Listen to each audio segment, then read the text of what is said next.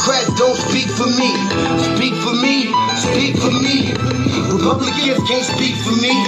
Speak for me, speak for me. A bitch ass nigga can't speak for me. Speak for me, speak for me. You coon ass niggas can't speak for me. Speak for me, speak for me. Listen here, this is a fact of life. I be rapping like Nat Turner came back to life. Grab Donald Trump by the pussy, he ain't acting right. I never run from a conflict, I be glad to fight. It's a very cold world that we live in. And somebody please tell Elizabeth you're not an Indian. You just trying to con them people to get the benefit. Just another immigrant stealing from the Indians. That's some punk ass shit and that's too lame. Now we finna step over to Andrew Yang. And you a sucker, you can never speak for black folks. Fake ass candidates trying to get the black vote. The Democrats don't speak for me. Speak for me, speak for me. Republicans can't speak for me. Speak for me, speak for me. A bitch ass nigga can't speak for me. Speak for me, speak for me. You coon ass niggas can't speak for me. Speak for me, speak for me. You know your boy be high off sativa. Kamala wasn't popping, so we said bye, Felicia. She ain't had a right policy. We ain't trying to meet her. Y'all can take Biden too. Bye, we don't need her. We don't need Roland Martin or that coon Al Sharpton. Didn't need Cory Booker from the start, man. I don't fuck with police and no snitch. You know I'm coming with the heat when I spit it. The Democrats don't speak for me. Speak for me, speak for me. Republicans can't speak for me. Speak for me, speak for me. A bitch ass nigga can't speak for me. Speak for me, speak for me. You coon ass niggas can't speak for me. Speak for me, speak for me. If you ever go to court and this is your luck, try not to get fucked by Benjamin Crump. I know it's hard. You and all go is hard. But who the fuck is Amy Cloak? Put her picture up on the bullseye and start throwing darts. People cut our organs out our bodies, that's a stolen heart. They can't save us from the flood like Noah's Ark. Black lives always matter, we finna go for ours. So then we savages, we don't need to pot the piss. Mike Bloomberg is sub thick with that stop and frisk, bitch. You ain't speaking for us, we don't know you. Bernie Sanders, they get your funky ass on too. The Democrats don't speak for me. Speak for me, speak for me. Republicans can't speak for me. Speak for me, speak for me. A bitch ass nigga can't speak for me. Speak for me, speak for me. You coon ass niggas can't speak for me. Speak for me, speak for me.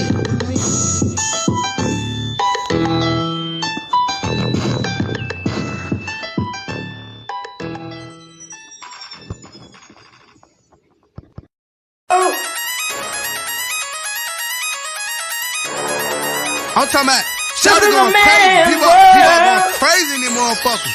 Run that shit back, man. But it's nothing. Nothing. Got a woman on the bed.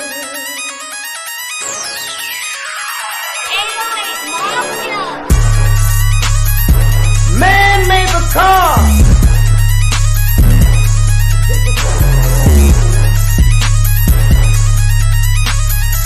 Man made the train to carry the heavy load. Man made the electrolyte to take us out of the dark. Man made the boat for the water like the 7-no-meter. Man thinks about a little bit of baby girl and a baby boy. And man makes them happy because man makes them joy. But after man make everything he can, do you know that man makes money?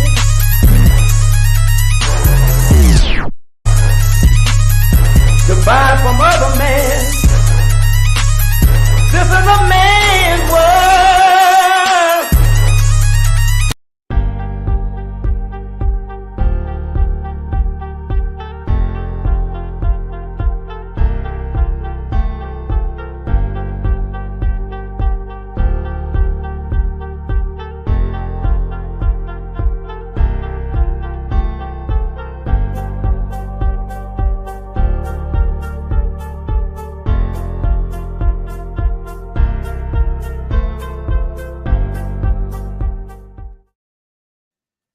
Greetings, Black family, greetings. Thank y'all for tuning in to another episode of the Front Line Blacc News. I'm your host, Che Improvement, and I'm joined with my other host, Lady Che. I'm in the back. And we got our West Coast correspondent, Shabaka Santoria. Shabaka's about to experience enhanced. Greeting us from the Sun City, where it is a balmy 107. It is hot and dry.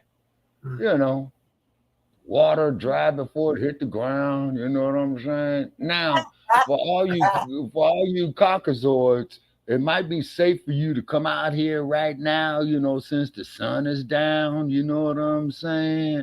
And we making that perfectly clear because you dumpites. You know what I'm saying? My ass got arrested. Yeah, my ass got arrested. He had some of his good old boys down there in great state of Tennessee, down there in Nashville, talking about they supporting the dump and they going out there, man, with weapons. So what does that tell you? So all you Yassa bosses out there, man, you all need to wake up and smell the coffee, man, because while they killing us, they're going to be killing your ass too. Oh, I just love you, Master Trump, and all that bullshit. You see what I'm saying? So I don't know who's first, the bite nights or the dumpsters. Well, bro, I'm gonna tell you something, brother Che. When it comes down to it, man, they two sides of the same fucking coin. Now that's what I was trying to tell a man there last night. You know what I'm saying? And which is all good. If we disagree, please let us disagree agreeably. You know what I'm saying? Hey, Chef Rob. That's Mac 285. Yeah, greetings there to you, Mac 285. Hey, Mac 285. If you could share this link, brother, it'll be greatly appreciated. These you really would. We don't even see these comments. Where you see comments? Bucket. Huh? Just shouting people out. Usually in the chat. Okay, Shabaka, I was not done. I had to get to the introduction. So this is season 4, episode 14, part 3. Frontline Blacc News. And we'll be discussing several. The first thing is our good brother Yo World, Mr. Harvey, got his channel taken down. View taken down. Who got taken down? Steve Harvey? No, not that. Oh. That coon. No, I wouldn't even do it. I would do a story about that, but I'd be making fun of him. No, this is one of the new black media content creators. I found out about. Oh man. It's another one that Professor Black Truth had referred us to. When he went absent, when they were shadow banning his channel and all of that. So Your World, Mr. Harvey's Your View taken down, and then we got YouTube begins its attack on black media content creators. Okay, yeah, PewTube. Okay, now I'm gonna tell you something. If that goddamn vice president of yours, man, was any fucking good, man, Cop Mala, don't put that on me. Cop Mala. No, brother Che, I was talking on a collective basis, not you personally, man. Don't none of us support Kamala, man. But if she was any type of righteous, quote unquote, sister, you see what I'm saying? I plug something in I don't have. She'll be putting pressure on Gruesome Newsom, man, go up there and start shutting them down, man, for violation of First Amendment rights, you see. But, however, the U.S. Constitution, man, is full of contradictions, man. So best thing to do with the U.S. Constitution is wipe your ass with it. Shabaka SARS would not like that. Oh, okay. We're not like that. SARS got going those. Oh, okay. Yeah, I forgot. Yeah, you see, I'm already gearing up for Sarge's Hurricane Beryl makes landfall. Yes, Lord, and she's pissed off. Yes, she is. She's definitely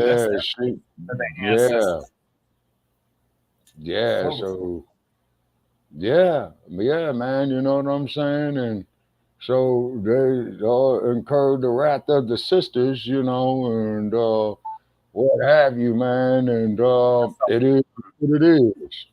Hurricane Beryl, the earliest Category 5 hurricane in history, in modern history, probably history, since they've been keeping records, has made it landfall a second or third time. I guess it'd be a third time in Houston, Texas, or just outside of Houston, Texas, between Corpus Christi. Down there, Governor Bud.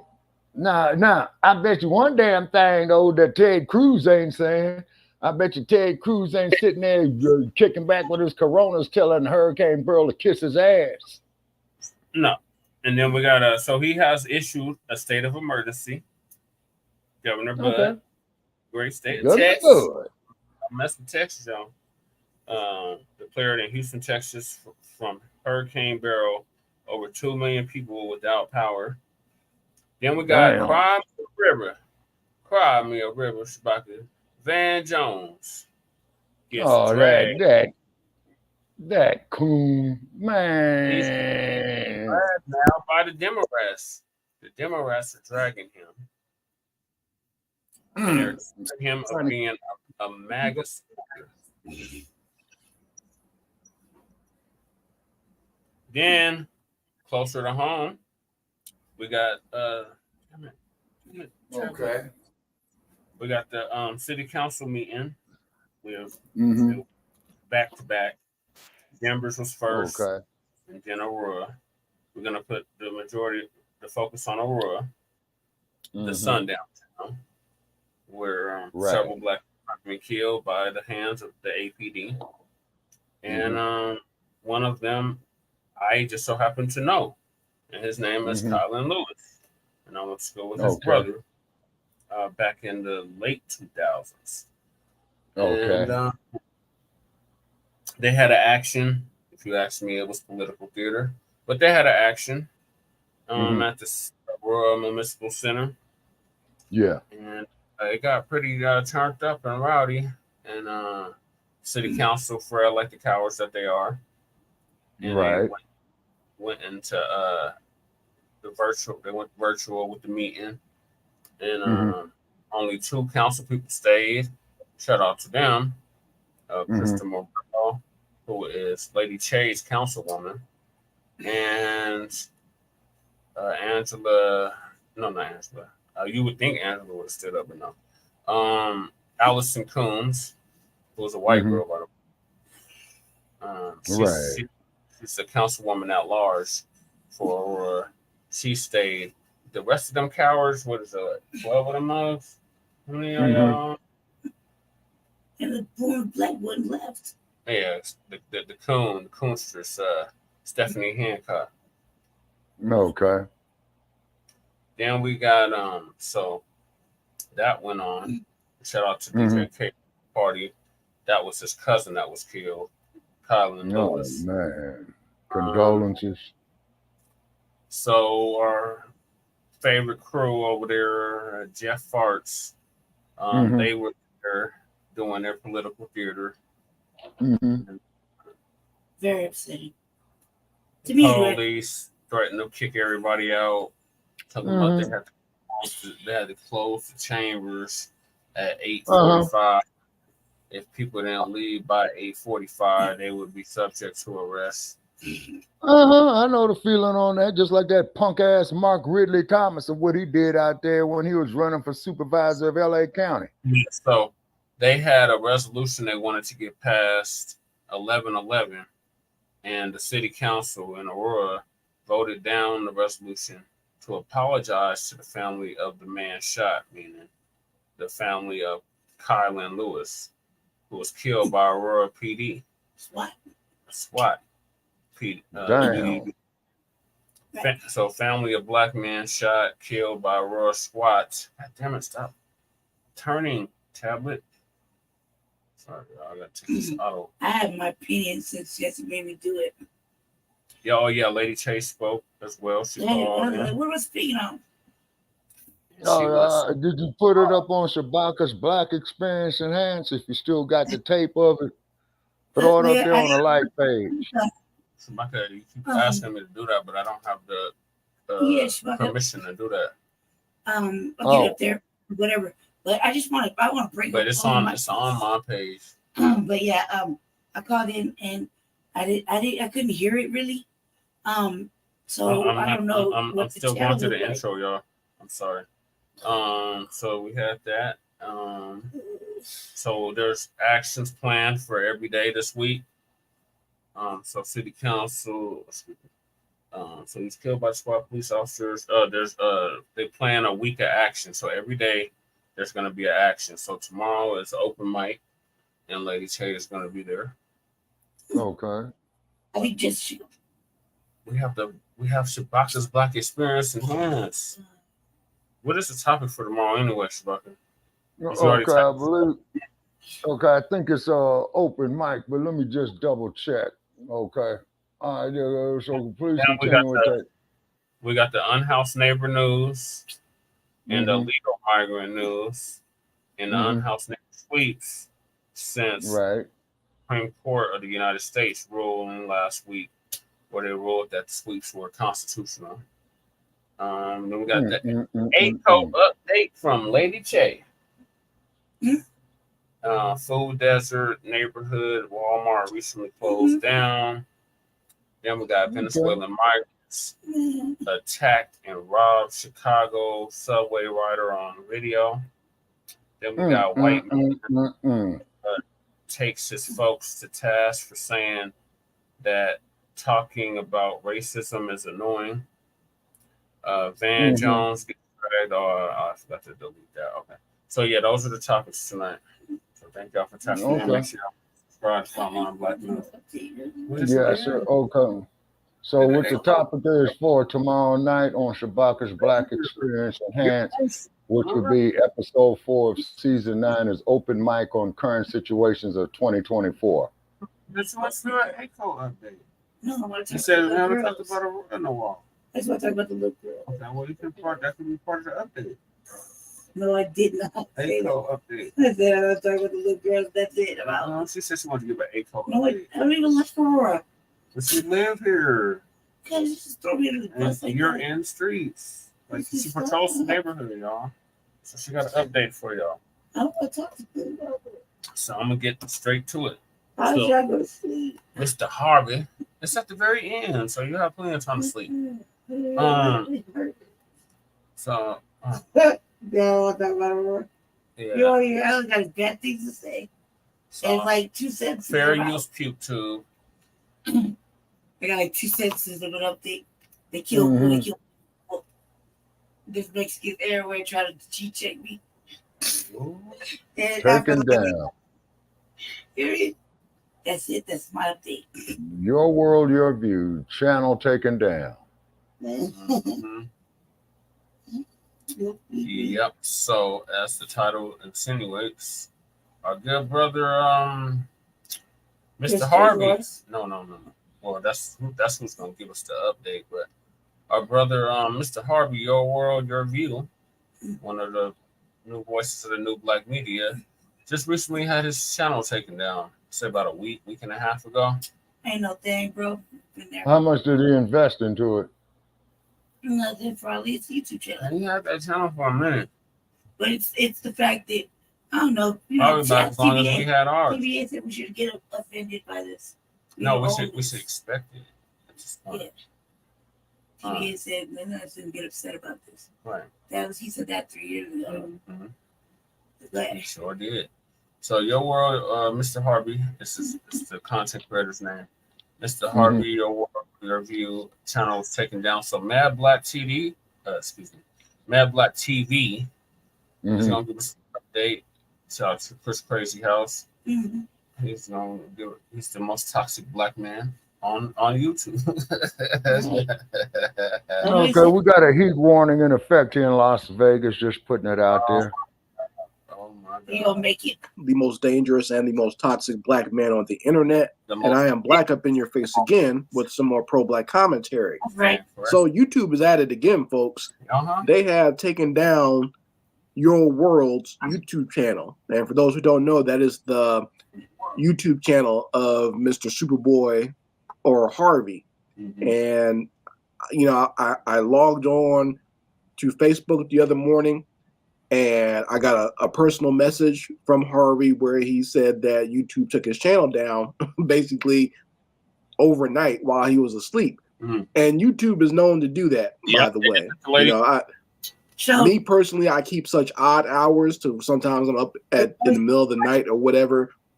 It's hard for them to get past me on that one, but I know it happens. Like when you least suspect it, that's when they do their little black op and come in there and take your channel down. Mm-hmm. And I'm trying to figure out why they would even do that, because Your World was a pretty clean channel. Mm-hmm. Like, he never said anything that was untowards. He never really even used as much profanity as he used to. He was always very careful in what he said on that channel, and the channel was pretty basically just him giving his opinion. There was no copyright issues where he was using people's video or audio or something like that. It was just him talking, and he didn't rarely even showed his face on that channel. And they just took the whole channel down. I don't know if he got a warning or any like community strikes or whatever, but YouTube just, they might just be on one of their kicks where they do like a clean sweep, especially a black YouTube. I know this usually happens around the summertime, like midsummer. Right. That's when they start taking a lot of black people's channels down. Yeah. Right. Mm-hmm. And, it's also the summer before a major election. So that too might be a reason, because they might be trying to get rid of YouTubers who don't go for either liberal Democrats or conservative Republicans, YouTubers who are more concerned for black people and black people only. Yeah. YouTube will make the effort to just take those channels down. Mm-hmm. So once again, I don't know exactly what the reason was for them to take his entire channel down, but I know this for a fact that YouTube has actual people. It's not a robot. It's not AI. It's not an algorithm. There are actually people who monitor different YouTube channels, and they just will wait until I guess you make a mistake or they get around to it. Because I know they have there's so much content on YouTube. It's hard to just focus on one person. But when they get back around to it, they'll find you and just take your whole channel down, right? Mm-hmm. If they don't like your opinion.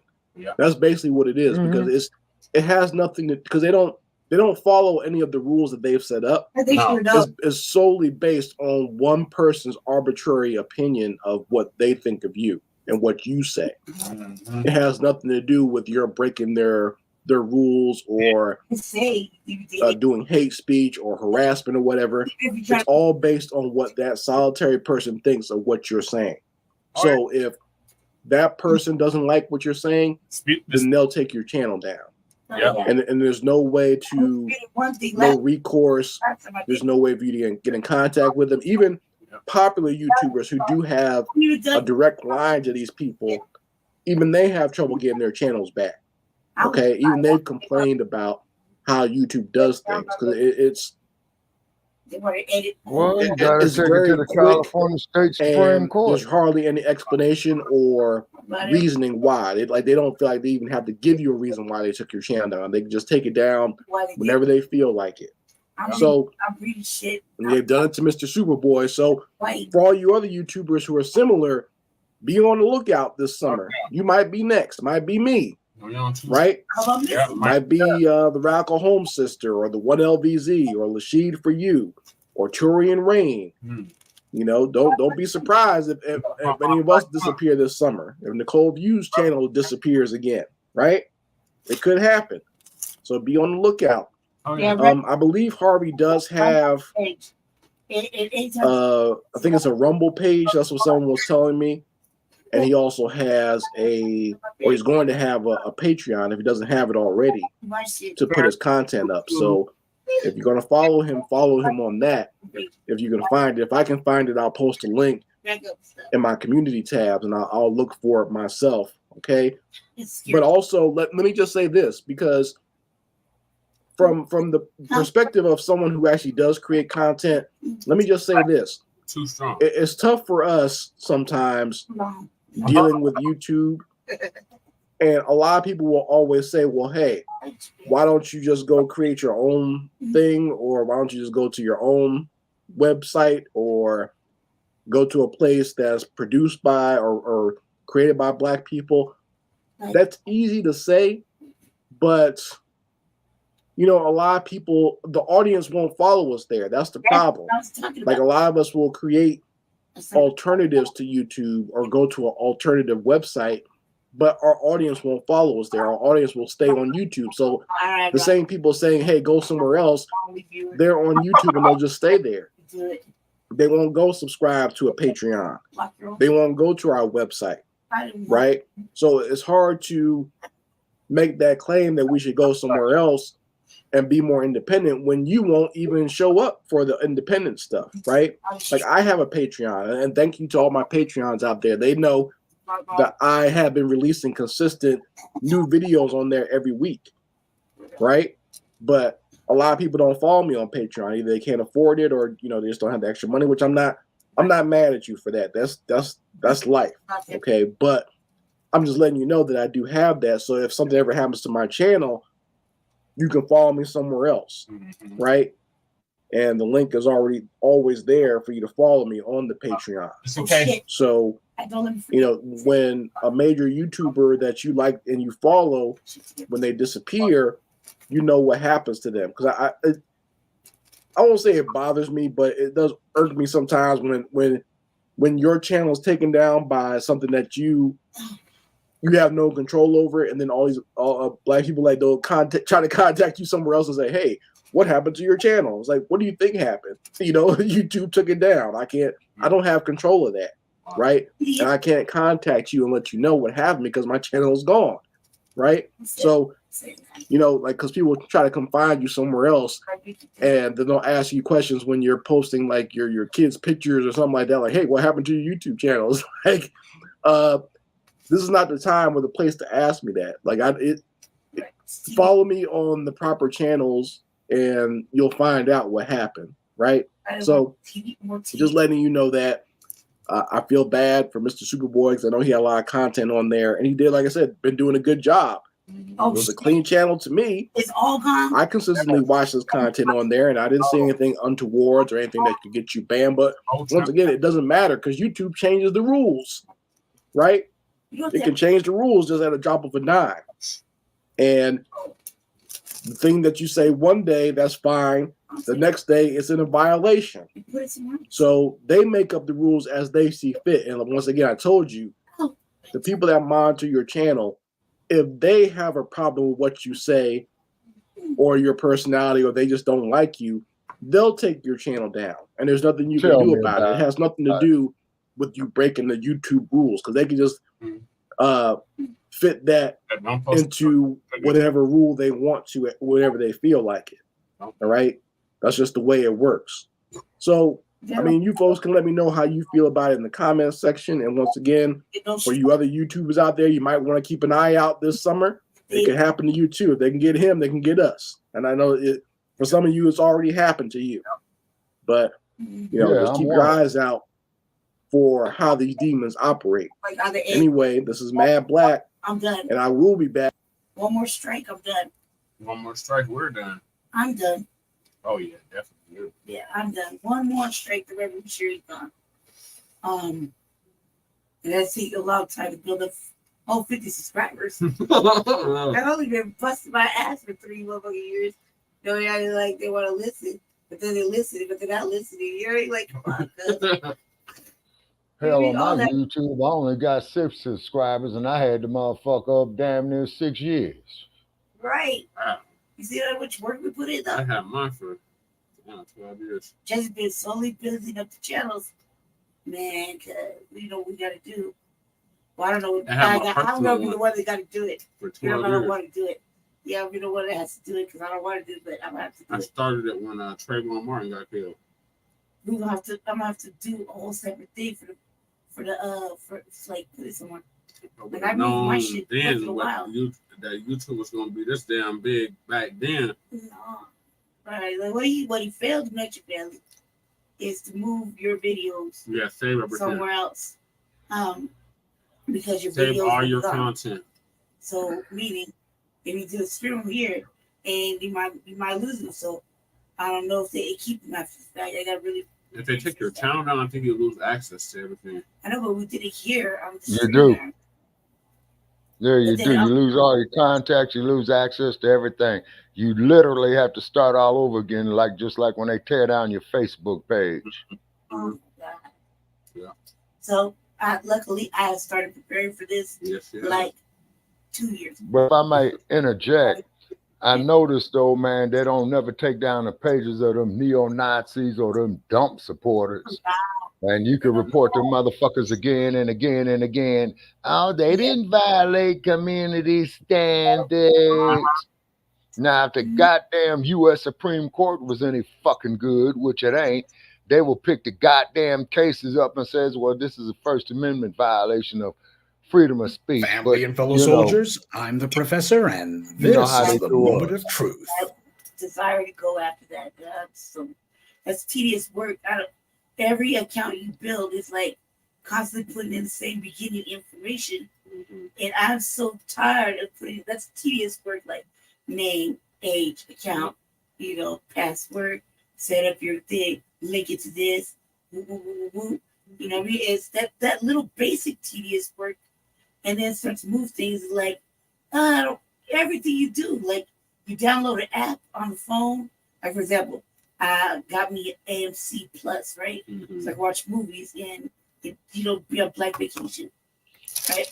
Yeah. I downloaded or I purchased a $4.99 AMC Plus membership, right? And even though I was watching all the shit on it, wherever I can, I had to put in the new information. So what I put in, my name, my age, my birthday, I set up a password, a little whatever username, and then I paid for it with my debit card, right? And said I had to put an email address to it. So I'm like, I hate that because I can't remember every single password off the top of my head. So being that I use one device, right? I might have a phone in my hand, but my one device that I use has everything on it that I need because I constantly working, right? On the one device. But my phone has my legitimate stuff on it, like my legitimate name, my doctor's information for like legitimate things that you can call me like from the doctor's office. Anything I was doing for any political stuff we do out here in the street, the task force, whatever I'm doing, legitimately in my legitimate government name in the city of Aurora, whatever, right? My parents, I only got like maybe 10 phone numbers saved in it, and I only use it for legitimate things. My legitimate phone number, you know what I mean? Other than that, I'm on my seduction doll shit or whatever, right? So I don't have nothing on this phone to enjoy myself with. No Netflix, no AMC, no motherfucking no apps, no. You know what I mean? My YouTube is to my personal, like my YouTube that I got connected, like YouTube Music, YouTube whatever. It's set up in my actual government name because I couldn't remember the one I'm using right now. That I'm gonna be, I'm always on. You know what I mean? My actual channel. I couldn't remember my password because I never wrote this shit down. So even you asked me, you're like, oh my God. I couldn't remember because it was just the Obama phone that you couldn't really put no data on. You couldn't really get crazy with it. Until everything fell apart. My tablet broke, the other phone broke. I had nothing else but the stupid ass Obama phone. And I was like, I gotta start loading it with shit. But I didn't want to put so much on it because anything could happen. As you can tell, the last few days of the month, right? And it's tedious fucking work, even on the phone. I don't want to do all the tedious little baby shit. Name, age, birthday. You know what I mean? Just to start an account, only for them to verify and say the link to the computer where I'm not. You know what I mean? It's like, it's stupid. It's like, so we get tired because if you think about it, how many fucking apps and shit you got connected to your Gmail or your Yahoo or whatever? You got YouTube, you got AMC, Netflix, Amazon, But it was like Timu, which just the stupidest shit. Yeah. You know, like music by Pandora, Spotify. Yeah, Spotify. Next break, next news break. You feel? Yeah. Everything's just who could remember all that shit. You know, there's like one time I was like, well, I gotta have one phone when I was ready for candidacy. I gotta have one phone that's clean to my actual government name and age. I can't be fucking around there. It can't be Lady Chand or fucking Diamond or motherfucking Seduction Doll. You know, get my little personalities, doing my little shit. I gotta actually be serious. I'm ready for office. You did? I gotta be like a whole like Brandy. You did? So it's fucked up. To know that they can take your channel, which TBA said we shouldn't get too upset about, because we was upset when we started striking that shit. Remember? Yep. When first with the jabby jab and the misinformation. Yeah, they still keep striking us for that shit. Yeah. From what we did in the beginning. Yeah, like out of nowhere, your channel's been violated content or community things over the misinformation of the jabby jab. You read? So if something happens to us, Black family, we're on Rumble. You're gonna be able to find us on Rumble. I'm going to Rumble. That's what I said. I didn't want to do that. We just were talking about, because I didn't want to do the light work, the tedious work, which I know I'm gonna have to do it for us. Rumble or Streamlabs. We out. Jesse, you can't be going to my secret stuff. I'm just letting them know there's other platforms that they'll be able to find us on. No, the Streamlabs is something different. You gotta connect the Streamlabs somewhere else. But Streamlabs is something different. Like, you know, Patreon. If True TV was still around, we'd be over there too. It'd be a Patreon. Motherfucking, there's other places that got actual channels you can go to. Mm-hmm. And but Uncle Phil got his own channel. Yeah, he got his own app too. Yeah. There's other content creators, other Black people like that you could go over there. I thought 60.net you could put content on. Rumble, yeah, Rumble's one. Everybody's on, but I don't think Rumble's just doing most of it. Rumble is a lot lenient compared to YouTube. Discord, I got a Discord. Discord, you can find us on Discord. That's Go ahead, okay. Say, man, can you pull up this video, man? No, Shabaki. Can you pull up this video? Topics. What is it? I got a whole nother video I was also play. What do you want me to pull up, Shabaki? Is it quick? Okay, there's a story coming out of Sacramento with this sack of shit by the name of Leo Terrell, the punk ass motherfucker. And say, Leo Terrell, your bitch ass can call in tomorrow night at 516-418-5996. The air date of Shabaka's Black Experience Enhances July 9th, 2024. And then you know good punk ass motherfucker will be on at 6 p.m. in the Pacific time zone. Fuck you and Larry Elders. I said it. Yep. And this sack of shit is up here on Fox News. Here's why California will never issue reparations to quote unquote Africans in America.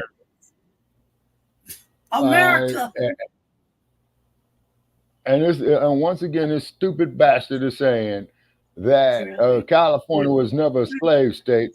But what this cocksucker is not telling you is that during the gold rush, like Brother Isaiah brought to my attention, is that the slave owners was taking their slaves into California, mining the damn gold up there at Sutter's Mill. But they didn't know that they were slaves because it was the main thing they didn't want the slave to do.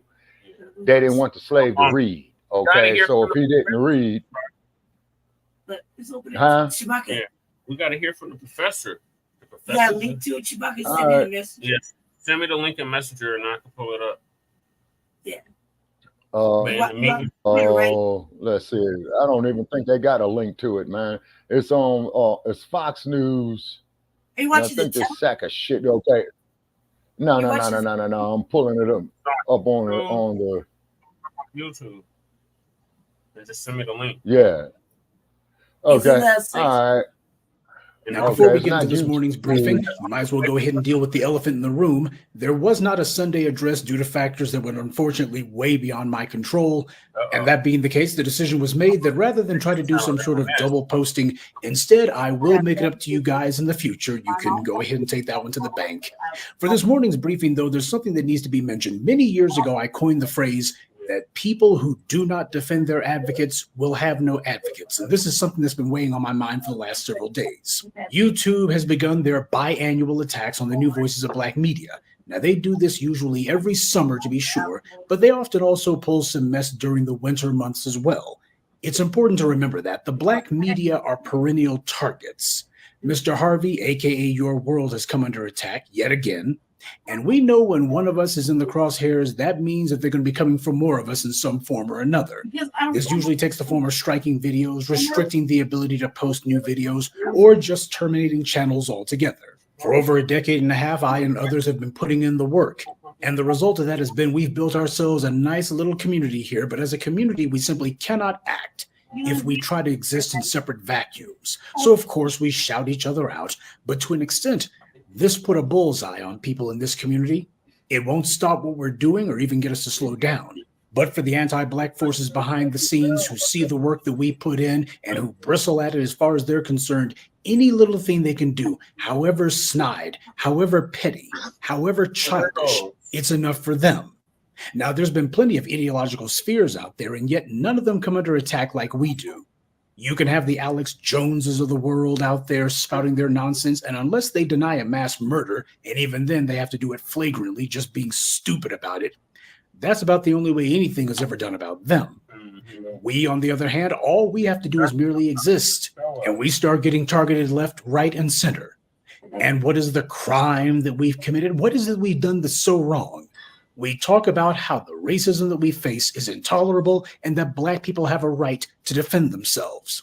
Now, these people who carry out these attacks against us, what we're doing is we're basically saying that these guys ought to be criminalized. And as far as they're concerned, that's an act of war. Telling Black people that racism is not okay and that Black people have a right and a moral duty to fight against it, and telling Black people that they are under no obligation to be soft targets, that Black people have a right to defend themselves.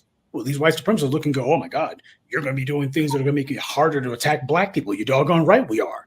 That's the entire reason that we do this. So for the white supremacists, the ideology that we represent, the talking points that we've caused to proliferate, to them, that is an act of war. But then again, the war's been on for 500 years. That's right. None of this should be surprising in the least.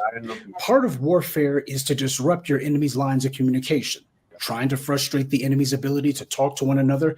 That's why in war, the very first target that an invading army goes after are the radio stations and the communications towers. They go after their enemy's ability to talk to one another. And during an occupation, like what the Nazis did, they had antenna trucks roaming through the streets, listening, monitoring, trying to find out who was sending out unauthorized transmissions. As people who have been deprived of our power, we don't place the proper emphasis on interfering with the enemy's communications, but we should. We don't eavesdrop like we should. We don't monitor like we should. We don't interfere like we should. Our enemy, on the other hand, does all those things to us. Now, we've decided to try to cover it up, and we try to consider it to be dirty pool to do the kind of things that they do to interfere with or confuse our enemy's communications. But in war, you can't afford to think like that. When someone's doing things that come between you and your ability to live your life, and they refuse to stop even after being told multiple times, that means you're dealing with someone who is doing it deliberately. Now, what should the response be to a deliberate and intentional attack on your right to live? You fight.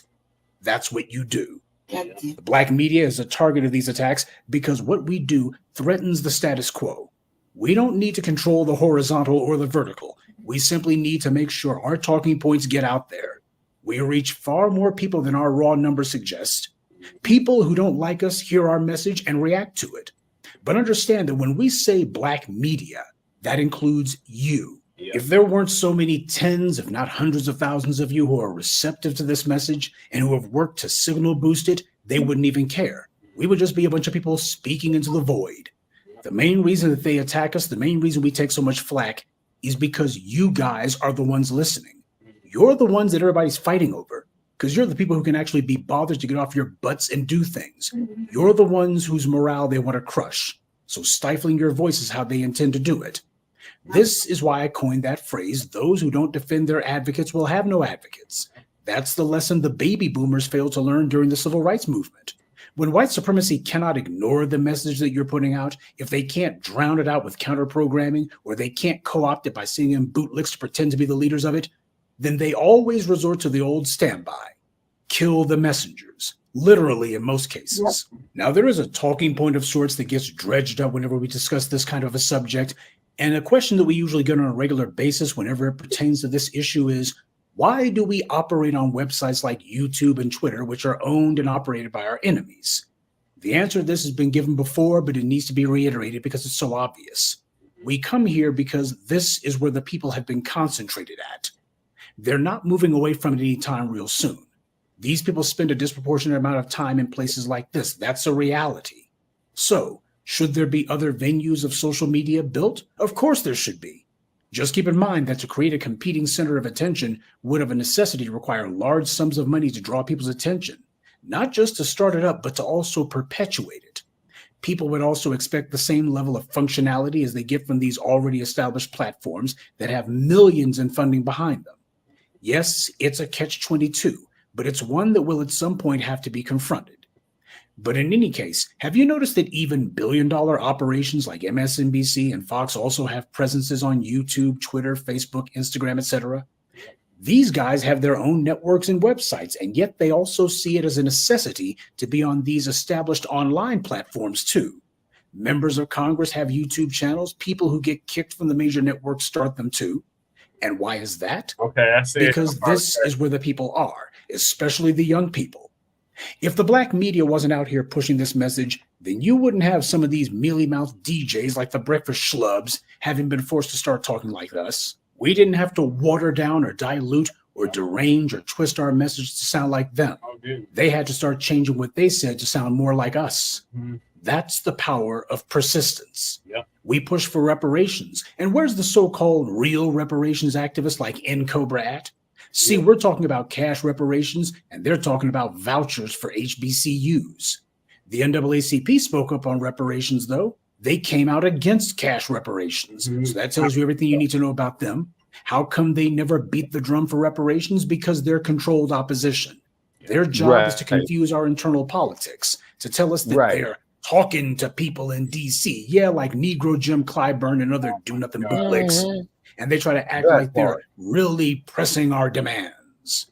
And then we're supposed to sit on our hands and do nothing while we wait for them to do, well, something. And we've been waiting for generations now. Family, you need to learn to recognize a scam when you see one. The congressional black talkers went to the mat for everybody from gay nightclubs to illegal alien children. But for the black grassroots, you know their voter base. They stay away from us as far as possible. They don't advocate for anything that we do. You haven't seen any of these CBC clowns talking to any of us, and there's a reason for that. Joke Reed knows about us, and she's dedicated entire shows to calling us Russian bots.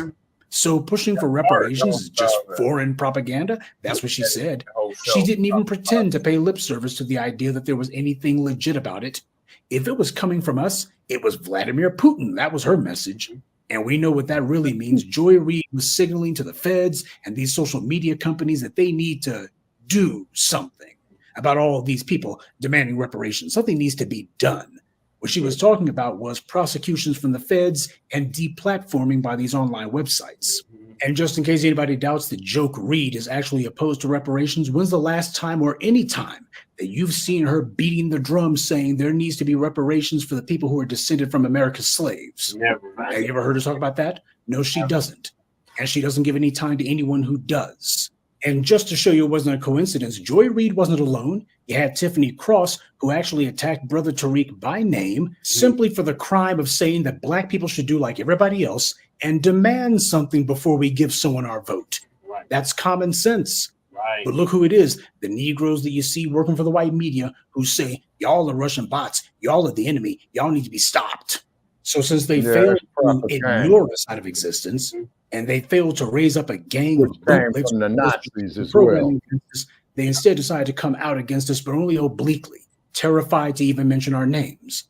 So on the one hand, these harassing maneuvers that the white media carries out, they do happen to be annoying, but by the same token, they also confirm for us they hear us and they fear us. Yeah. They fear this message because of the change that it can bring. They fear this message because it's reaching the right people, you. But most of all, they fear it because an uncompromising message like this shows that we don't fear them. When Black people begin losing their fear of these white supremacists, when Black people begin losing their fear of these anti-Black racists, that's when things start to change, and not before.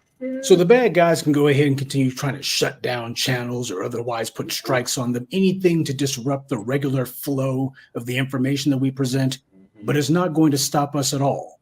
Because if there's one thing that we've learned after a decade and a half of taking on these white supremacists online, it's that the message is so much greater than the medium. That's right. Good day and be one.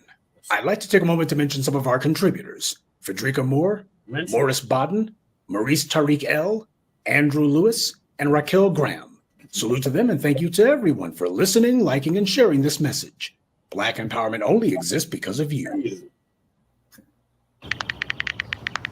Fuck the commercial, fuck the commercial, fuck the commercial, fuck the commercial. Use caution when lifting heavy objects. Fuck the commercial, fuck the commercial, fuck the commercial.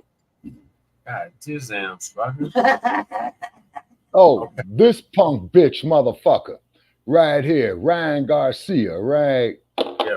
I tweeted Oscar De La Hoya today, right? And I told Oscar De La Hoya to fire that motherfucking therapist goddamn contract.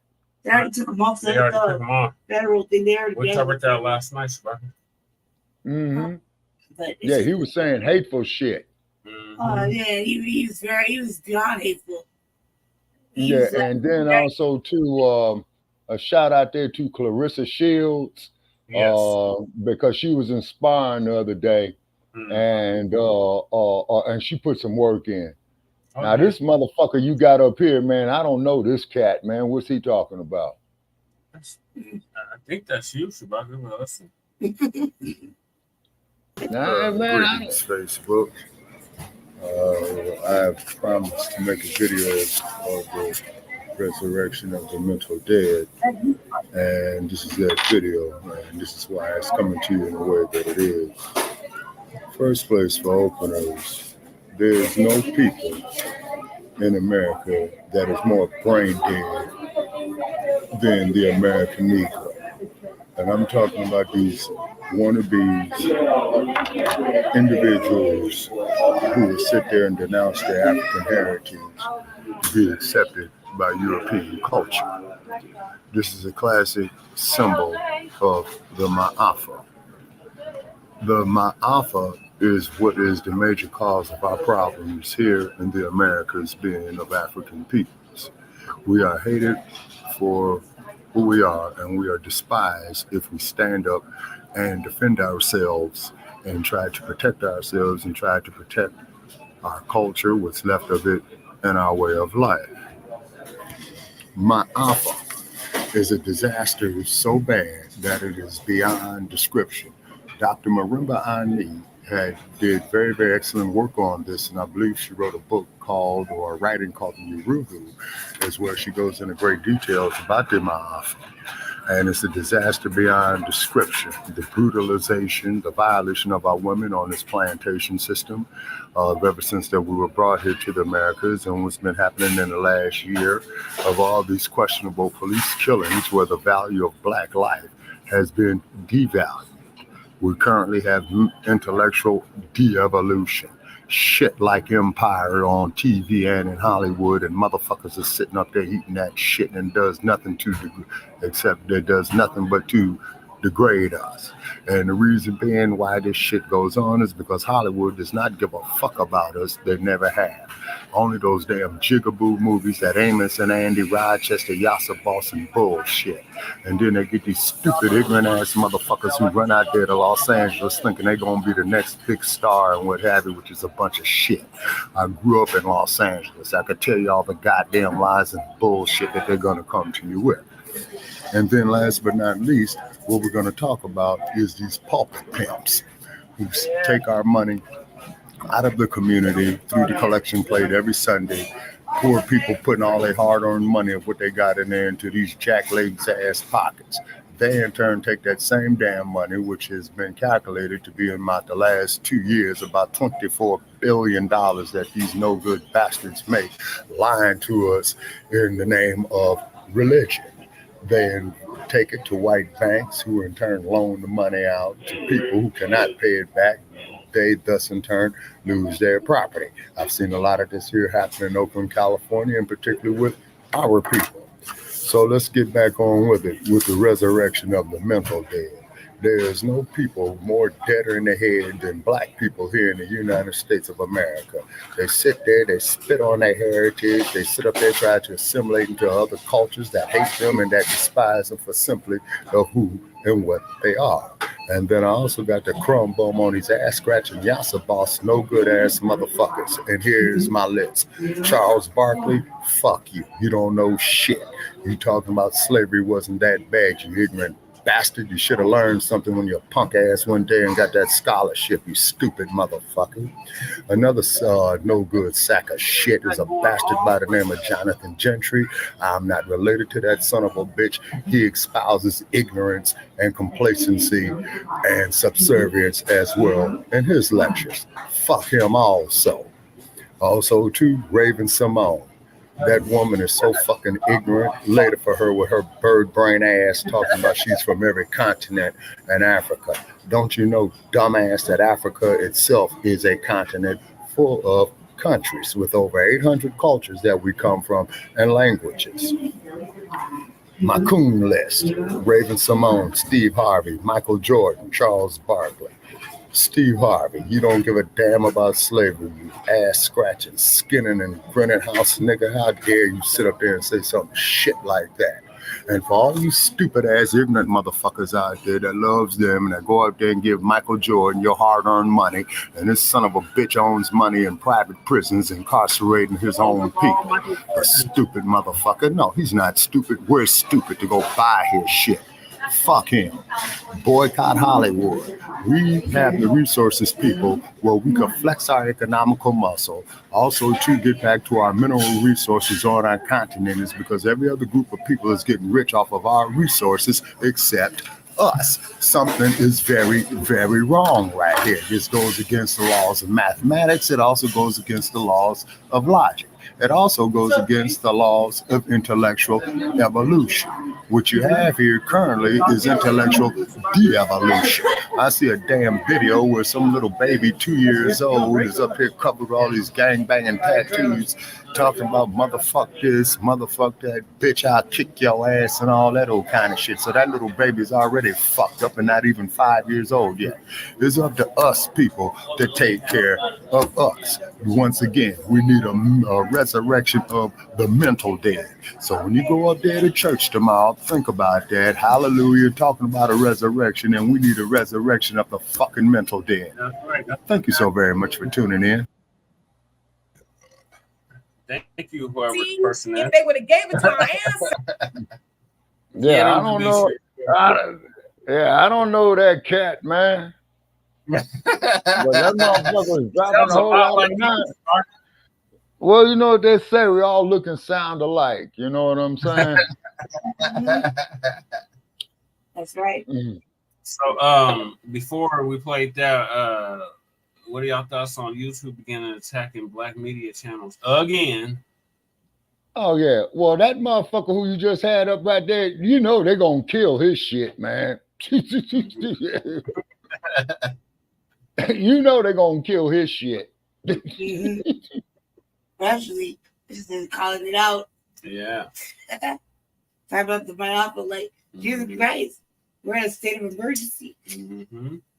Yeah, that brother was right about that. You know what I'm saying? Yeah, because, you know, we've come a long way, man. But, like, damn, man, ever since the dump been in office, man, we have regressed tremendously, man. No, since George Bush Jr. Oh, yeah, I forgot about old baby Bush. Yeah. He was the president after Slick Willie, right? After Slick Willie, Mm-hmm. Yeah, old Bill Clinton. Yeah. Yeah, and then old Gore DeBoer was the vice president and had to make old Bush Jr. the president. Algorithm from. Yeah, so that's algorithm, huh? Mm-hmm. Algorithms equal algorithm. Yep. Okay. Yeah, ever who that cat was, man, that motherfucker was dropping some knowledge. Yeah. He reminded us of Shabaka. Well, you know what they say. Greetings, Facebook. Okay. Lady Che, what are your thoughts on what this person who reminds you of Shabaka had to say? Oh, y'all look the same. You're right. We're just not all the same. And some of us are just very aware of what the fuck is going on. That's what that guy said. And the other motherfuckers just comfortably, intentionally sleep, and it's really starting to look bad. So, you know, I really agree with what he said. I don't know that other Gentry fella. Apparently fucking up. Apparently that guy is fucking up. So I don't know about the other guy. The other guy fucking up for everybody. So. The one that had no relation to Oh, wait a minute, man. That dude was talking about a guy by the name of Jonathan Gentry, who was a reverend down there, man, in Los Angeles, man. You know, he kind of fizzled away, just like Professor Black Truth says. You know, their tools are meant to be broken. You know what I'm saying? Mm-hmm. Yeah, and Jonathan Gentry, he was like a Tim Scott, you know, type of individual, and a type of Leo Terrell looking type of motherfucker, you know what I mean? And Larry Elders, you know, man. Man, that day just shows the more reason for it to have the reparations, man, because of all these brain dead motherfuckers out here. Like Elders and Terrell, man, you know what I'm saying? And I'm still trying to read Elders' book, man, but each sentence that I read, man, just makes me want to vomit. Right. I mean, it's sickening, man. Yeah. It's sickening, yeah. Yeah, so you could tear that video down, man, you know, anytime you get ready. Oh, I am. Already switched the screen. Yeah. So on to the hurricane. Yeah. Hurricane Beryl. Yeah. Beryl, the strongest hurricane this early in the season ever. Earliest Category 5 hurricane ever. That's the highest category for hurricanes. What else? It broke several records. Anyway, it just made landfall third time just outside of Houston, Texas. Shout out to down there with Governor Bud. Now, is Joel Osteen going to open up his mega church, man, for the survivors of this earth? Last time, so I don't think he's going to open it up this time either. Okay. So, yes. State of Texas is under a state of emergency. No, down there with Governor Bud. From Hurricane Beryl, 2 million without power. So I'm play some clips of the damage. Damn. Reports on it. So the first one is from Fox Weather. Well, they're both from Fox Weather. The weather reports. Beryl brings high winds, dangerous conditions to the Houston area. Metro presents a tale of two wireless customers. I've been a loyal customer since today. Forever. Which means I get all. Oh, shit. Ooh, wee. Man, give me a damn earthquake, man. I wouldn't know what to do in that shit.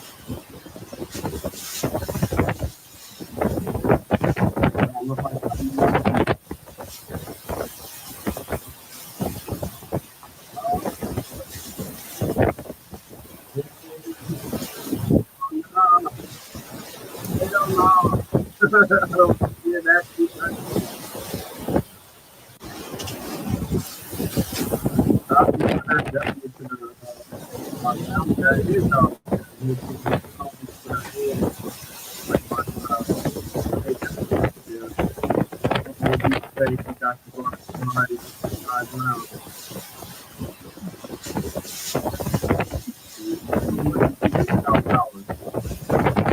You should have think about the whole city without power.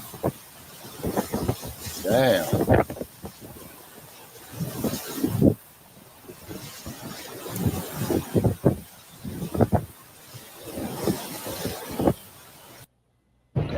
Hey, dude, everybody. Thanks for joining us as we watch Tropical Storm Beryl slam across Texas. I'm Bob Van Dillen. 80-mile-per-hour wind gusts and life-threatening storm surge still going on. Flooding as well across Texas for millions of people and a lot of power outages as well. Beryl made landfall as Category 1 hurricane early this morning in coastal Texas. Got the potential for deadly flash flooding as it goes right up through Galveston into Houston, ultimately washing up across the Northeast late this week. Hey, check out this rescue just before 11 o'clock local time. You can see right here. We had it for you on Fox Weather. This poor guy brings his truck into the water, and now he's waiting for, looks like a extended ladder. And there you go with the ring getting down to him. He was okay, but this is just one of many scenes that we have seen with flooded out cars just stuck either in the road. Damn, boy, dude lose his ride. He was like good. that. Here's a look right here. You can see where we're watching in Houston. Live pictures, dangerous rising waters are out there. Tornadoes are a possibility as well. In fact, we've got a tornado watch that lasts all the way out through late this evening for right around the Sabine River. You can see the radar picture on your right. You can see some of the winds gust down the bottom right-hand side. Look at that right in the middle part of your screen. That is Houston. Winds right there. We're gusting to over 80 miles per hour. Look at the radar picture right now. The remnants of the Iowa breezing past Houston, now headed towards the Bryan area, the Houston area, up towards Lufkin. That's where the heaviest rain is located. We start seeing those red shaded regions. That's where you have the heaviest batches of wind and rain as well. And we've also got the hurricane warnings that are expired, but we've got tropical storm warnings in its place. Huntsville down to Houston, into Galveston, down to Beaumont. That is to account for the winds that are easily over 40 miles per hour. At this point, some of the winds gusting to maybe 60 to 80 miles per hour. So we've got that going on right now. Lots of action when you can see the region. Here's a tropical storm warned area. That's where we're watching for the entire day. Who's been in the middle of it as Beryl comes slamming down and makes history in Texas? Well, it's Katie Burns. She's out there right now in Galveston, and I've been seeing you getting hit around a lot. But it looks like the heaviest rain, Katie, at least for now, looks like it's just about gone. That's right, Bob. Starting to dry off here. Not my boots so much, but everything else is starting to get dry. The water just got everywhere. I think you heard Britta Merwin talking about this when she was in the elements overnight. Once we started in the morning, we were just getting whipped with rain and wind. And no matter how much rain gear you had on, you were going to get drenched with the conditions that we were dealing with. But things have improved a lot as the storm continues to move north of us. You know that it went through the Houston metro in the last hour or so. So we're starting to hear reports of rising floodwaters there leading to rescues.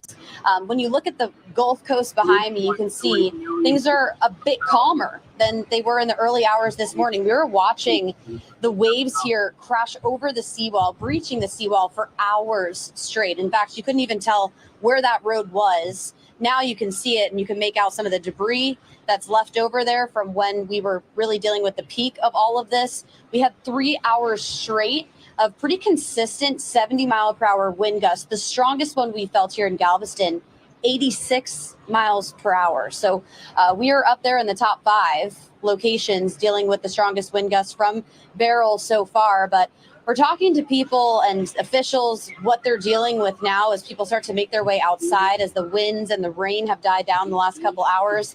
The Galveston mayor, Craig Brown, he was saying that just in the last couple hours, their crews have been able to get on the ground and start to assess some of the damage. They've seen things like roofs ripped off of homes, and they're really just asking the public to stay off the roads while they deal with road closures because of the flooding that we're dealing with here. I've seen a number of trucks drive by with cones on the back, likely to barricade off any of those roads that were closed, because we did have a voluntary evacuation order impacting the west side of Galveston, which is prone to flooding. So we were talking to folks in that neighborhood yesterday. A lot of them did end up staying, but they live in raised homes, so they weren't worried about the flooding reaching their home. What they were worried about was the outages. And of course, we've been dealing with that. We lost power here at the hotel around 2 o'clock in the morning. And in about an hour, the thermostat in my room read 80 degrees. So with the heat in the coming days, we're in July in Texas, people are a bit concerned about what power restoration will look like, especially because we're not out of the woods yet with the dangers and the impacts of this. You can see the wind still whipping around us. So that just shows you that it's just not safe for crews to get up there and start this work on getting power back. Bob? Yeah, Katie, I'm watching it behind you right now. It does look like it's drying out a bit. Take me through your night last night. Where did you stay? What was the hotel like? And what kind of sounds were being made out there? Yeah. Well, we are staying just about 100 yards away from the water. So I'm on a hotel balcony right now. So we're about 20 feet high, but it shows you a good vantage point of what the water looks like. And it kept us safe when things were really crazy earlier this morning. But I woke up around 2 o'clock to that sound of the howling winds, and it just sounded like howling and whistling. And it was like that pretty consistently. I was talking about how in the past covering storms, sometimes you notice those gusts every once in a while, but it felt like sustained winds were making that noise. And it really lasted for a lot of the night. Mix that with the rain that was just pelting the windows. There were a couple times that I went into the bathroom just to be safe because it was so loud that I wasn't sure if a window was going to get smashed or flying debris was going to come somewhere, but I wasn't able to go back to bed because of how hot it was. In the morning, I went down to the lobby. There were a couple people down there who were doing the same, just like catching up with the hotel lobby workers and seeing what the plans were, because everything's out here just completely in the dark, no phones, and the lobby was covered in water from a mixture of storm surge and the rain. So they're dealing with a lot of the aftermath today. So your power is still out then, Katie? Oh, yeah. Yeah, power's still out. Signal is low. I have one cell phone that's T-Mobile, one that's a different carrier, and one of them works, one of them hasn't for the entire day so far. So cell towers, I think, definitely were impacted. All right, so now you're in the cleanup stage for sure. Katie, great job out there. Been following you the entire storm. We will check back in with you shortly. Thank you. Hi, I'm JT, and I made Result Hunter, the search engine for conservatives. Let me just tell you what it does. First of all, now, fortunately, there are no cars where underneath of this traffic light that came falling down, being ripped down from Beryl's strong winds in Surfside Beach, Texas. The average traffic light weighs about anywhere between 30 to 50 pounds. So that could have caused some serious damage to your car. And certainly it could have been deadly if there was a person in the car. Mayor Greg Bisso from the village of Surfside Beach, Texas, joins us now over the phone. Mayor, we do appreciate you spending time with us. We know that we were supposed to see you face to face here, but from my knowledge, you don't have any power. How are things so far in Surfside Beach, which is located about 40 miles north and east of where Beryl made that landfall earlier? Well, we're without power just along exactly like a lot of people, other people down here in Brazoria County, and we're without internet. So we actually live on a barrier island, and we're lucky to get a good cell signal. But we're starting to clean up. We had a bunch of damage. A lot of our houses, they lost their roofs. This is like the third time for us to be hit. No, just the second time for us to be hit in the last 4 weeks. I mean, we had Alberto, which was more of a storm surge event, and now we have Beryl, which was more of a wind event because the surge left fairly fast after it came up. But the wind, it tore everything up. My goodness, the wind's picking up there. You talked about being impacted now 4 times within the last couple of weeks. And Oh, go ahead. Actually, 2 times in the last 4 weeks. Oh, okay. 2 times in the last 4 weeks, one of which was Alberto. You talked about the winds that picked up, and we talked about you losing power. Any timeline on maybe restoring your power anytime soon? No, there's not. I mean, the crews are coming in from all over. We actually have crews coming in. The last time we had it, there was crews coming in from Louisiana that came and worked on our island. But crews are coming in from everywhere. And it's just going to take them time to put everything back together. Yeah. And when it comes to putting everything back together, we know that the county had pre-filled sandbags before Beryl came moving through, and you started handing them out pretty early as well in preparation. Now that we're behind the storm, what resources are being deployed maybe for those who are in need most right now? We have our TDM, which is our Texas Division of Emergency Management. We work hand in hand with them. We have the Salvation Army that's bringing some snacks and stuff like that in for our first responders and any of our residents that are there. We had a real good response to our residents leaving on an involuntary evacuation. I probably had about 95% of our residents leave, which was fantastic. Absolutely fantastic. And, you know, we do have a long night to get through. We have a lot of debris to clean up, a lot of picking up the pieces per se. Winds are beginning to calm down. Any messaging that you want to get out to maybe your community in the days ahead? Well, they know we'll all pull it together. I mean, we're very resilient on our island, and we all work together, and we'll pull it all together, and we'll make it the way it needs to be. All right, and we are wishing you all the best with your cleanup efforts. Village of Surfside Beach, Texas Mayor Greg Bisso, thank you so much and stay safe there. I sure will. Thank you.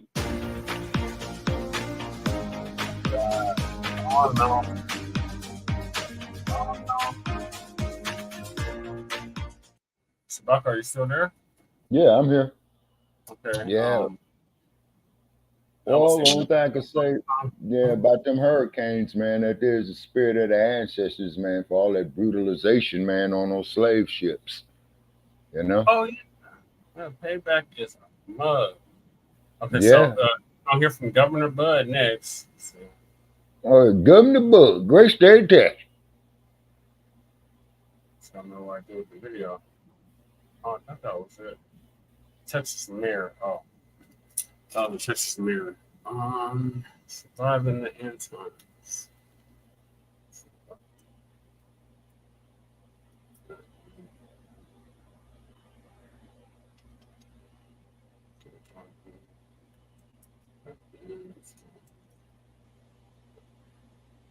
Go home, little kids.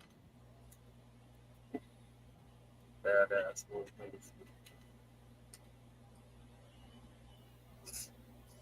These kids are still out about it. It's after midnight here, and they just kicking it in the alley. Wow, and they kids? Mm-hmm. Oh, man, that's bad. That is real bad. Immigrant kids. Immigrants, huh? Mm-hmm. Let me see. Can I take his video down? Oh, he just did a video.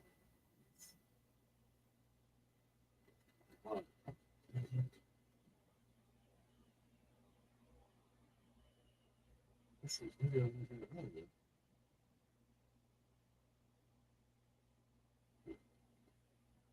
Let's get a video now. But this dude here, Dabu, surviving the end times, he had did a video about the state of emergency. I thought I had put it in the queue, but they took the video down, I guess. But yeah, it's really bad down there. So if you got friends and family down there, you definitely want to check on them. Yeah. And I think our man Jay Dizzle is down there, man. So we're wishing him the best, man. Yes, definitely. Jay Dizzle is one of many people that we know down there.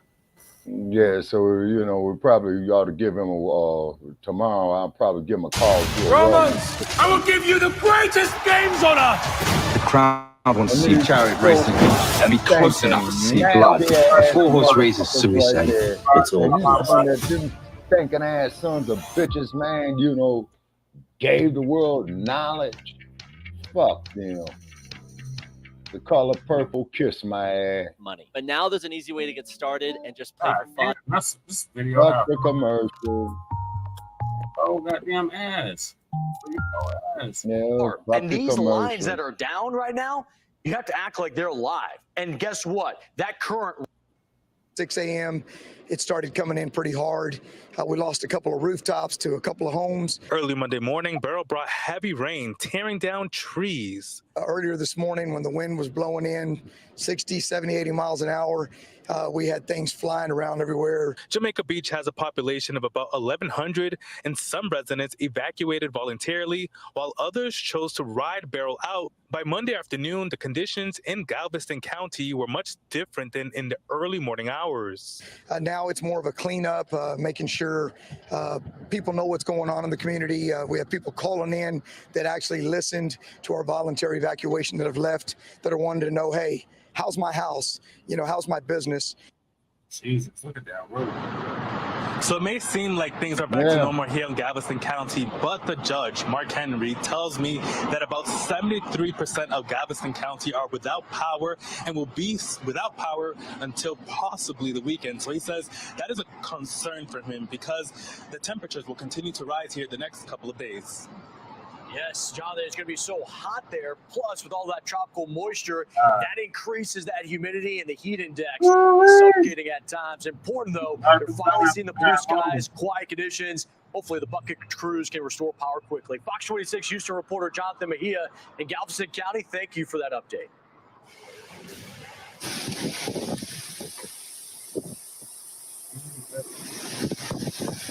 Jonathan giving us that update from what Galveston looked like, but this was when it was landfall, and earlier today, and what coastal Texas had braced and felt throughout the morning time, a very powerful system as it moved on land. We talked about how this was actually strengthening and intensifying. If you look at it by the numbers, it was just before 4 a.m. near Matagorda, Texas. Where's that? That's just to the southwest of Houston. Notice anything to the right of there or east of there, that is where you're going to get the dirty side of the storm. You're going to get the most of the wind impact, and that was where Galveston is in Galveston County, why it's so important from where Jonathan is at, and we continue to get those updates that they're getting blue skies and improving conditions because there's a long road to recovery. Now, I do want to emphasize this. 80-mile-per-hour winds was not it. That's how we categorize these systems. But look at the rain that came out of this, and notice where it's at. The top numbers so far in and around Houston. Hillshire Village closing in on 15 inches of rain. Houston metro area itself, 13 and a half. If you were with us over the weekend, Fox Weather, we showed you on Saturday, one rainstorm, a thunderstorm in Houston flooded a neighborhood. Can you imagine a tropical system? This is why these are so important to stay in tune with and make sure that you harden your property and you're prepared for these type of threats. You'll see how expansive this wind threat was for Texas initially and now the tornadic conditions. But let's take you to that moment of landfall. We're bringing you into Fox Weather's coverage and Craig Herrera as this moved onshore. Take a listen. Fox Weather continues to watch as Hurricane Beryl has now made landfall just east of Matagorda as a Category 1 with sustained winds, maximum sustained winds at 80 miles per hour. Remember, this was the earliest Cat 5 on record, the strongest Atlantic hurricane in June. And when we talk about this, we just had landfall at 3:50 a.m. Central Time. Texas feeling these hurricane conditions as Beryl continues to blast the coastline, make its way to the north. We have also been dealing with flash flooding and a couple of tornado warnings. Here are some shots coming in from Vince Welty, one of our storm trackers in Bay City, Texas, where the rain has been coming down, power outages going up as these winds continue to move through, and boy, a whole lot of rain. Some locations easily getting 5 inches of rain so far this morning. And so that was the beginning of the first U.S. landfall for a hurricane this year. But it doesn't end, right? We talk about how this is going to sweep through the country, not as an organized system, but the remnants of Beryl, right? It'd be post-tropical, but you're going to have all that moisture riding the jet stream. So if you look at the cone and you're sitting there in Indianapolis or Cleveland, maybe even Watertown thinking, wait, what? I'm in a cone, a tropical system? This is just tracking that moisture in the upper atmosphere. It will still create very active conditions ahead. Look at all that rain for tomorrow morning's commute from Little Rock to Springfield, St. Louis through Louisville. By the afternoon, now we turn it up a notch to a severe aspect because now you're incorporating some of that heat throughout the day, and you'll have areas like Western Kentucky, Paducah, Louisville, Southern Illinois, Southern Indiana, where I have a concern about potential tornadic conditions yet again. Now we're already into Wednesday evening. We're accelerating, 72 hours after landfall, if not greater than that? And look at the amount of rain that's coming out of upstate New York. It's all tied in to the remnants of that system. It shows you how wide sweeping this impact can be.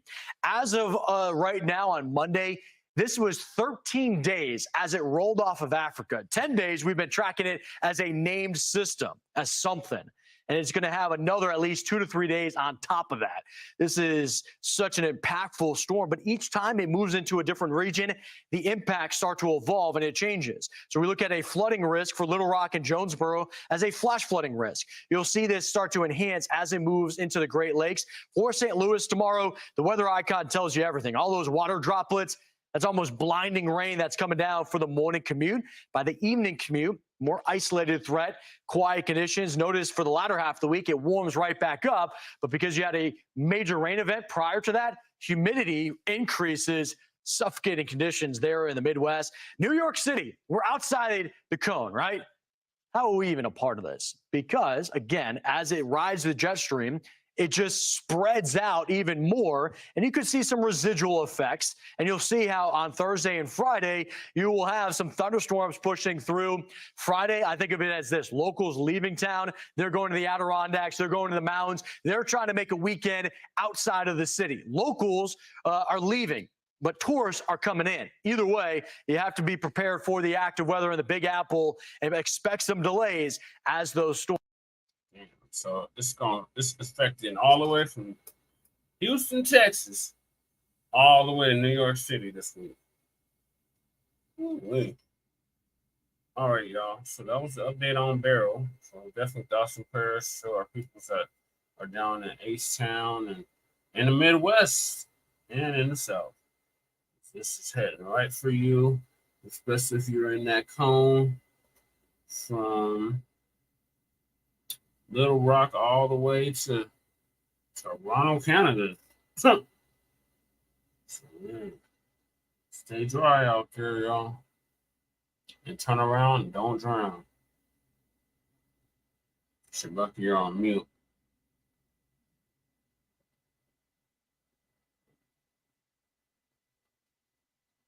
Oh yeah, so I sent a email, not an email, but a messenger to our man down there, doing a wellness check on him, man. So hopefully we'll hear from him within the next 24 hours. You know what I'm saying? Yeah. I seen some I wish him the best. Facebook friends that's such as him marked himself safe. I've been waiting to see if he marks himself safe. Yeah. You see, yeah. And what have you, And then too is this just goes to and as far as the dude was saying about electricity, you know what I'm saying? If them damn hot ass power lines hit that water, man, it's gonna energize everything in that water. You're getting electrocuted. That's what this is with that. Yeah, that's what I mean by energized. You know what I'm saying? Because that water is one of the best conductors of electricity going. Mm-hmm. And yeah, you see, power's out. There's no AC. That's even worse. Now the people are hot and muggy. You know what I'm saying? And that means the critters are gonna come out. Oh yeah. They're gonna have some critters for your ass out there. Mm-hmm. Snakes, maybe some alligators. You know what I'm saying? Because I remember seeing one. Yeah, and I remember seeing one brother, man, a few years ago, man. I think he was down there in Hurricane Katrina that hit New Orleans. The dude is in his house. So, he has a 2-story house. Mm-hmm. So his whole downstairs is flooded, man, halfway up the staircase. And guess who the hell he had coming up his staircase? A gator. Wally Gator. Oh, my God. Yeah, man. Woo.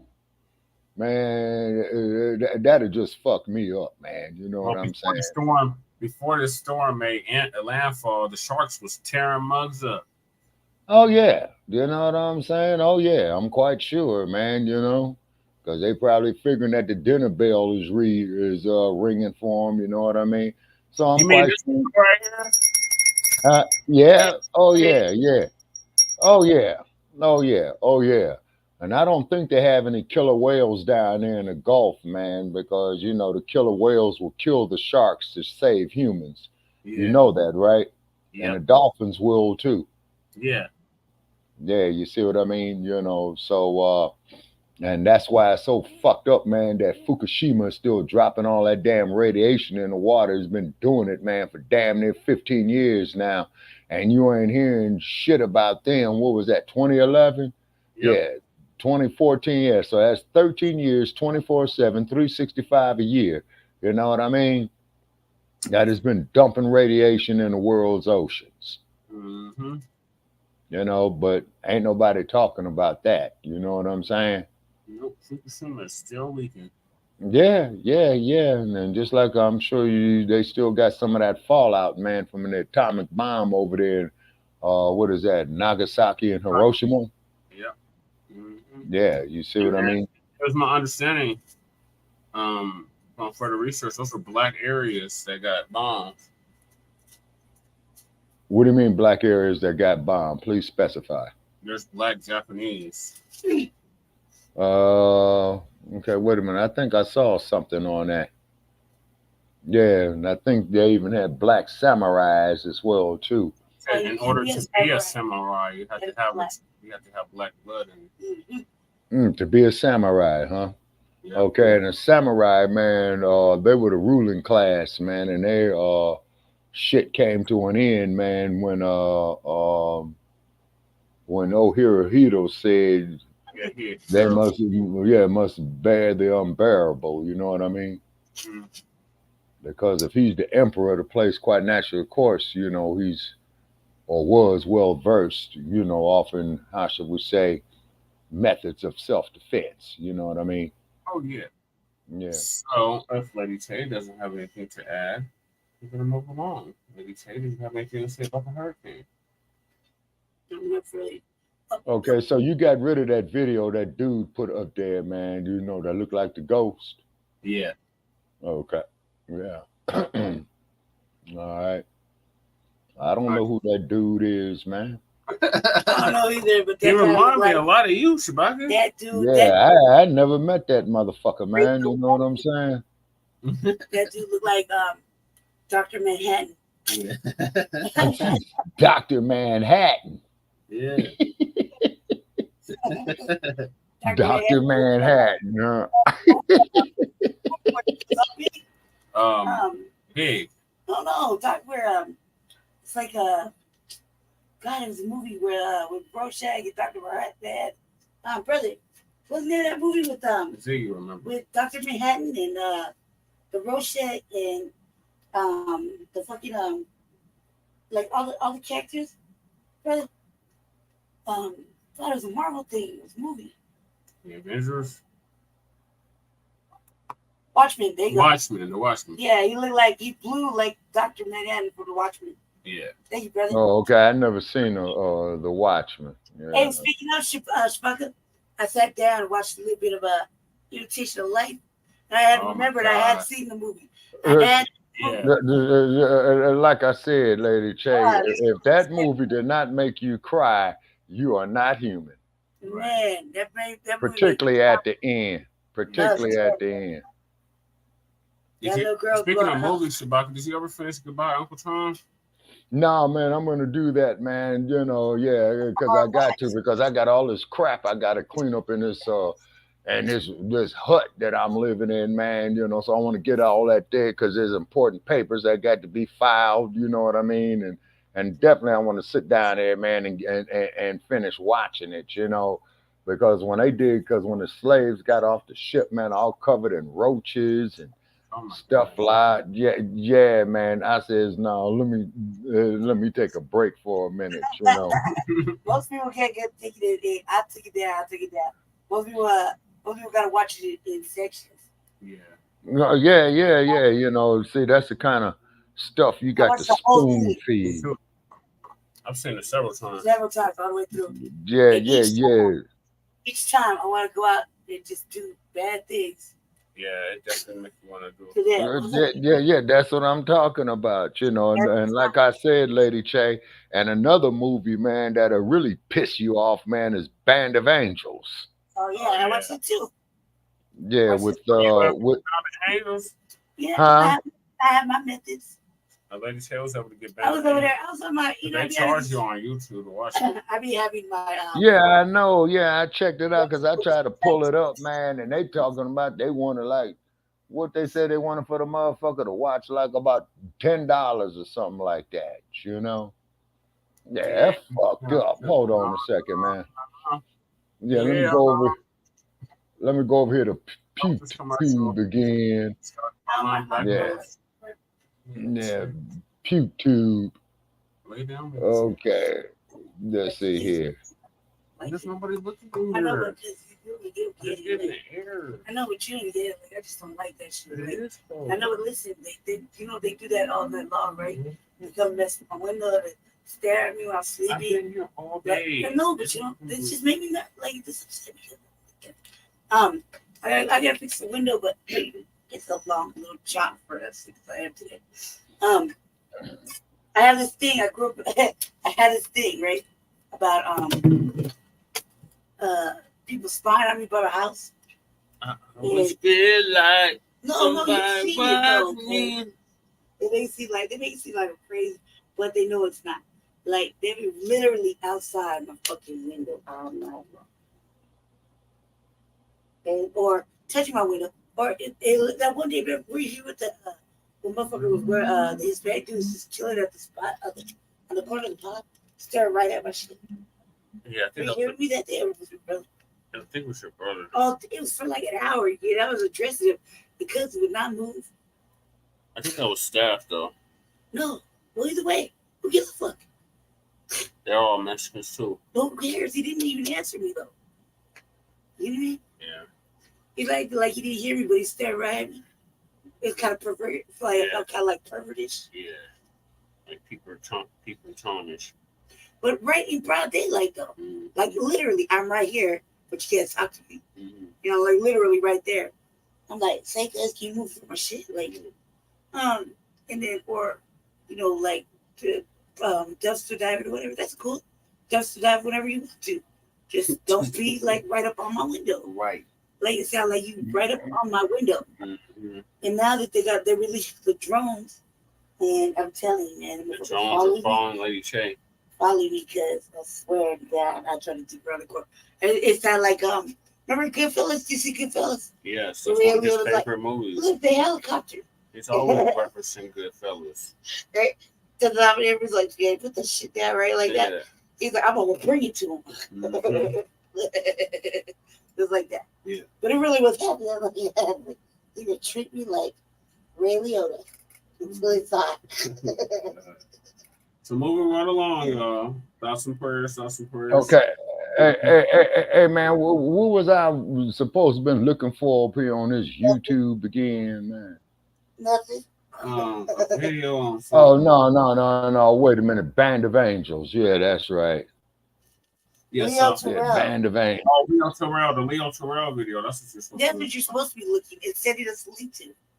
That's what we were waiting for. You decided to say Dr. Okay, all right, let me get. Okay, yeah, let me get. Yeah, hey, they saying, man, is that. Okay, wait a minute. Huh?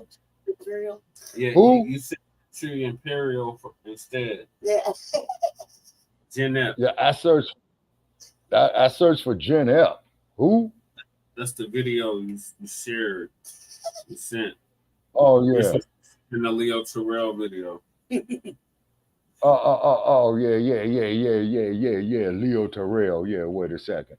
Okay, so, they saying. Okay, wait a minute. Oh. Bill River Jones. Yeah, we're gonna do one in the meantime. I'll get your shit together. It's dragged by the Democrats. Yeah, we're gonna play this video. Wait. MAGA Trump supporter. Is that because Elon Musk gave him $100 million? What? Probably. Leo Terrell. Wait a minute. So, Brother Tony gonna pay on that. Hey, allegedly today or tomorrow, Trump's supposed to announce his VP. Okay, what's going on, everybody? It won't be Tim Scott. Yeah. We're here. We're live. I want to thank you all for tuning in today. If you can see and hear me clearly, please drop a 1 in the live chat, and then we can get today's stream started. And as I'm waiting for the ones to fall into the live chat, if you haven't already, please make sure you hit the like button, because that's the most important thing you can do for me on this channel. But it does that. It helps make sure that those who are subscribed to the channel will indeed get the notifications, and it also helps to push this video through the YouTube algorithm as well. Secondly, if you're new to the channel, or maybe you've been ghost watching this channel for quite some time now, I see you guys and I catch you in the comment section all the time. Please do me a favor and do yourself a favor by hitting the subscribe button as well as the bell notification next to the subscribe button, so you can be notified whenever I release a new video. And lastly, please make sure you share this video out on your social media platforms to your family and friends, and inform them on this news and information. And yes, that does help to give me a slight boost, just a little, in the YouTube algorithm as well. And with the introduction out of the way, let's get into today's show. I see the ones are coming into the live chat, so that means you can all see and hear me clearly. And also, don't forget to follow me on Telegram at TD Media Group. The link to my Telegrams in the description box below, and will be pinned in the comment section as well once the stream is over. So I want to talk about Van Jones today, right? I want to talk about our man Van crying Jones. And yes, we're going to play the video of him crying a little bit later on down in the stream, not right now, but you know, you can't have a conversation about Van Jones and not play that classic clip of Van Jones crying on CNN, right?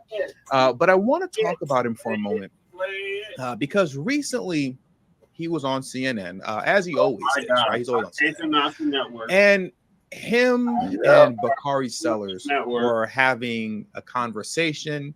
You could kind of, I wouldn't say it was a debate, but you know, just giving their side of things, right? And they're having a conversation with a moderator. Van Jones was on the side of Joe Biden needing to be replaced by somebody else within the DNC to push Trump.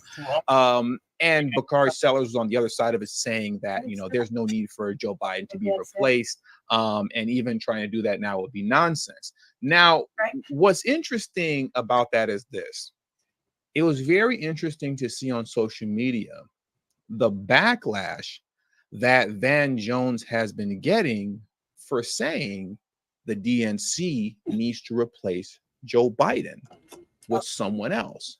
The backlash has been very interesting. And now, because he had the audacity to say that, hey, we got to get rid of Biden and replace him with somebody else, now all of a sudden, Van Jones is MAGA. Now all of a sudden, he's a secret Republican who's showing his true colors. He's a secret Trump supporter who's showing his true colors, and apparently, to some degree, is getting exposed as always being a hidden Trumper, just for having the opinion that Joe Biden needs to be replaced. And I find that very interesting because it establishes and kind of magnifies two things that I've spoken on before, right? Number one, it puts a magnifying glass on the fact that as it pertains to Black Democrats, right? And at first, I only attributed this mainly to Black Democrat politicians and Black Democrat news pundits, right? But now it's very clear that this is all around for Black Democrats as a whole. If you're a Black Democrat, by and large, overall, it's becoming more and more obvious that you're just your party first, no matter what.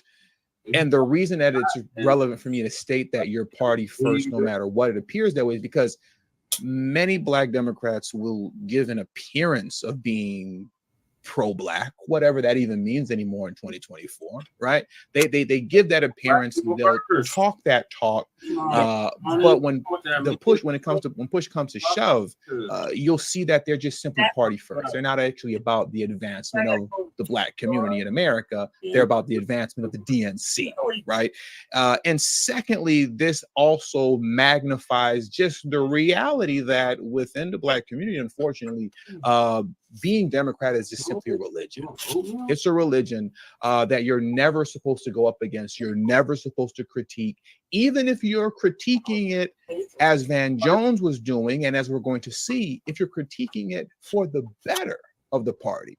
Welcome back. You're doing it for the better of the party. Yeah, I can't find. Yet you're still you'll they, still get slapped down as being, you know, MAGA, Trump supporting Republican, and you'll be casted out and kind of metaphorically stoned for doing so, as we're seeing happening with Van Jones right now. So I want to get into that. I want to get into that because, once again, Van Jones, he has always been a stomp down, vote blue no matter who, and he's never swayed from that. And I kind of want to establish that right here and right now first. So before we get into the CNN clip in question that he's being highly critiqued for, what I would like to do is play the initial clip coming off of Biden's debate when Van Jones first stated it was time for Biden to step away.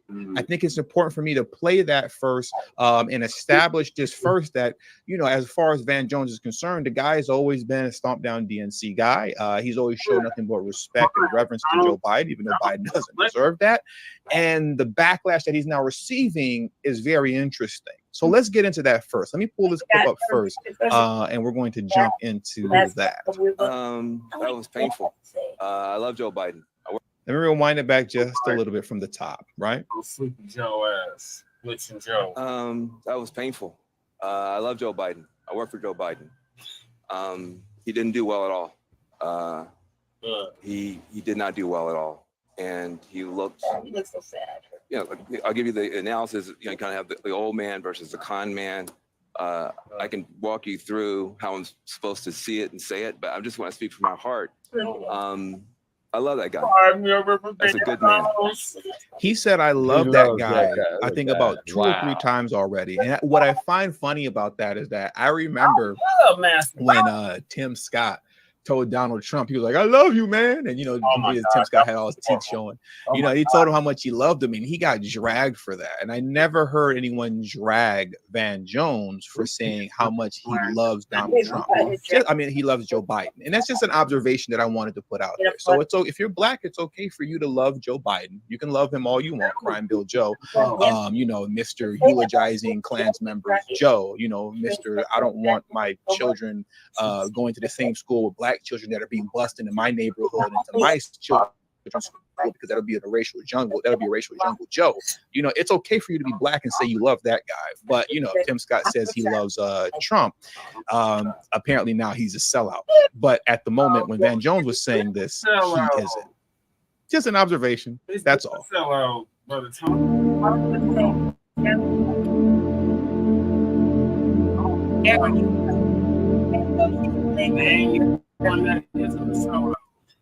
He loves his country. He's doing the best that he can. But he had a test to meet tonight to restore confidence of the country and of the base, and he failed to do that. And I think there's a lot of people who are going to want to see him consider taking a different course now. We're still far from our convention, and there is time for this party to figure out a different way forward if he will allow us to do that. But that was not what we needed from Joe Biden, and it's personally painful for a lot of people. It's not just panic, it's pain of what we saw tonight. Now, I want to very quickly, I want to acknowledge a comment in here first, but I can't acknowledge a comment that I saw without acknowledging Mr. Inglewood77. I appreciate you, Mr. Inglewood77, for being the first person to contribute to today's stream. I deeply appreciate it. I do not exist without everyone's support. Mr. Inglewood77 said, Ghost Watchers be out here like Casey and Jodeci, be out here like Casey from Jodeci on some I've been watching you for so very long, trying to get my nerves built up. Try to get their nerves built up to hit the subscribe button. Please stop ghost watching and just hit the subscribe button. Get your nerves built up and hit the subscribe button. I appreciate you, Mr. Inglewood. But I want to jump into this comment here if I didn't miss it already. And I think I did. You know, where is the comment that I wanted to see? Democrats, Black Democrats are simply here. Here we go. Democrats use fear mongering to keep black people voting for them. This is something that I've noticed, right? And I'm curious if you've all noticed this as well, as we're getting ready to get into the actual CNN clip that I wanted to play you guys concerning Van Jones that is getting a lot of backlash for. This call for Biden to step down isn't something that's like exclusive to Van Jones. Like it seems like at least half of the party is screaming this out. You've been seeing this all over, mainstream media, so on and so forth.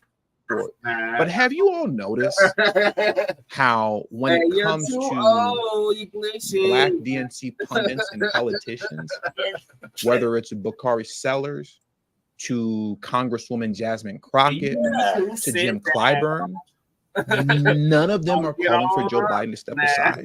I'm just curious if Van Jones, and I could be wrong, but Van Jones is about the only DNC politician / pundit, even though he's not a politician, but you know what I mean.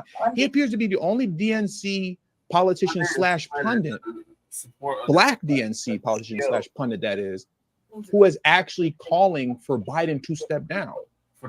Everybody else, all other black politicians / political pundits, they are all riding with Joe Biden to the grave. That's just another observation that I've noticed, and I find it very interesting. And I'm curious if any of you all have noticed that as well. She is. Everybody else can have their opinions, but you black folks that are part of the DNC, the DNC is supposed to love black people. That's what they say, right?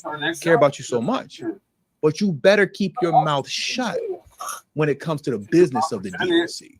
Just get in that voting booth and vote blue, and then be quiet afterwards while we put illegal immigrants in your neighborhood, all in Chicago, right? Just be quiet. Get in the voting booth and vote. So I noticed that, and I see Carl has noticed that as well. Yep. Carl said, yep. Yeah, call for President Anthony.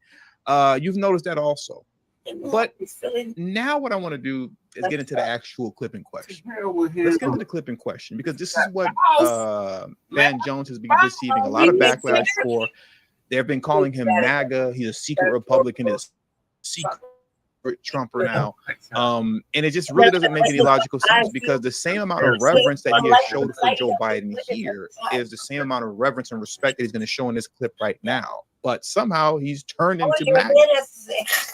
Two very well-connected Democrats, CNN political commentators Van Jones and Bakari Sellers. Nice to see you both.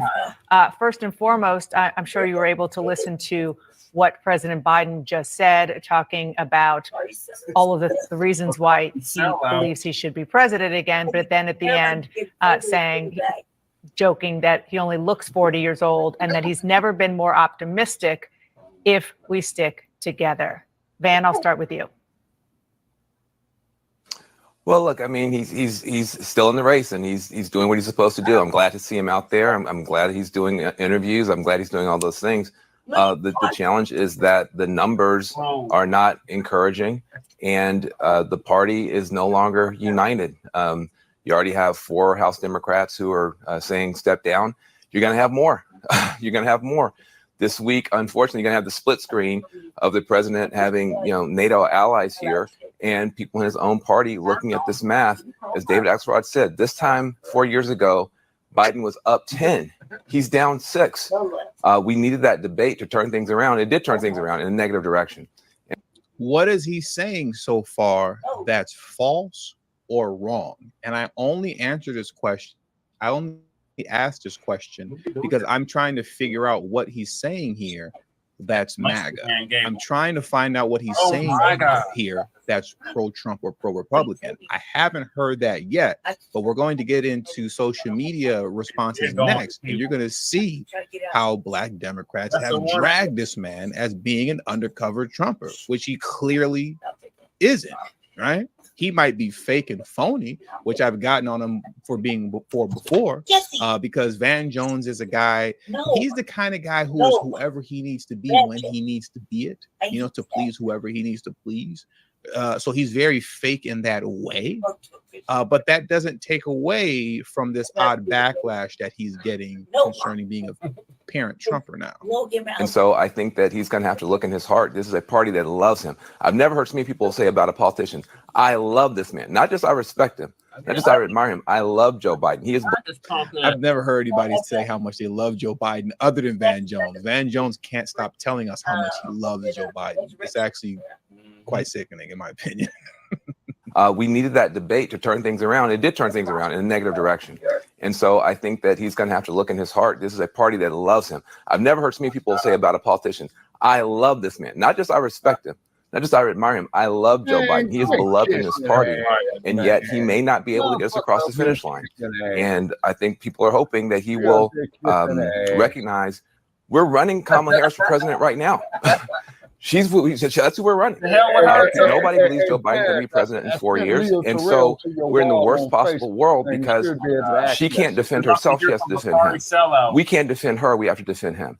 If we're basically running Kamala Harris anyway, let's run Kamala Harris and let her get out there and defend herself and accept that's where we are. The reality is we are running Kamala Harris for president one way or the other. I'd rather run her for president in the strongest way rather than the weakest way. Well, I'm not interested in hearing what Bakari Sellers has to say. But as far as Van Jones is concerned, right, all he's basically saying is the Democrats need to run Kamala Harris and not Joe Biden. That's it, you know? And you would think that he would get a lot of applause for that because Black women are the backbone of the Democratic Party, apparently. You know, they're the backbone of the Democratic Party. If you let the DNC tell it, and you know, they're gonna have to come to the polls and save America again, like they did in 2020. Once again, let the DNC tell it. So you would have thought that people would take to that response accordingly and say, yeah, we need Kamala Harris to run for president, even though she's not actually Black. She's an Indian woman who was raised by her Indian family within her Indian culture, right? But nonetheless, we'll just roll with this lie that she's Black. And you would think that everybody would have been on board with that, than saying that. But that's not the case. Let's get into some of these reactions here. Look at this here. And matter of fact, I'm going to remove myself from the screen for the moment. But this is the reaction that he got from this. So you can see here, here's the original quote. It was a quote retweet. There's the video here, right? And when you click on the video, the actual video, this is the original video where I found this from, right on State of the Union, whatever this Twitter page is. And you get all these responses.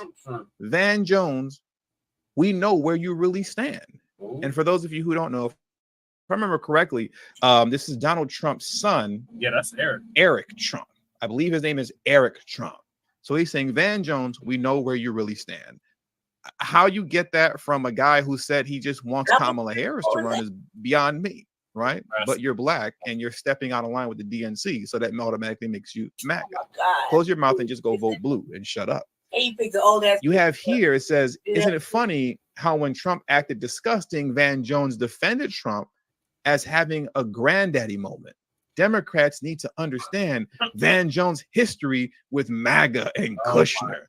Van Jones literally does not have a history with MAGA and Kushner, not to the degree that they're making it sound. Now, technically he does, but you would have thought that history, which was a relatively brief one, would be something that would have been celebrated based off what came out of it, the First Step Act, right? Criminal justice reform. This is something that Black Democrats swear up and down that this is kind of like the holy grail of all legislation is getting criminal justice reform. You get criminal justice reform, apparently Black folks in America will be free. All you ever hear about is criminal justice reform when you're talking about people like Al Sharpton and whatnot. But when criminal justice reform was made manifested, right? When it was manifested by way of Donald Trump, who signed it into law, and Van Jones worked with them on doing that, now all of a sudden, we got to pay attention to the close history between Trump and Kushner and Van Jones. What close history? What are you talking about? You know, but I don't want to go too far with that. We'll get back into that later. I just want to get back into some more of these responses. Check this out, because once again, you know, apparently Van Jones he's MAGA now. He's MAGA now. Bounced from one doctor to the next. Did they even send my lab work? Wait, was I supposed to bring that? Then there's the forms, the bills, the nada bills, the...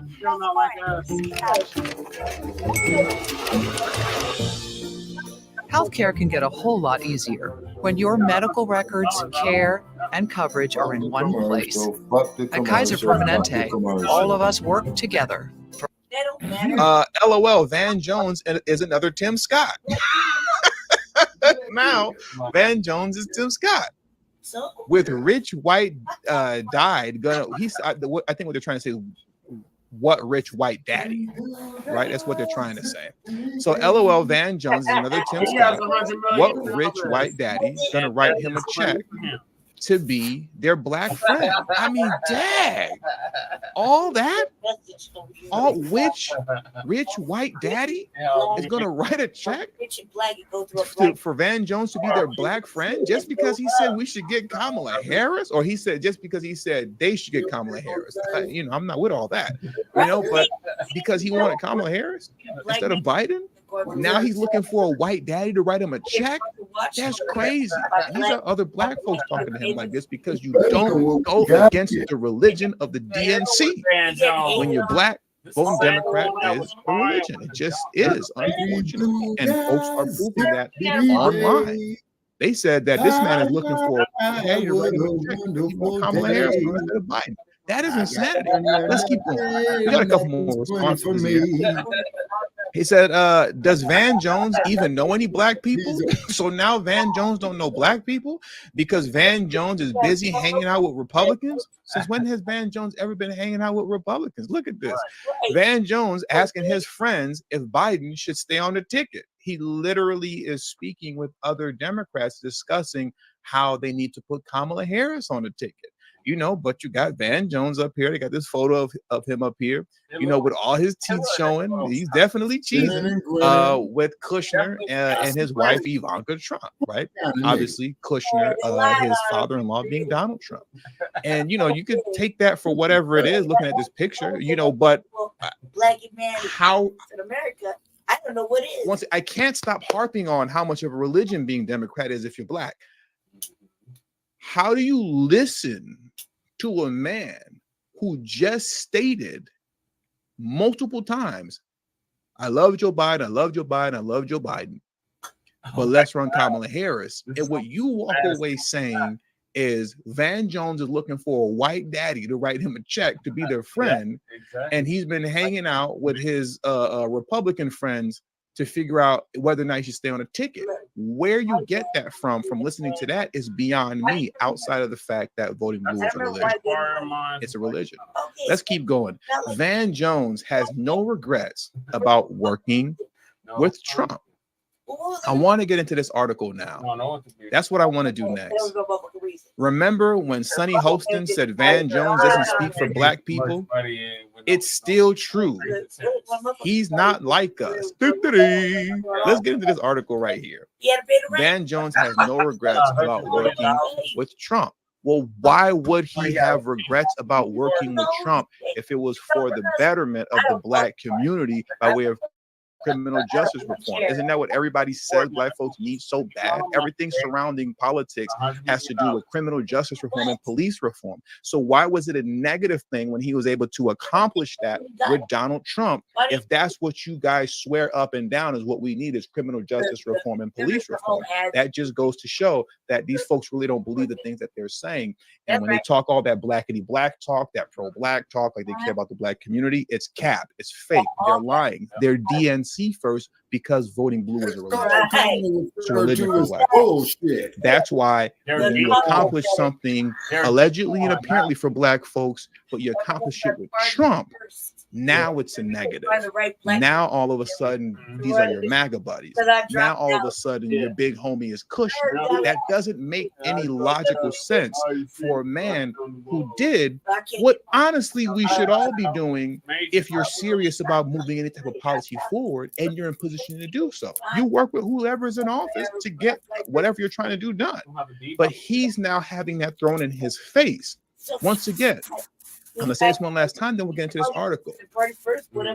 During this election cycle that's happening now, listen to all the Black Democrats to the degree that they're not fear-mongering you, talk about police reform and criminal justice reform and yada, yada, yada. He accomplished that with Trump for Black people, apparently. And now something that he did for Black people with Trump is getting thrown in his face. Unbelievable. Unbelievable. Let's get into this article here. I want to dive into this so that you can see his relationship, with Trump and Kushner, the hidden relationship between these two, right? So Van Jones has no regrets about working with Trump. The article reads, Van Jones is not a Trump guy, which he isn't. He's not. I mean, he literally fake cried when Trump got get along good. When he lost the election. I was going to say some other stuff, but I don't want to get in trouble with you two. When Trump lost the election and down to Joe Biden, he literally cried. And you know what? I'm gonna play it right now. Let's watch this. Because like I said, you can't have a conversation about Van Jones and not play this classic moment in American history. So I want to play this classic moment in American history right now. Before I read the rest of this article. Let's play this first. Replay Poker. To hell with this commercial. As many of you have seen, because I've streamed it before, Replay Poker is a free-to-play poker site with commercial. There he is. Start crying. It's Cry me a river. well, it's easier to be a parent this morning. It's easier to be a dad. It's easier to tell your kids character matters. It matters. Telling the truth matters. Being a good person matters. It built up. And it's easier for a whole lot of people. If you're Nigga, Muslim in this country, you don't have to worry if the president doesn't want you here. If you're an immigrant, you don't have to worry if the president's going to be happy to have babies snatched away or send dreamers back for no reason. Let me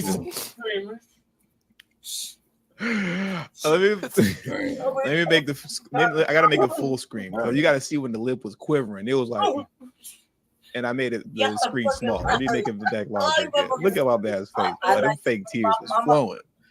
Van Jones is so fake. He's whoever he needs to be, when he needs to be at. This man is fake as I don't know what. He had a bad acting teacher. They took his money. If you're an immigrant, you don't have to worry if the president's going to be happy to have babies snatched away or send dreamers. This is not for black people. Now, motherfucker, you gonna sit up there and cry about these motherfuckers, but you ain't gonna cry about the black babies that was taken off the option. Vindication for a lot of people who have really suffered. The I can't breathe. That wasn't just George Floyd. That was a lot of people that felt they couldn't breathe.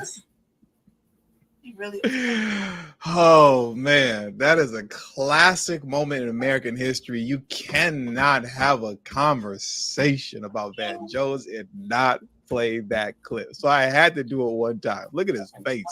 I had to do it one time. But now let's get back into the article, right? I want to jump back into the article and close it. So let's jump back into this. And the article reads as such, right? The article reads, and let me zoom in just a little bit. Let me zoom in some so you guys can read it with me. Van Jones is not a Trump guy, which he clearly isn't, right? He's not a Trump guy per se, right? The political commentator, activist, and one-time Obama official knocked horns with the 45th president's administration on a myriad of issues. But in 2018, he ended up working directly with that same administration. Behind the scenes, Jones was pushing for consensus on the First Step Act, an attempt to get criminal justice reform legislation across the finish line. His involvement in that effort and lobbying of Trump's White House officials, his involvement in that effort and lobbying of Trump White House officials and members of Congress is detailed in a new documentary streaming on Prime Video. The film features intimate conversations between Jones and Donald Trump's son-in-law, Jared Kushner, whose father served time in federal prison, along with members of Congress, incarcerated people, and criminal justice activists, some of whom were not too happy that he was working with the Trump White House. Why would, if you're a Black Democrat, why wouldn't you be happy that he was working with the Trump White House? Why would you be upset at that for accomplishing this great feat for Black America? You see, it's not a great feat because it happened under Trump. If this would have happened under Hillary Clinton, like what they wanted to happen, they would have been throwing the First Step Act in your face. Democrats would have been throwing the First Step Act all in Black folks' face and shoving it all down your throat, saying, look at what Hillary Clinton did for the Blacks. That's what they would have been doing. But because Trump got in the White House and he did it, not only does it not count, but now you have someone in Van Jones who has been vilified for doing so. He's been vilified for operating in a fashion that you're supposed to operate if you're trying to push legislation forward, and you have people in office that are willing to work with you in a civilized fashion to get it pushed forward. You have people like Jared Kushner, who he found common ground with based off the fact that his father was in federal prison. I'm sure that they don't agree on anything else. One thing that I've stated before on this channel before, one thing that I've stated on this channel before is that I'm all about building with those who are willing to build with me. I'm all about getting together on the basis of what we have in common with other folks. You can disagree with a lot of things that folks say. I'm sure that there's a lot of stuff that you all disagree with me on. If I were to talk to you guys personally, I'm sure there's a lot of stuff that I would disagree with. There's a lot of stuff that I would disagree with you all on. But can we come together on the basis of what we have in common to accomplish some goals? Well, that's what Van Jones did. And now, after doing that, I guess apparently now what Van Jones is actually looking for is a white dad. That's what he's looking for now, because he did something for Black people, but he did it with the wrong people, right? Let's scroll down just a little bit. I just want to read one more section. The Trump administration and the former president himself weren't particularly interested in criminal justice reform in the early years.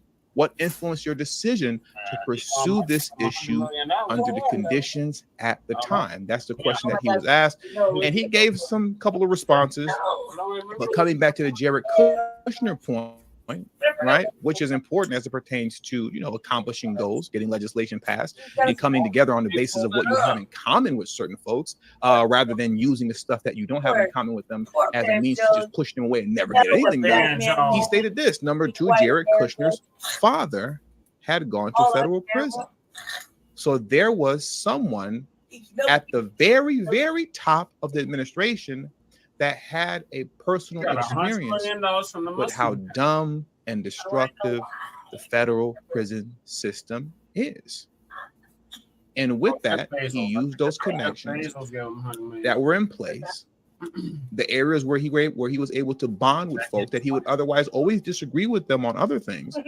He used that as a means to be able to push legislation forward that Black Democrats swear up and down that Black folks need. Now, if you know me well enough, you know that I don't really care too much about criminal justice reform or police reform bills.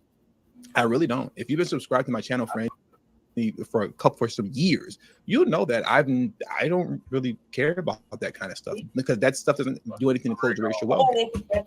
What does that have to do with closing the racial wealth gap? Nothing. How does that put money in Black folks' pocket? It doesn't, right? How does that? I can go on a tangent on a bunch of different things right now concerning that, but if every police officer from this point moving forward treated Black folks with kid gloves, with Charmin gloves, that's part of a new. What does that do to shrink the 1,000,001 disparities that exist between Black Americans and every other demographic in this country? It doesn't do anything. It literally does nothing. And I'm not a criminal. You know, right? So these things don't benefit me, and they don't benefit the overwhelming majority of the Black community. It doesn't. The overwhelming majority of Black people don't have issues with police officers, contrary to what the internet would tell you. They don't have issues with that, and they don't have issues with the criminal justice system like that because the overwhelming majority of Black people are not criminals. We're not out here going in and out of jail like that. That's just facts. Once again, contrary to what the internet will tell you, that's not true, right? So the fun thing with the serpent is, how does the serpent talk? What, and not only that, but why is the serpent's punishment to crawl on its belly when that's what it does? If you don't know how to read biblical poetry, so if you were able to actually cross that mountain and have all this criminal justice reform done and all this police reform done, how does that help? How did it help the Black community overall? It doesn't do anything. It doesn't do anything. Nothing of substance. Nothing that actually moves the needle in any real substantial way. All right. But I'll get off my soapbox with that. I can go on and say a lot of other things about it. But I'm not going to say that. But overall, in a nutshell, and to close this thing out, my point is this. As far as Black Dems are concerned, as I've been saying all stream, you all swear up and down by criminal justice reform. The man accomplished it with Trump, and now he's having it thrown back in his face because he had the audacity to go up against his religion, which is the DNC, when he was actually going up against them, not to be against them, but for the embetterment of the DNC. He wants to run Kamala versus running Biden. And for that, for him stepping out of line, out of turn, for being a Black Democrat who is sitting here running his mouth as opposed to just getting in the booth and voting blue, for that now all of a sudden he's a Republican. For that now all of a sudden he's MAGA. For that now all of a sudden he's a secret Trumper who's looking for a white daddy to pay him to be his friend. If what I've showed you today doesn't prove that voting blue is a sick religion within the Black community, I don't know what does. I really don't know what does. It's a very sick mindset, and it's a very sick religion, and it's something that is extremely unfortunate because you're seeing how it's destroying them, especially in cities like Chicago. You all know I can rant all day long, all night long right now about migrant crisis and how it's affecting Chicago citizens, how it's particularly affecting Black Chicagoans, and how you're watching Brandon Johnson ignore all these Black Chicagoans who he pretended to care about by always talking about how he was from the West Side. Oh, yeah, the West Side is in the building. We in the mayor's office. And doing shit got in for the Black office, community. and in those same Black neighborhoods, the West Side and the South Side that he claims to care so much about, you've got Black homeless folks in those neighborhoods that can't get housing, but he instead has literally spent millions of dollars to place illegal immigrants in those same neighborhoods. In those same neighborhoods. $30,000. And funny enough, haircuts. as people like Brandon Johnson, if you want to talk about racism, as he openly practices racism against you in the city of Chicago, they keep trying to fearmonger you with these boogeyman Republicans concerning what they're going to do. They're going to do this. Donald Trump is going to put you back in chains. They're going to be racist to you. That's what they're going to do, apparently, allegedly, if you let the Dems go. Meanwhile, you're watching it play out in real time in Chicago by another Black man who's a mayor. Play out in real time. But anyways, I'm gonna leave it there. We're 36 minutes in. I don't need to rant and rave anymore because I can go on and on about Chicago for a long time. I think I've made my point. And with that, we're gonna head out of here. It's time to head out. When I start slamming on the mouse too much, it's time to go. I'm getting too emotional. I need to leave. So we're gonna head out of here now. I want to thank you all for joining me today. Please hit the like button on your way out if you haven't already. Share this video out on your social media platform. Follow me on Telegram at TD Media Group. Shout out to my man y'all for tuning in. Then they go like, Okay. Like, I don't even know how to explain Yeah. What are your thoughts on Van Jones? Man, Van Jones, man. I mean, I don't know who deserves the Oscar award more, him or Tim Scott. You know what I'm saying? Is Van Jones trying to audition for a movie part being the news now? Shit is insane, man. You know? This shit is insane. Can't do it. You know? Can't. That is straight insanity. Yeah, so now he's a MAGA. Man, no good deed. No good deed. Yeah, you replace Biden with somebody else.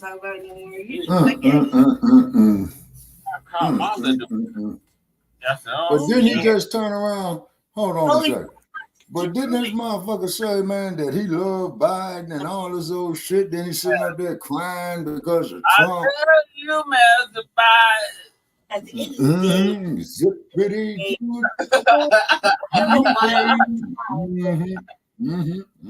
Why was he crying against the video? Find out.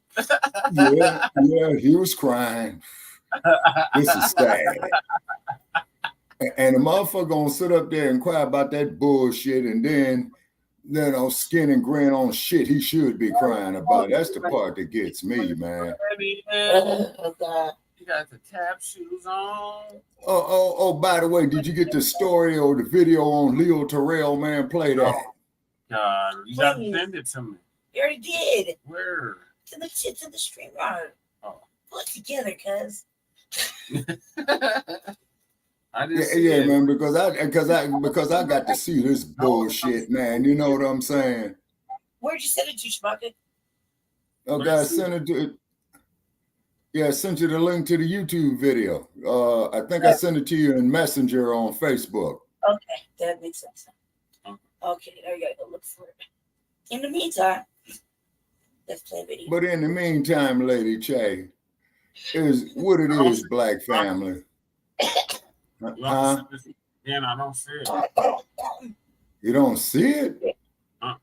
Because I could have swore, man, I sent the link. Well, you know, you gotta send it to the one with the Cornell West. You gotta send it to the one with the Lamar. They're not like that. Oh man, boy, and I had to go through hell, man. Okay, wait a minute. That's what I'm saying. You know okay, all right, hold on. Right. Hold on. No, now it should be a search. That very can't give no pass. You know what he's doing. You know what it looked like. They're all active too. You know what they're not active. Like only like 2 of them are active. Okay, Brother Paris. Okay, it's July 2024. If you put it in your search bar, Leo Terrell, July 2024. This video. No, let it go. We're already move on. Let's move on. Fuck, it's getting late. Oh, now it's getting late.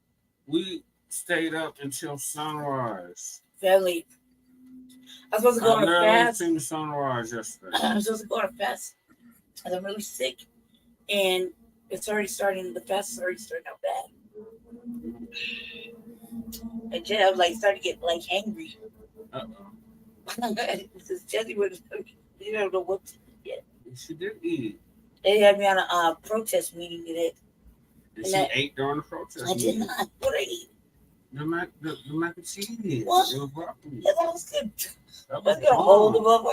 From Panera Bread? I was not going to hold them up. Some bread. Oh, my God. You would have ate some bread. Oh, man, where is this shit?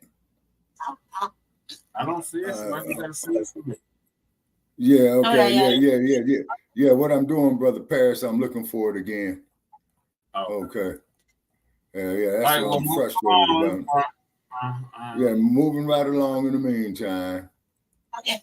Okay. Let's see if they got a search bar. Oh my God. Search bar. I am doing what I said. I'm not. I'm not over there because I didn't pick my content. That's like sitting back here. I have nothing for contribute. Oh, wait a minute. Oh, okay. By the way, I ain't got nothing to contribute because I haven't pulled up nothing. I'm not. He did this 4 days ago. That really Hold on, Brother Parrish. Cool. What's the next topic? Aurora. Aurora what? City Council. Yeah, what did I just say? Oh my God. All right, yeah, let's do it. Go ahead, go for it. But I ain't got nothing to contribute after that.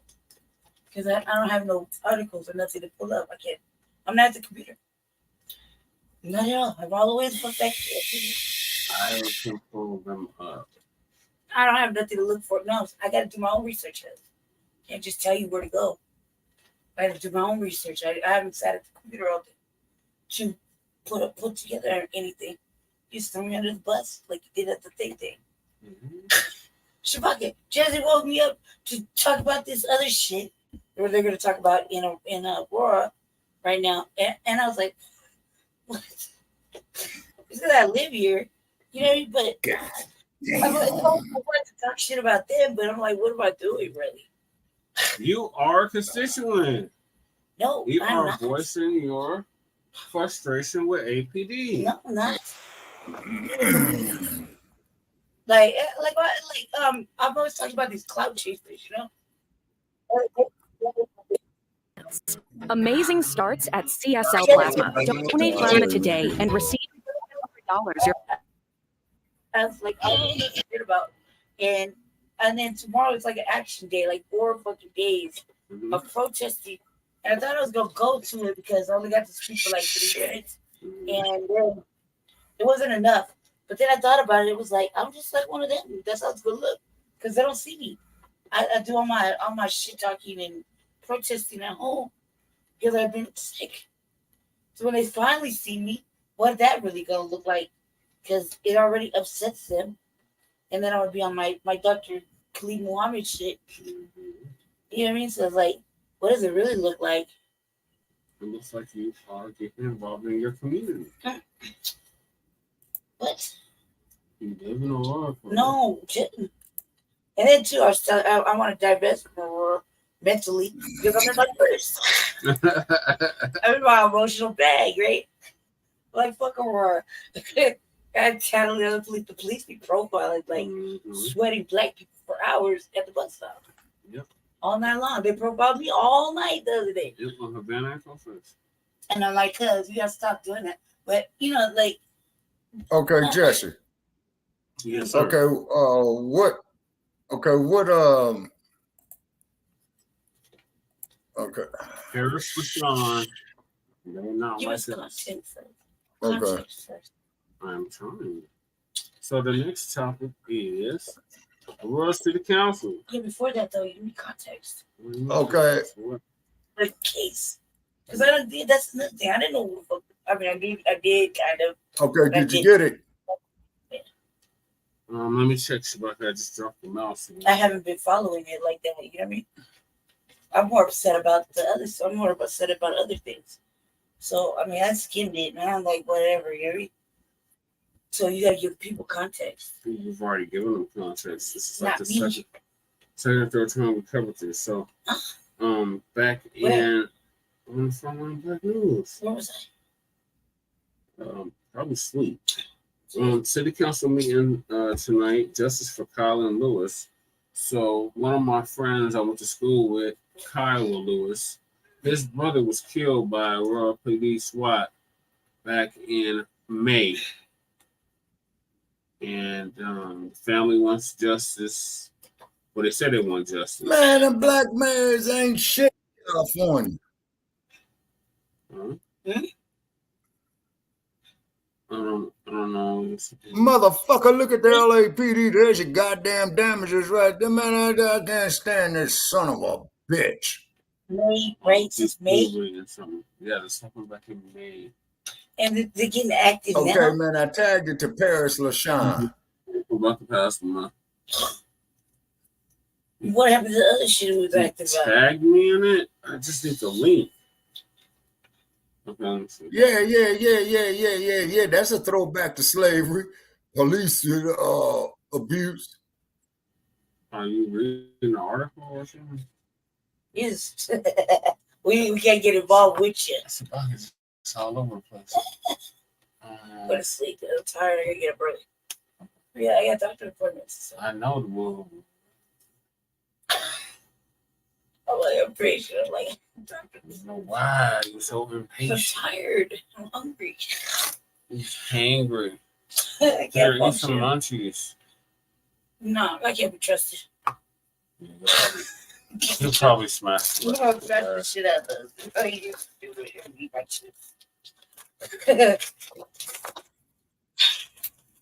Man, that broccoli and macaroni though was kind of good. Okay, Jesse, did you get it on your wall?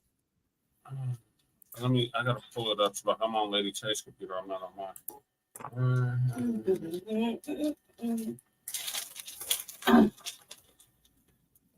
Because it doesn't have a hard copy link to it. That's crazy. Okay. Go to YouTube, man, and drop it in the YouTube search bar. Search. What exactly? Okay, Leo Terrell on California reparations. It should come up. Oh, that. And the original air date, man, I think it's July the 3rd of this year. And you will see the stupid motherfucker, man, with a backdrop of downtown LA, man, in there.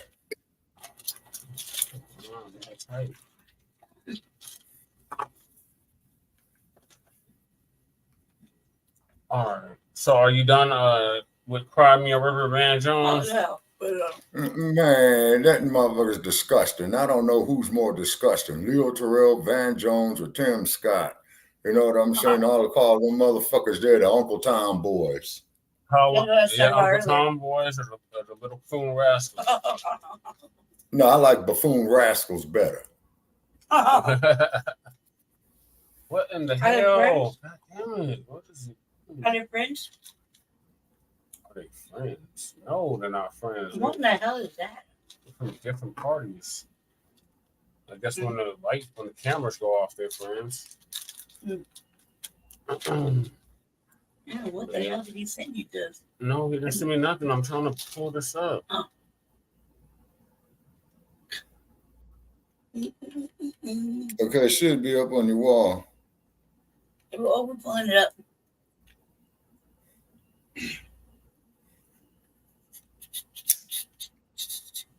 That's it. That's it.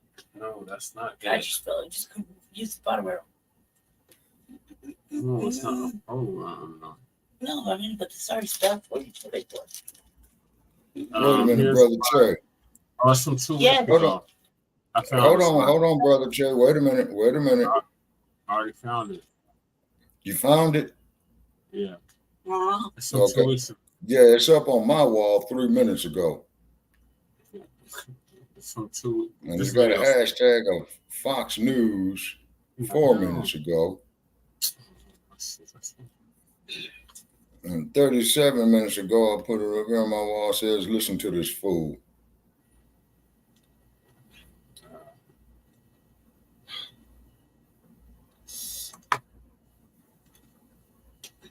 Okay.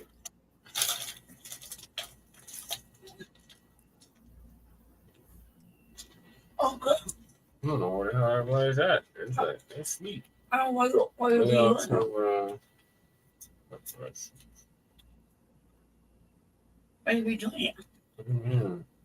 No, it was. You want to think about I did, but it's under yours. it?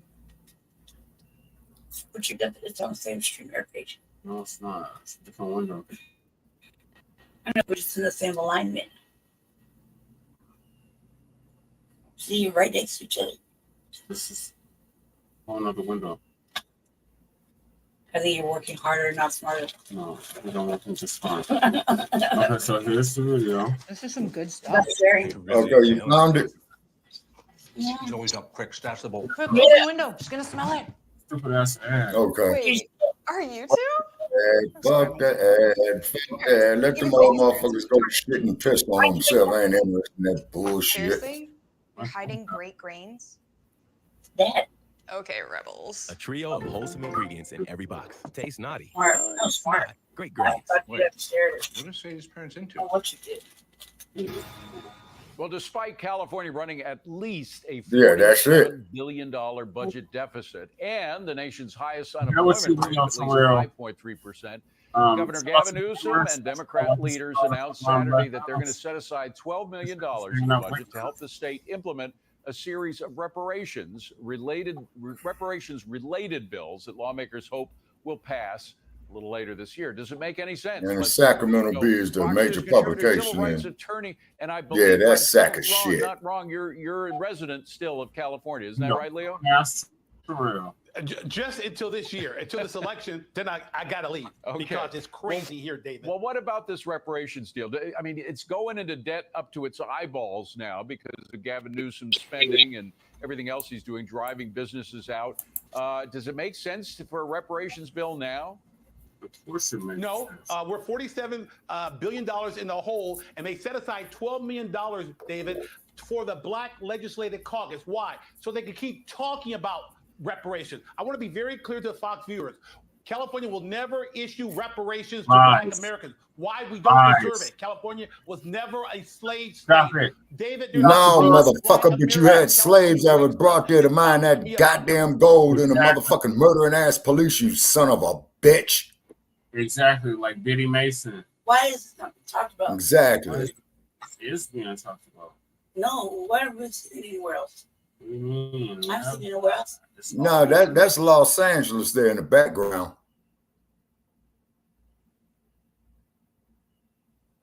The past 2 weeks, you off the loop.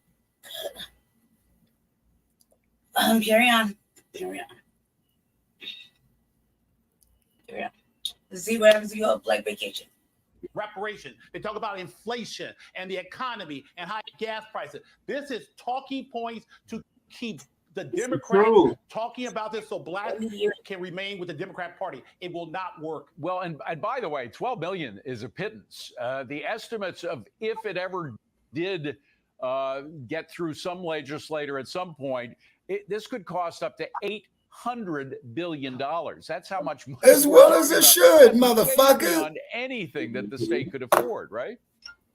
The budget is only $297 billion. So it's almost two and a half times motherfuckers afford goddamn prisons. Budget. It will never happen. Mark my words. Save this tape. California will never issue reparations. That will be the defeat of the Democrat Party in California. And getting to your point that it's not simply not fair when you consider the history. Hey, Leo Terrell. When it happens, and what California is now. Here's a state assemblywoman, Kate Sanchez, talking about that. Roll tape. The majority of our state is Latino and Asian, making up 55% of our population. It is fundamentally unfair to force these people to pay for this. The bottom line is the reason you're in debt, as I mentioned, the spending, but it is also the fact that with the high taxes and all of the regulations that the government's putting out there, you have so many businesses moving. You have a tax drain in the state that's as deep as the Grand Canyon. You're right. I mean, we have a progressive tax system. The rich people had a bad year. So therefore, our budget depends on the wealth of the wealthy in this state. It was a bad year, the economy. But guess what? Social programs are still in play. More money for the homeless, David. The homeless budget is out of control. Yeah. And we have more homeless people in California. It makes no sense. Spending more money and getting less of an effect. That makes absolutely no sense. Leo Terrell, great to see you again. Thank you for being here. Appreciate it. Still ahead. So anyway, and I hate using this term, but that nigga is brain dead. The hell with Leo Terrell. Yeah, fuck him and Larry Alders. The motherfucker's brain dead. This motherfucker ain't nothing but a goddamn sycophant for racist white supremacy, is what he is.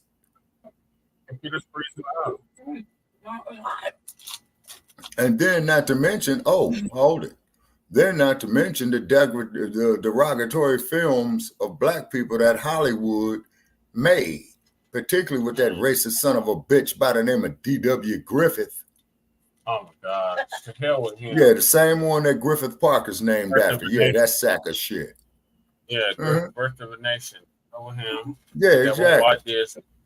And then not to mention your murderous police that you have there in Oakland, in Los Angeles, San Diego, San Jose, San Francisco. in less than a year. Get You started. see what I'm University saying? of Phoenix. Now this, according to the CDC, COVID cases are on the rise in at least 38 states. Dr. Martin McCary joins me now. Great to have you here, Doc. Should we be concerned about this? Are there new variants that are concerning? Well, there are new variants. This is the new life cycle of COVID. It's become a common cold. And remember, the common cold does disproportionately affect high-risk people, and we do see people. Yeah, fuck Leo Terrell. You see what I'm saying? Yeah, that is one brain dead ass Negro. Oh, and by the way, if anybody is out there listening, be sure to call into Shabaka's Black Experience Enhanced tomorrow night. You know what I'm saying? It's an open mic discussion, yeah. And we could bring up reparations now. What the fuck my damn thing there says right there. Right. We'll have to bring on Dr. Definitely. Have to bring who? Dr. Trubay. Oh yeah, I'll definitely give us the breakdown real well. You know what I mean? That way she can tell us really what's going on. You know what I mean? Oh yeah. You see. So I'll reach out to her and ask her to join us if she can. You know what I'm saying? No. Yeah. And so that. Yeah, for tomorrow or today. There's what now? Is the show already typed up? Shabaka?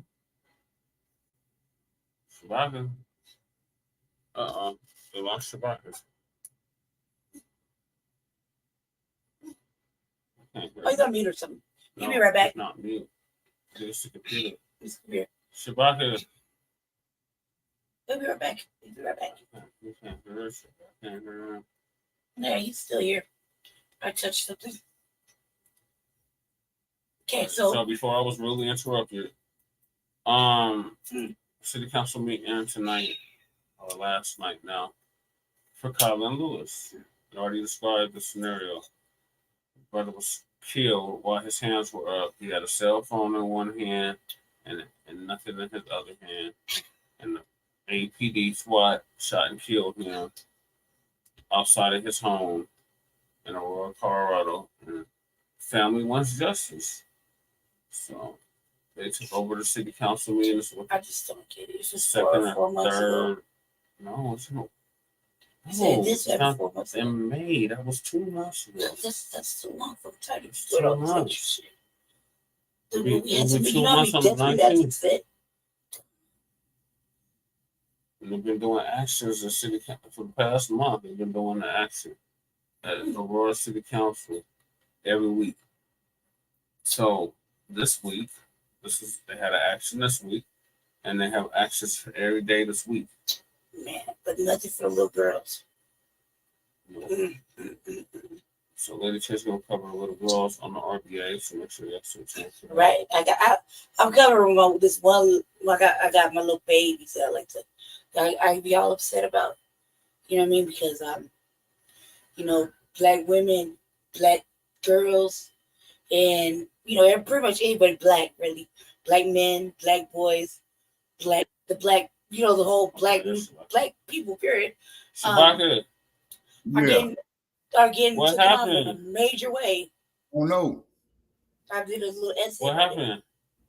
I don't know. Oh, okay. Oh, welcome back.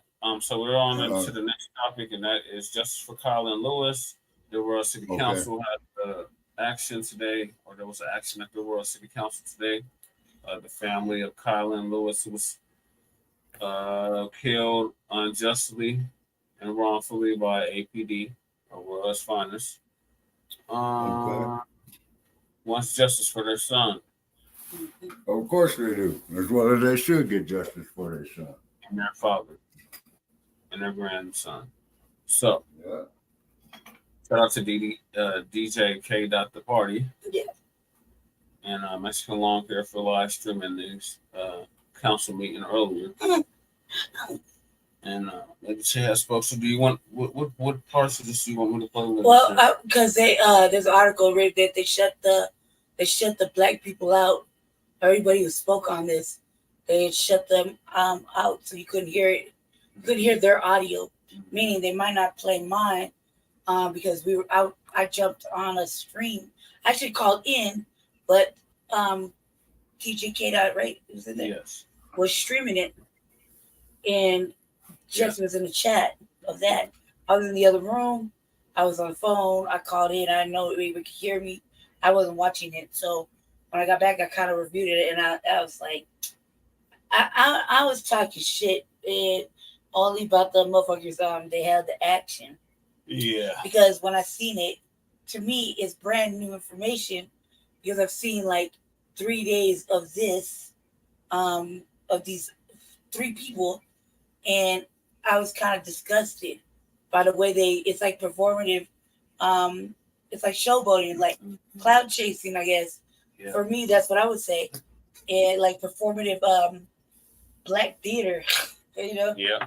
And it's disgusting because they don't realize, to me, in my mind, that they're tokenizing and capitalizing still on black pain and black plight, as long as they think they're being advocates or activists about this shit. Since when all of a sudden, but this summer, it's like they decide that they're gonna do whatever and just be all up in front of the cameras and shit religiously, and the motherfuckers throwing the that are, it's like almost like they're like the spokespeople for the shit.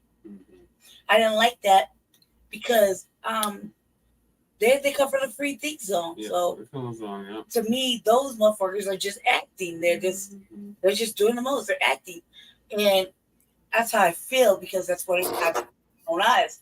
Now that they're out there in front of the cameras, all of a sudden they're like speaking for the people. Yeah, but they don't live in fucking Aurora. No. They don't live in Aurora. I live in Aurora. Yeah. And when Jesse woke me up to do it, I was like, what? And I just active, like he activated me, like, wake up, Brandon, go get on city council, talk about this. I'm like, whatever. Yeah. But really, I was upset because there was little girls that got shot at the park. Yeah. And they were little black girls, and Delmar, one of them died. That was at Delmar Park? No, some other park. Or Utah Park. No, some other park that I don't know the name of, but it's over there. It's over there yonder. But nonetheless, it was in the world. And they had called on the Struggle of Love brothers. Yeah. You dig? So I was like, but they're little black girls, and that's not the first time this summer.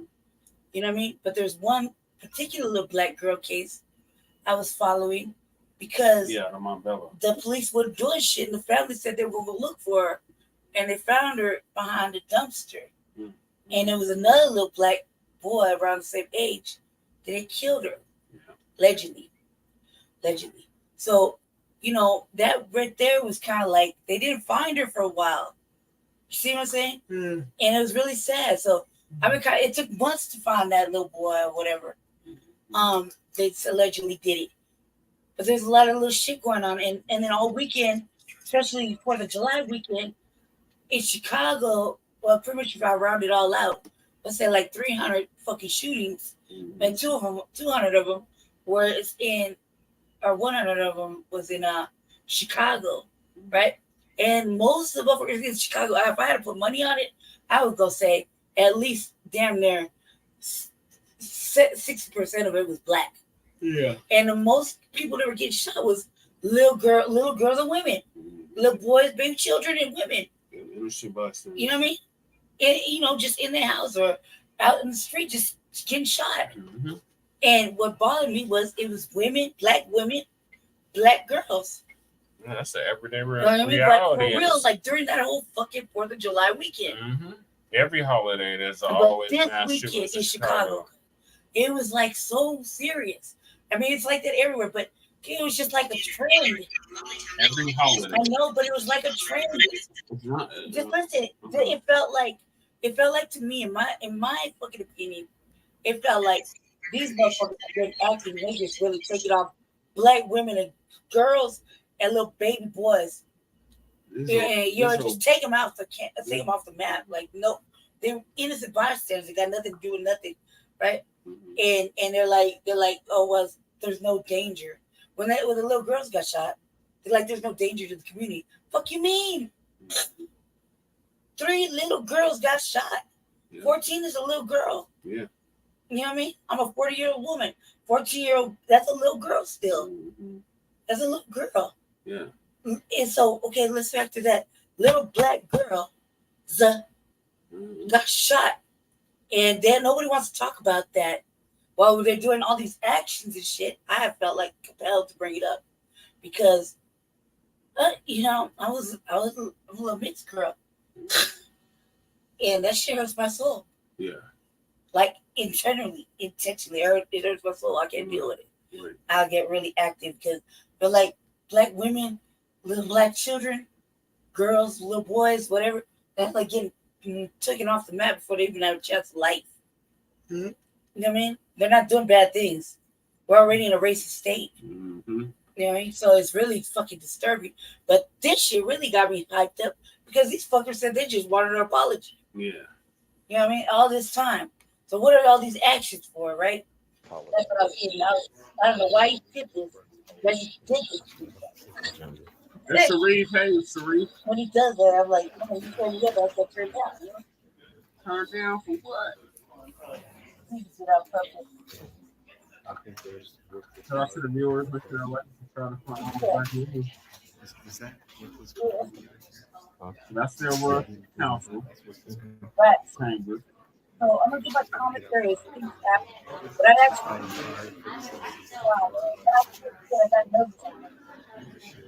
Much more important. And I noticed that I don't know if I should trust my way to get to the business, and they'll call it Aurora. You see how high they sit up on the Diaz, Sabaka? Yeah.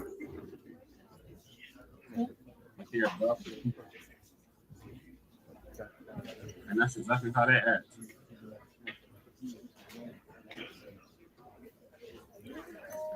This is right before what is that guy's name? Steven Sonberg. Steven Sonberg. That was Steven Sonberg. He cost the city $500,000 because his brilliant idea. Yeah. His brilliant idea was to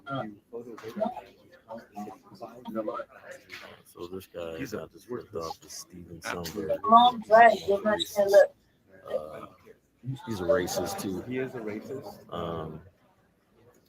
He owns a bar and we have Candace Owens here.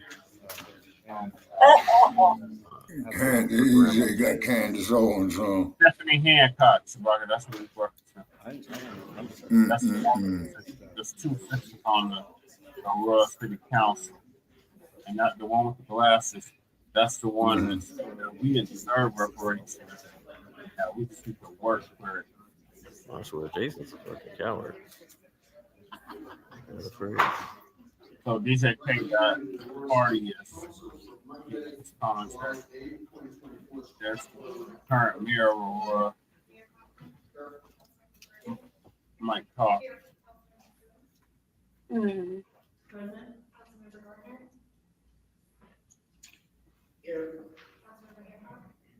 They raising their hands up, don't shoot. Right, I was like, why the fuck you don't say nothing? Man, I got my hands up, I didn't do it. Wrong person. Party for Liberation and Socialism was there. City Council welcomes feedback. There's the ones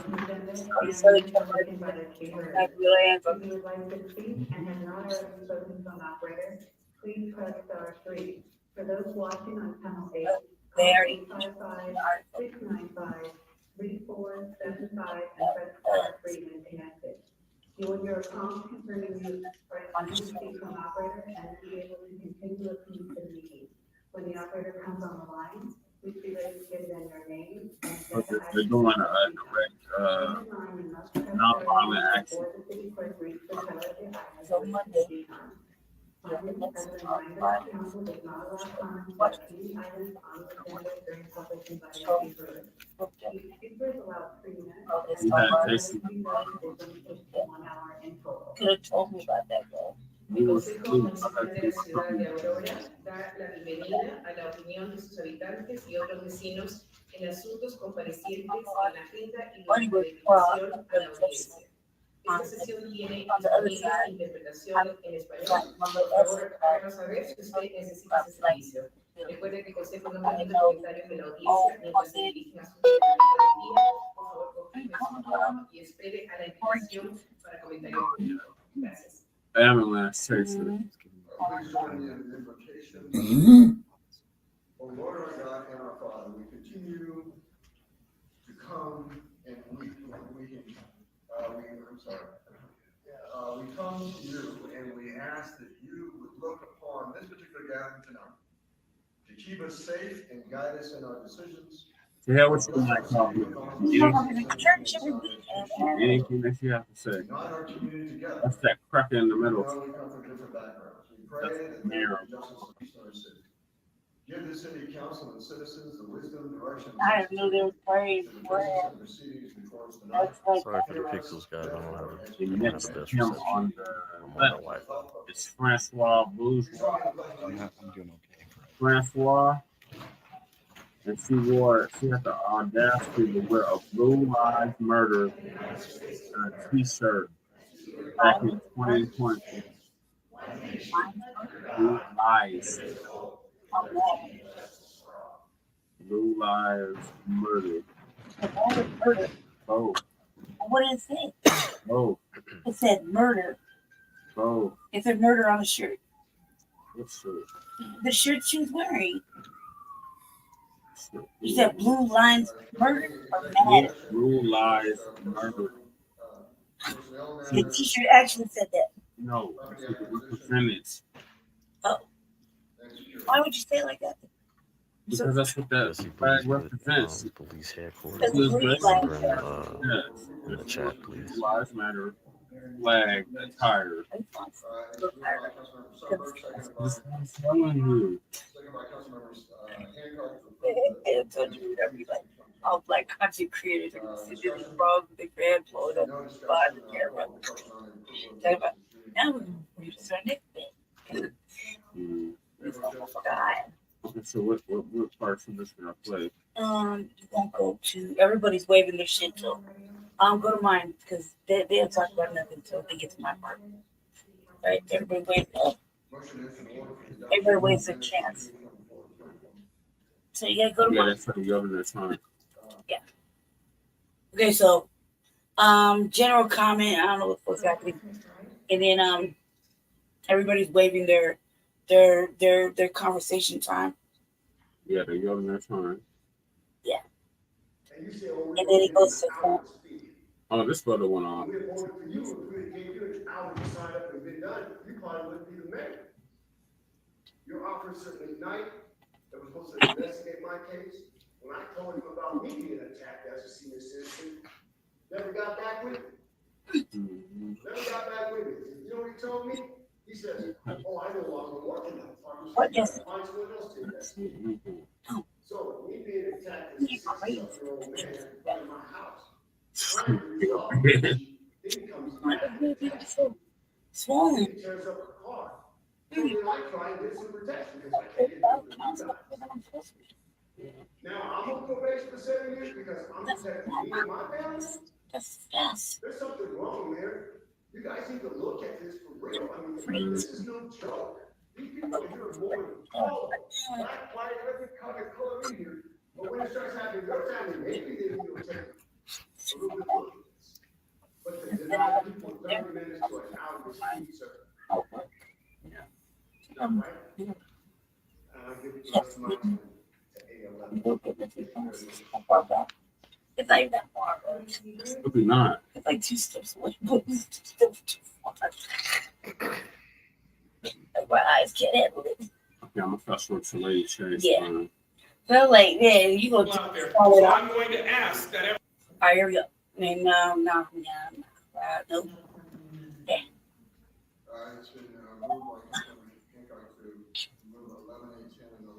That's not true. He was not autistic. Right. Elijah McClain was. Okay, let me go back a little bit. Like, have a smoke. Okay, this is me talking. Right there. I don't know where you got that false information from. Yep. What do you say?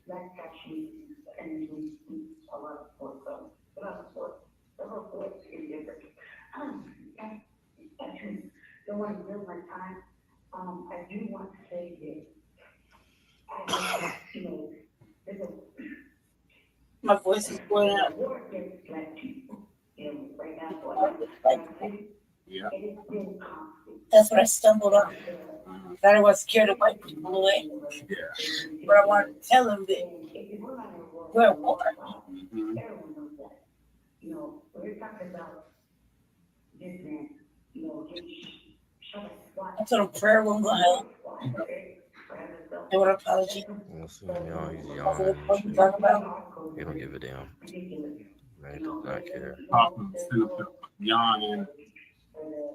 Putting this area down. You couldn't hear me on the streamer.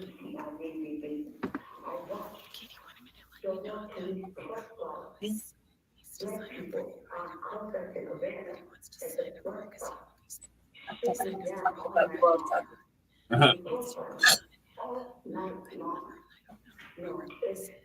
ridiculous. There's so much going on. But then we're talking about, you know, our little black girl getting shot in the park. You know, we're talking about the black girl being missing. You know, there's a lot of things going on. And what's being asked for is like almost like ridiculous. I don't need a apology.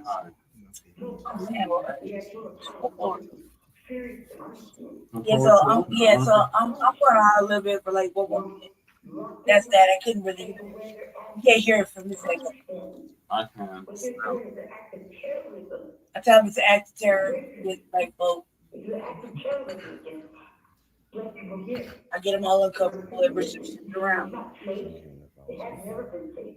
I can speak to that about 7 years ago. If this is in a war, I can speak to visually seeing what a world peace does. And how they sample completely. They talk about they wanted an apology. Yeah. And I thought they didn't be held accountable, really. Prayers and go out. What they need to do is seriously hold them accountable. Really hold them accountable. Yeah, that's not true. He was not autistic. Elijah McClain was not autistic. So.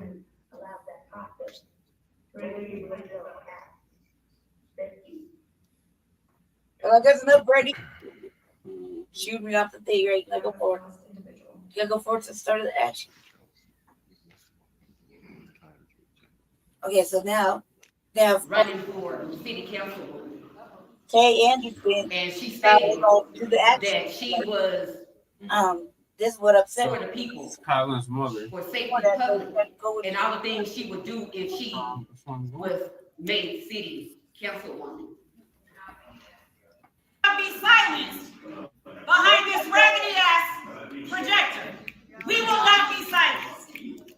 So as I plan to speak to 11-8-11, as I address this room tonight, I ask each of you, including the members of the Aurora City Council, every community member present, to rise from your seats if you believe that Kilyn Lewis should be alive today. Stand up. She was in dire urgency. That's the home state of civil rights. Go right there, somewhere right there. That's where they start.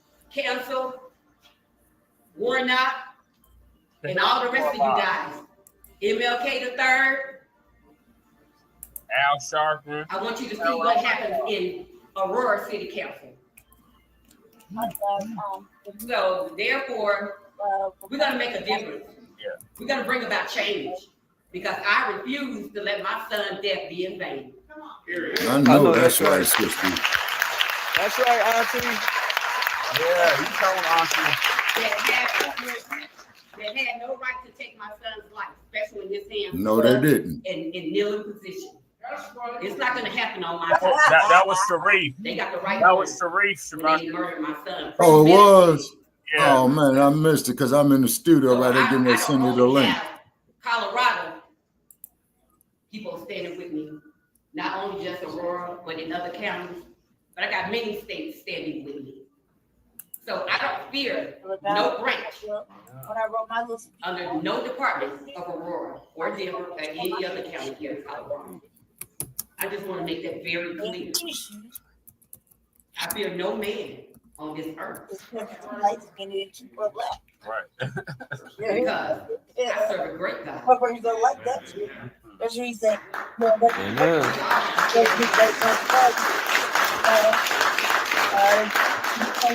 This will not be left undone. Okay, the link is in the chat room. You see it? Yes, thank you, Shabbat. And if city All council, right, okay. All right, so I'll talk to y'all in a few hours, man. I was gonna address but I'm gonna All turn right. it now. Okay. I listened to the last city council meeting. All right, take care. I sit online like a lot of us did. Personally, I think everybody should get an IV drip. And she stated that people need to know what they're talking about, that before they present lies and all that. And city council cannot do nothing to implore or fire nobody. If you can't, you know somebody who can. And another thing, I read her bio when she was running for city council. And she stated that she was for the people, for safety, public, and all the things she would do if she was made city councilwoman. I have not seen that yet. Now, the main thing I want to address, like I told you in Georgia, that I want to address.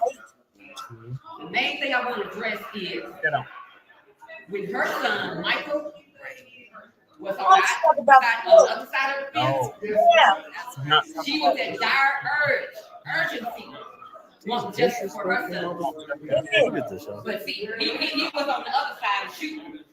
He wasn't shooting. Oh, see, they just kept the meeting going. On the drive. My son was going shot and killed. But either way it goes, Y'all cut the audio. We're not interrupting their meeting. We don't need to hear it. But feel free to keep the feet up. So therefore, she was in urgency wanting justice for her son.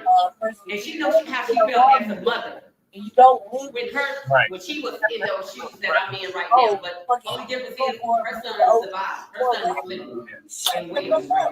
My son is dead. But she wanted all of us to come together, just like we are now. She wanted that for her son. She wanted justice.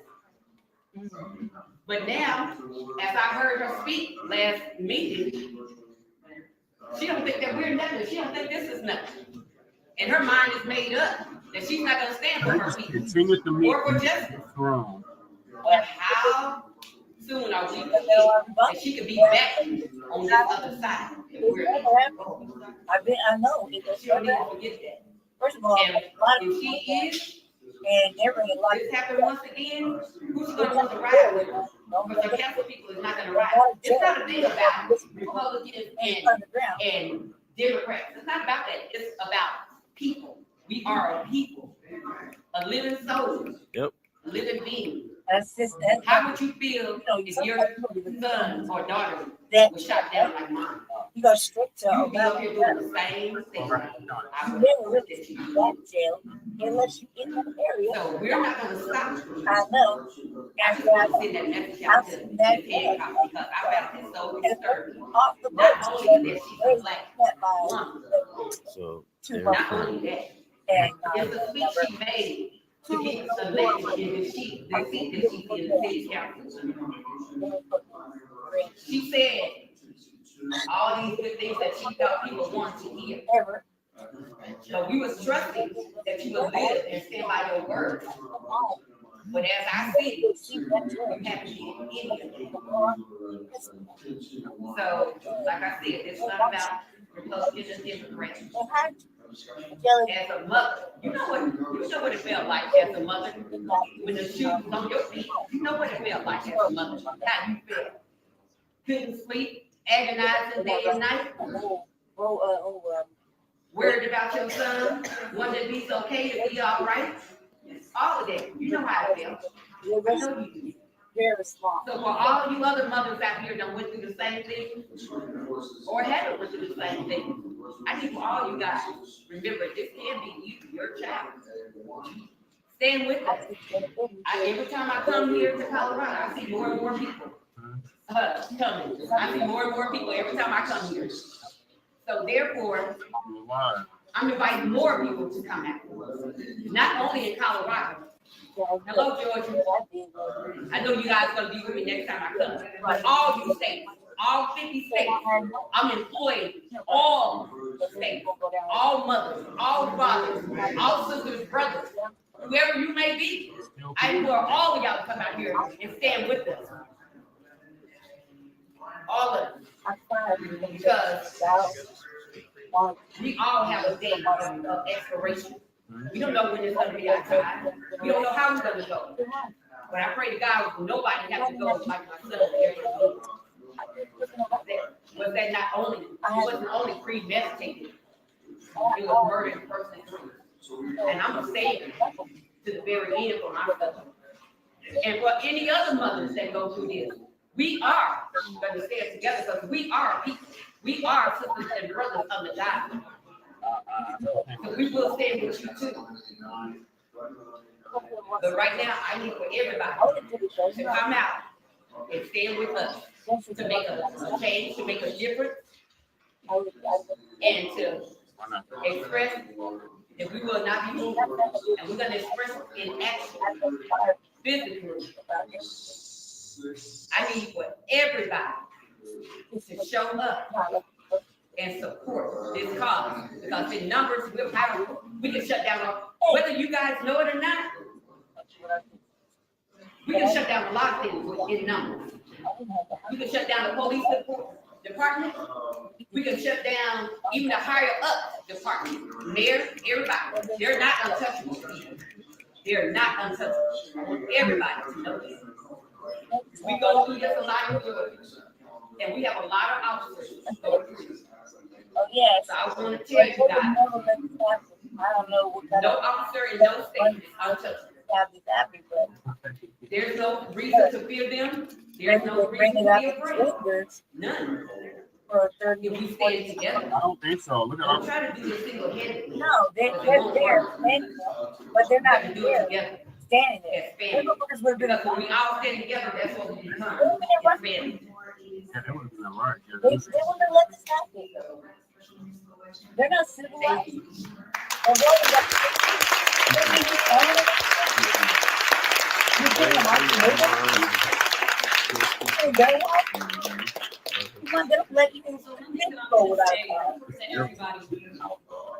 Somebody makes a decision to turn on this feed while the mother of Kilyn Lewis is speaking. Somebody makes a decision to turn on this feed.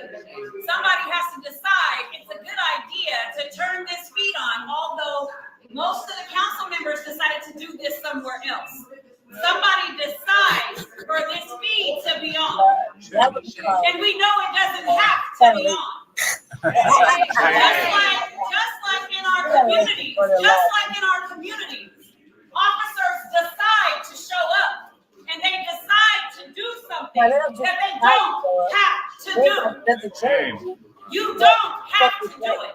And then what does that mean? That means community gets louder. And then all of a sudden, I'm a threat. All of a sudden, I'm aggressive. All of a sudden, we need backup. That is not okay, and that is people making that decision. If you feel like you're just doing your job, get a different job. Feel like you're just doing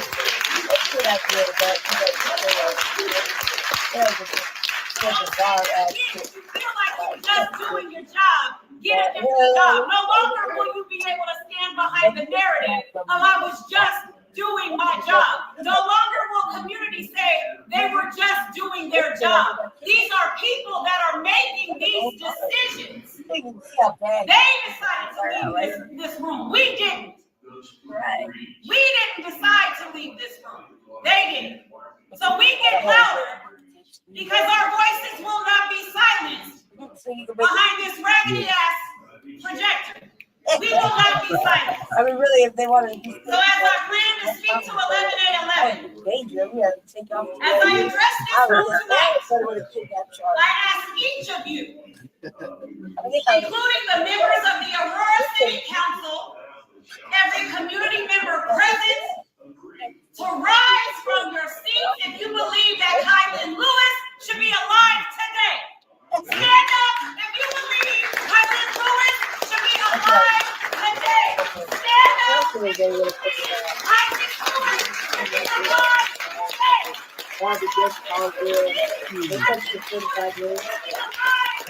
Well, I'm gonna fast forward to the end and they start kicking people out.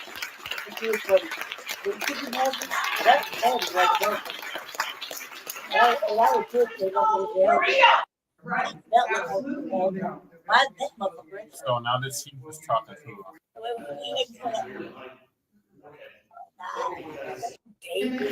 Section 1 reads, all persons born or neutralized in the United States and the subject to the jurisdiction, therefore, are citizens of the United States and of the United States wherein they reside.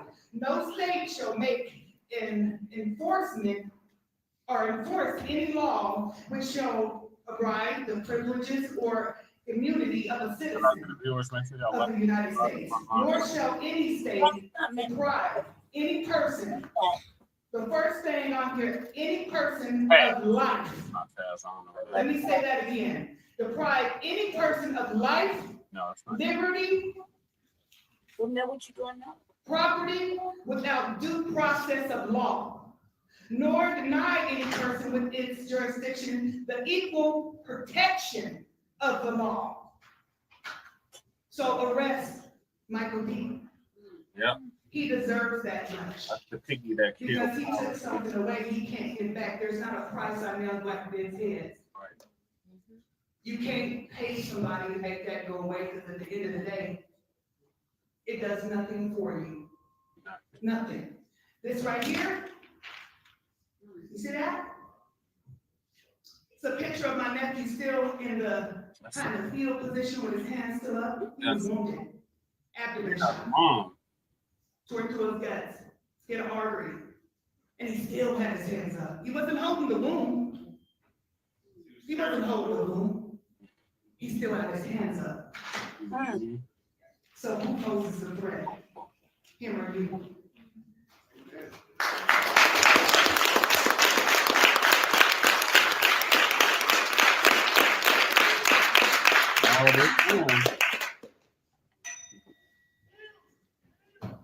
Dinner's ready. If we can we have as many members of Kilyn's family just come here? If we can. That's right, take all the good. I can dig it.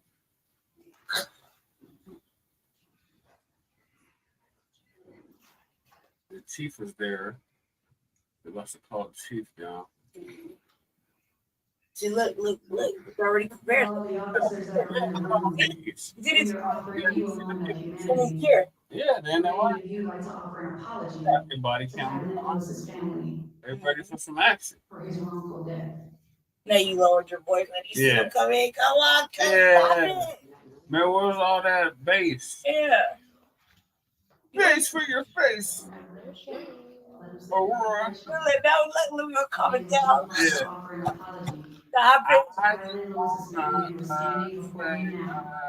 Oh, you got big ass motherfucking water be motherfucking. We're gonna calm it down. We're gonna get church. Oh my God. You see? Political motherfucking theater. And man, I'm telling you, business tomorrow. Your neighbor. I'll be all over it. They gonna hate me for real. Hate me tomorrow. I'll be like, shit, am I wrong? Oh, trying to get up in front of don't feel me, fuck you. I don't, no, you ain't, no, fuck you, baby. I don't just like this, bro. Really? Come on, see what I'm not life not shame. that's With yourself, just to sit there like that. If it was your family, you'd be ready to go kill officers with your own gun. But you will pay for this. And the bottom, when the end is over, you will have your day in hell. What they got a soul, brother? I don't care about none of that. Condolence is all they're asking for. They already have in their heaven on earth. For any of you officers, Lewis's family standing right before you. Where am I gonna find my jam? Strength comes from leadership. My shit now. Hold your humanity. You don't have to sacrifice that. Hold your humanity. Oh, yeah, that's right. His family is right here. Oh, worried about that. His family didn't want to meet you all. They would have been okay not knowing you all. Hold your humanity. I think it's $5. Are there any officers standing before us right now with Kilyn Lewis's family here before you? Don't worry, I'll wait. Oh my God, cuz. Stop me, bitch. Like that's my shit. Yeah. Oh, you won't fucking leaving that. All they do is steal our shit. They're not all locked in yet. That's my shit. Love for them to see your leadership. The only thing she can say is make me a believer. This is what I've said, before. Is That's the chief. Chief Morris. That's the one that got to replace Vanessa Wilson. What's she saying? No, listen. I don't know if you're talking. This is very tragic, and You're in me. I offered my condolences to the family, and I will do that again. Offer my condolences to the family, and knowing that we have these investigations that are ongoing. Are you gonna arrest the piggy that killed? Any of that, but I do offer my condolences again.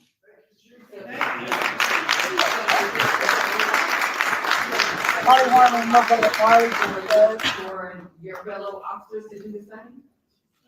If you can do it, why can't they? Should be taking investigation just to have you now. Just to say, I'm sorry, you're lost. We're all here. Are you guys worried about if you say, I'm sorry for your loss or condolences, that you're gonna be admitting to guilt? Is that what you're thinking? First of all, they're out. Secondly, what the fuck is the problem? They're dead, and they moving around the fucking building. That's too much. That's asking for too much to say, I'm sorry and my condolences. What the fuck do you want that for? Why would you want that? An investigation shouldn't keep you from saying. Why would you want to do anything? You know, apology be like. Officer Morris, as the leader of all these, they do not respect you. Like none of them do. I'm telling you, these people do not respect you, and I hate that you're in this position because you are a leader. And for you to be a leader, it needs to be the people that look up to you. They don't respect you. I'm calling it out. I pray for you. Why are you trying to say we're good? I do. Nobody's gonna say nothing. First of all, oh my God. There's no valor in this, y'all. Just plainly don't give no fucks about her. Why are you concerned about her soul? And the Where one she that with did, the and good they old got boys, rid of. good old country boys, Pig is. they don't respect you. Like, why you trying to save her? You know she getting As far what the as fuck you is wrong guys with her, but are accountable to serve dumb, man. Can you honestly tell me that your officers, the SWAT team, whomever, served and protected my nephew? Can you honestly say that? I have, what, 8 officers standing up here and they're just like, they're not doing anything, like nothing, just standing there. They're not saying anything. How hard is it to say my condolences is not there? How do you sleep at night? And I want you to say, if this was your family, how would you go about it? Would you guys do anything about this?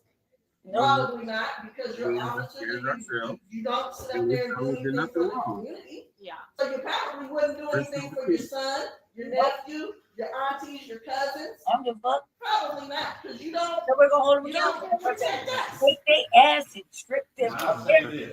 Get them for that. Take their mama all the way down the list. What? Yeah, you know what I mean, sir. They love me like, fuck that motherfucker up. Everybody put them in a box for the children, round police, in general population. Here you don't have any command, any compassion or nothing I'm a tax to everybody. just admit Take your what has pension. happened, or even They got say, whatever I'm pension. sorry. Take your pension. Shame on you. I mean, wife, your mama, sister, children. I'm taking classes. I'm putting leaves out. You ain't never get a job. You'll be lucky to be able to guard yourself and go to the bathroom. Okay? You can't get a job at McDonald's or the mall or nothing. You're fucked. You're definitely not going to the IRS, or anywhere that'll take race soldiers. They kill motherfuckers. Nope, you ain't getting no job. I'll give you all bad references. Bad references. I'm gonna hit you and every fucking person in your fucking family. Your baby, your mama. Everybody get a bad reference. You can't get no job. Them all to lose their job. They losing their house.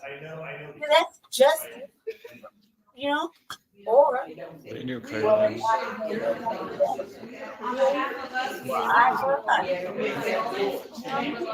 just on my schedule. Meaning within 10 days. Look at all them pictures that are. You don't even want to ask terrorism. Where's that?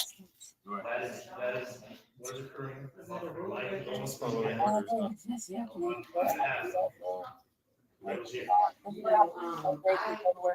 served on the board too, on the nurses. Like, you killing black people. And when I get up there and terrorizing black people on a day-to-day basis. I'm profiling. Don't make me come and I want to because I'm poor. But I can go outside my house and like come back with footage. That's how bad it is. Yeah. It's gonna slap in my head at my hand. that's my Let's smoke a cigarette. That's what I'm Sure. When it comes for the doctors and surgeons and all of them, even though I know them and work on the side of them, and been with them for years and years and years. Because they hold me there.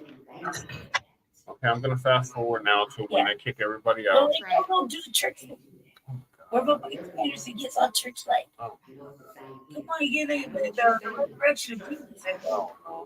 No, come on, please. Oh my God, you picked like 3 lanes. You can't figure out where's his career going. Where's Tay Anderson's career going? That should be the question. Who made him the guy? We must ask ourselves. Hello, Candace. So I've got a question for you, Chief Lewis. Who will you promote off the back of Kilyn Lewis? What are you doing? Who will you give that promotion to? Who's going to get the stars and stripes? I'll bring my favorite friend girl here up on the dais. Will he get the promotion? Will he receive the promotion? Will he get some extra stars and stripes on? Oh, he's got a couple special badges on there. What are you gonna add to it? What are you gonna add to these gentlemen's badges? And because you see, there is no such thing as a free lunch. Is that what's happening here too? There is not a single thing as a free lunch. And you're on the menu, my friend, whether you recognize that or not. Where was that? Now, when a snake bites Want to you, talk to me about this stuff, right? don't scream. Everybody else like Because performing here. See, because your promotion came Theater, wrong.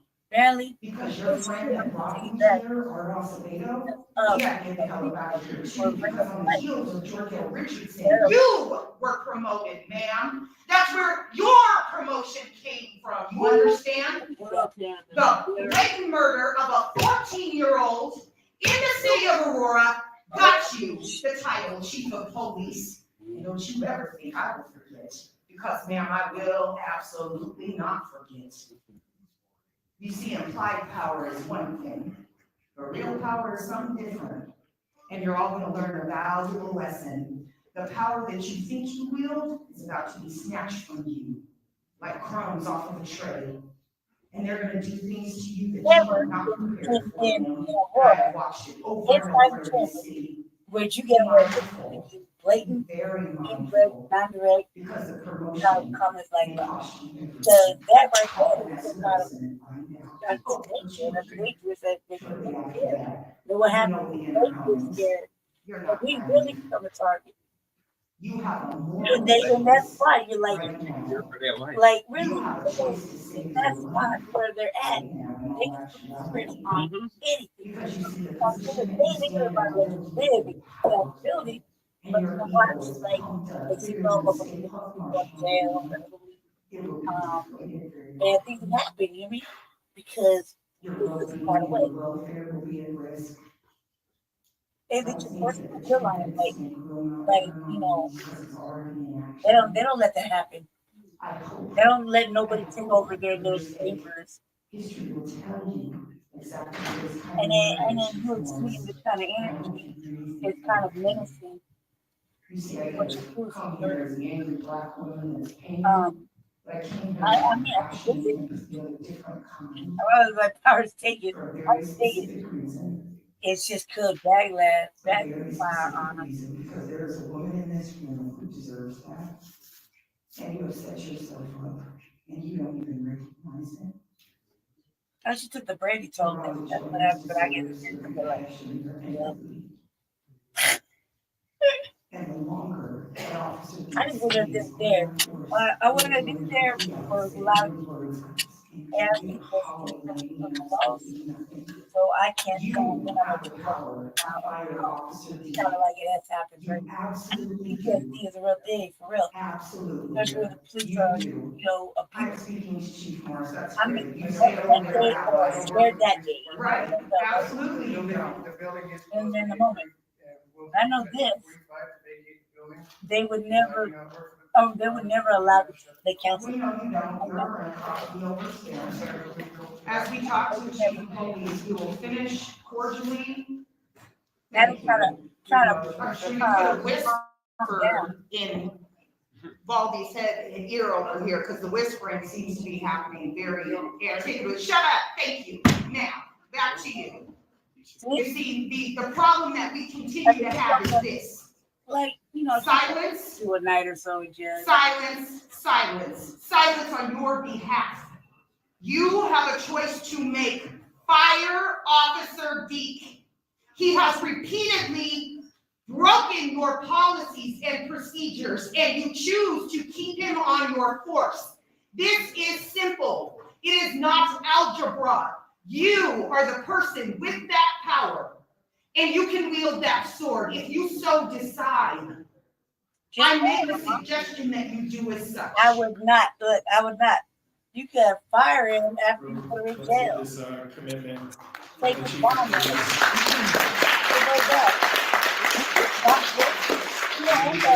Media, I just want to make sure that you get this and also get ready for whatever tweets you need to get together. So we've been given this order to vacate at 8:45. We have people that still would like to speak. What we are asking for, one, is for you to bring me the rule book that says the building, or the hours that say the building closes at 8:45. And I'm gonna just ask the chief point blank, will you be instructing your officers at 8:45 to make arrests? Yes or no? So the, Oh, you were scared. You were scared. You're like, I need that rule book. First of all, you should have your shit together while you were preparing this in the building. Where's that order? Why you gonna ask them? Can we please get the hours of operation for the building? I like, So the city 45, but you can tell you the and the city manager had already determined that. I wouldn't have asked. I was just The city like, manager gave the order. shit, let's see if they to got the heart. that these officers have to arrest me. That is what. Where's the city manager? Well, the city manager is not here because it's their deputy city manager is acting. Who's the deputy? Are you the deputy? You know, just like this, for agenda items, there is no limit on the speakers. And we came to speak to an agenda item. We all vacated our time. We want to be able to finish those who signed up to speak. But we are hearing, I just want to make sure, media, that you're getting this, that at 8:45, it is your intention to arrest all of these people. And let me, again, I thank you guys every time you speak.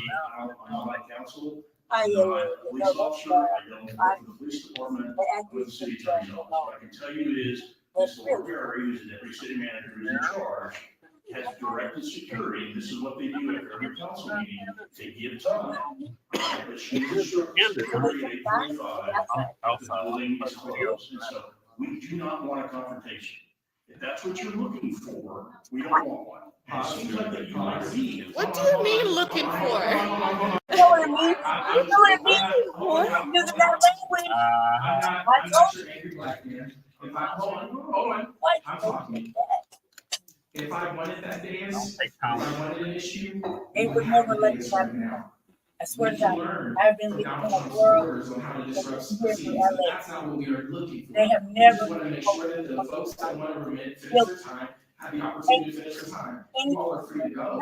You all would like to get up and go and just be the ally security that we talked to, great. But I'm just making sure that I'm getting a verbal yes or no, that at 8:45, you will be getting a mass arrest.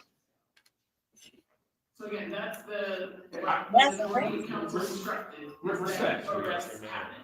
But it is, I know, it is on the chief of police to make that It's call. on city council, it's on the mayor. Will you be instructing your officers The mayor to can make do it. mass arrest at 8:45? It's a yes or no question. So what we're gonna do is that you've been instructed that we're going to be closing at 8:45. And so, yes, we will be asking everybody to leave. And if people don't leave, then they will be subject to arrest. So you are planning to arrest all of these people? Well, We she are did asking people to leave. Are you gonna leave? People to leave. Or are you going to jail? And if. And we're gonna finish with the time. If we hit I 8:45. would ask everybody. Yeah, oh, fucking. We now know what is before us. I just want you all to live with that on your conscience. We're now going to move through our 3-minute agendas for the rest of those who would like to address the remainder of council. If you choose to begin arrest, or if people start to move into arrest, then we will address that one. But all we just want to do, and for the media's sake, no confrontation on our end whatsoever. We just want to have the remainder of the speakers speak, for them to listen. If they choose to arrest, it's solely on them. I know I'm now counting officers. We now have 1, 2, 3, 4, 5, 6, 7, 8, 9, 10, 11, 12, 13, 14, 15, 16-ish officers at least in here. So is there anybody that would like to get their comments in before 8:45? So I'm gonna make this brief. You guys are probably sick and tired of hearing When I'm me say that. Oh, straight, I can't. This thing really feels like worse. And watch shoot what time I'm listening to family members. Look, what we're gonna do, they were going to jail. They were Lots of their dads. Yeah. And it hurts. I had something written today. I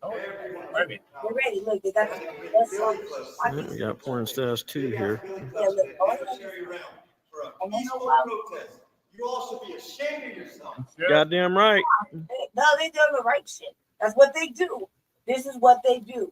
You're lucky they're not in helmets and shields with batons. Right. You're really lucky. Oh, they have the batons. Look.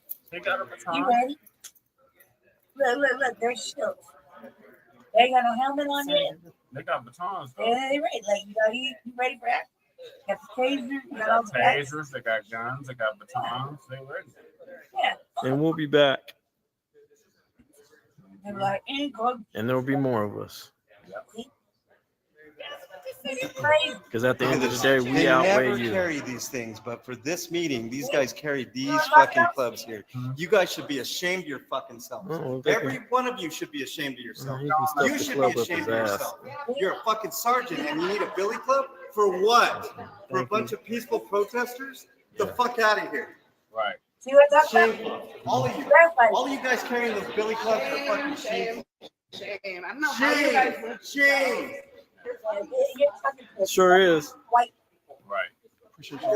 white coffee, or Latinos that play white on it. Protest and they decide to bring out big ass billy Billy club. Club. They never carry around. Fucking shameful. Morris, Chief Morris, you should be ashamed of your police force. Right. Y'all are fucking shameful. Every one of you carrying around one of those goddamn billy clubs should be ashamed of yourselves. You fucking tyrants. We'll be back. We'll be back. See? And I'll be watching you. Tell them, K-Dot. Yeah, K-Dot's always. Especially on Havana and Colfax. That's right. That's right. We'll be back. That's right. I was watching that shit. I was like, what? I watched that. Thank you, brother. Thank you. And then with profiling. I was like, I was like, Rhonda had for us chat. And so there's a week of action that is now planned for the remainder of this week. So tomorrow we will be at Tequila Blues at 7 p.m. for open mic. If you know somebody that sings, raps, has a public comment that they didn't deliver tonight, or anything, they can come to Tequila Blues tomorrow at 7 p.m. The Tequila Blues is also going to donate several products from their shelves that we can auction off, and all the proceeds will go to the family of Kilyn Lewis. So this is an opportunity for us to raise funds and also an opportunity for us to connect as a community. On Wednesday night, I get not everybody's a person of faith, but on Wednesday night, we are having a community worship night. I encourage you for all faiths, for those who may not have a faith, just to come and join us in fellowship. That will be led by Bishop Jerry Dimmer and other pastors from the Greater Denver Ministerial Alliance. On Thursday, we will be here at 7 p.m. to do a rally and a march. We can't take over. I mean, we could take over a street with 50 people, but it would definitely mean a lot to this family if there were 500, 5,000, 50,000 people to be able to be on this lawn. Absolutely. So that we can be able to remember the name of Kilyn Lewis. Big enough lawn. So that is the week of action as it follows for now. Anything else you'll find on the social media channels. But for now, please, you can go to justiceforkilyn.com to follow all of the updates and the actions that are happening. Give yourselves a round of applause for tonight as well. Just as we said 2 weeks ago, we're going to be back at the next one. Our goal is for them to hear us. Next time we won't be yielding because there won't be an agenda item. So we will be back in 2 weeks, and the city council is going to have to hear us. And so thank you all for coming out. And then I'm going to canvass any other last words before I pass it to Bishop Dimmer. All right, Bishop Dimmer, if you come and pray us out. Pastor Dimmer's a hypocrite. oh man, before Pastor Dimmer did, old Tay Anderson inside, like got real church like. I thought he was for a spot at the church. I thought he was auditioning for a spot at the church. I mean, it was like the full resurrection. He said, I'm going to tell you that we the black angels, to move the stone so that he can rise up. Real shit, I swear to fucking God. He did say that. He did. Jesse won't play because that's my favorite part. Like That was my favorite part of the whole thing. That's my favorite part. And I was like, gosh, choose a lane, man.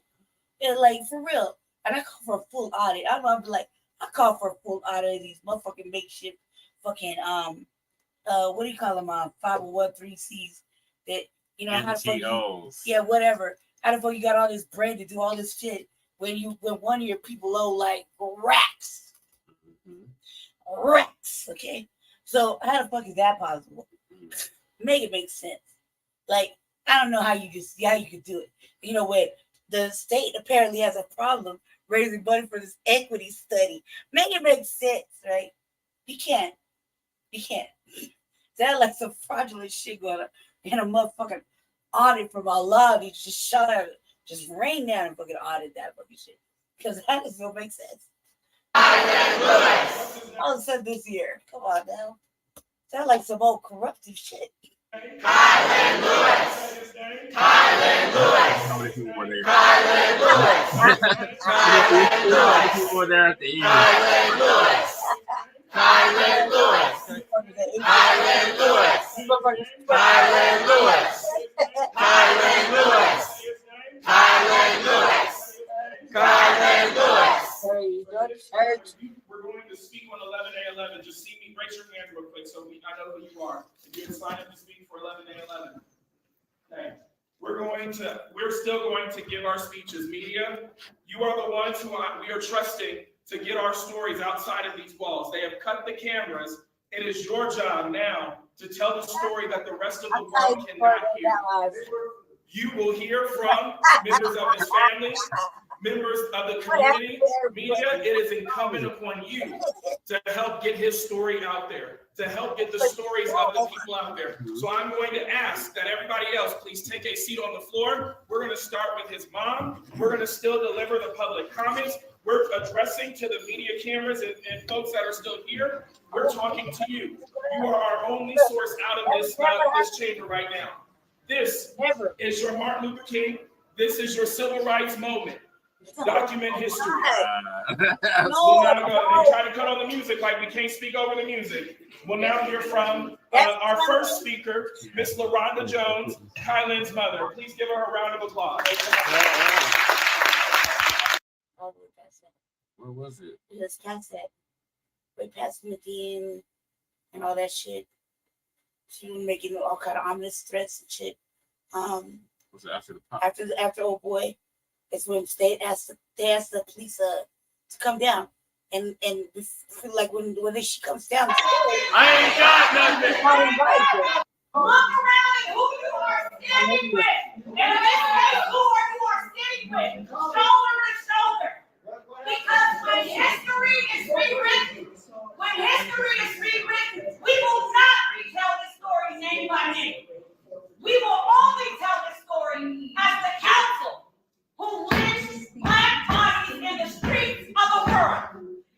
We will see you at the next meeting.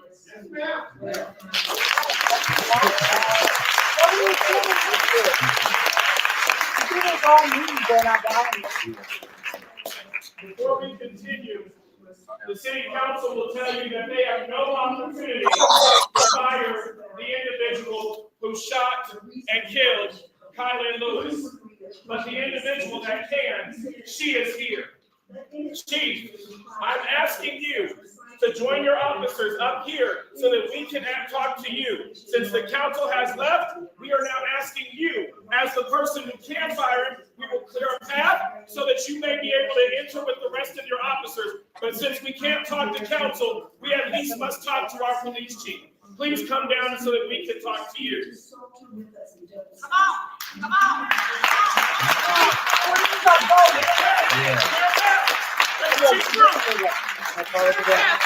Give it down for the chief.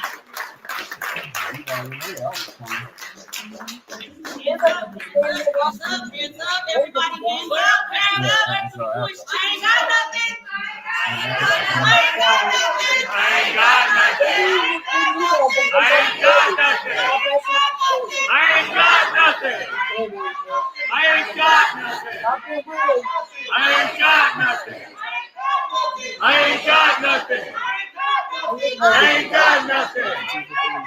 I ain't got nothing.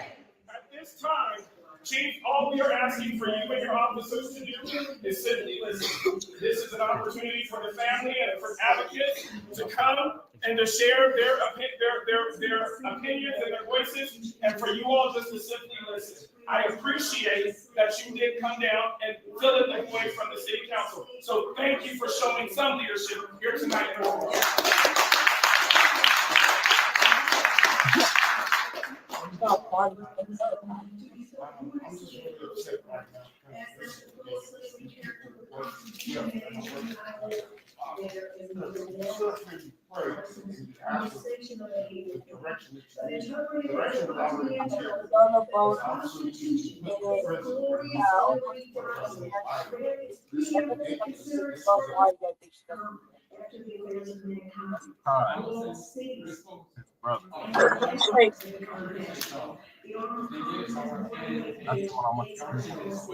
Intelligence is penetrating the darkest corners of the globe. It makes us pay for the war universities goes on the earth. When she is threatening and starting agents. Oceans no longer combined, but at least the nations together. From Boston to London is now A resolution of the City Council of the City of Aurora, Colorado, expressing the Aurora City Council's apology and condolences to the family of Kilyn Lewis. Whereas Kilyn Lewis was a father, a brother, a son, and a valued member of his community, and whereas on May 23rd, 2024, Kilyn was shot and killed by Aurora Police SWAT officer while unarmed. Now therefore be it resolved by the City Council of the City of Aurora, Colorado, that Section 1, the Aurora City Council resolves as follows.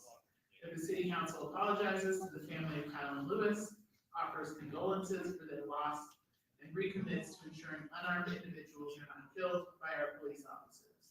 Section 2, all resolutions in conflict with this resolution are hereby repealed only to before or after. A little bit after that.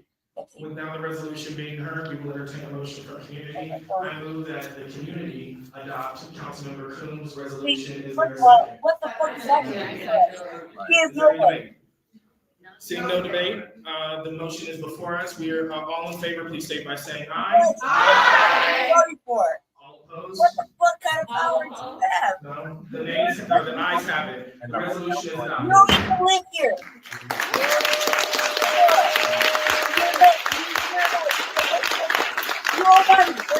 Stop it. Oh yeah, community, do we accept the apology? All those in favor, say aye. Nay. I said nay. I said nay. You don't speak for me, my guy. You do not speak for me. Like you don't even have the best interest at heart, really. You clap cheeks. This is weird. Like this is weird. This is weird.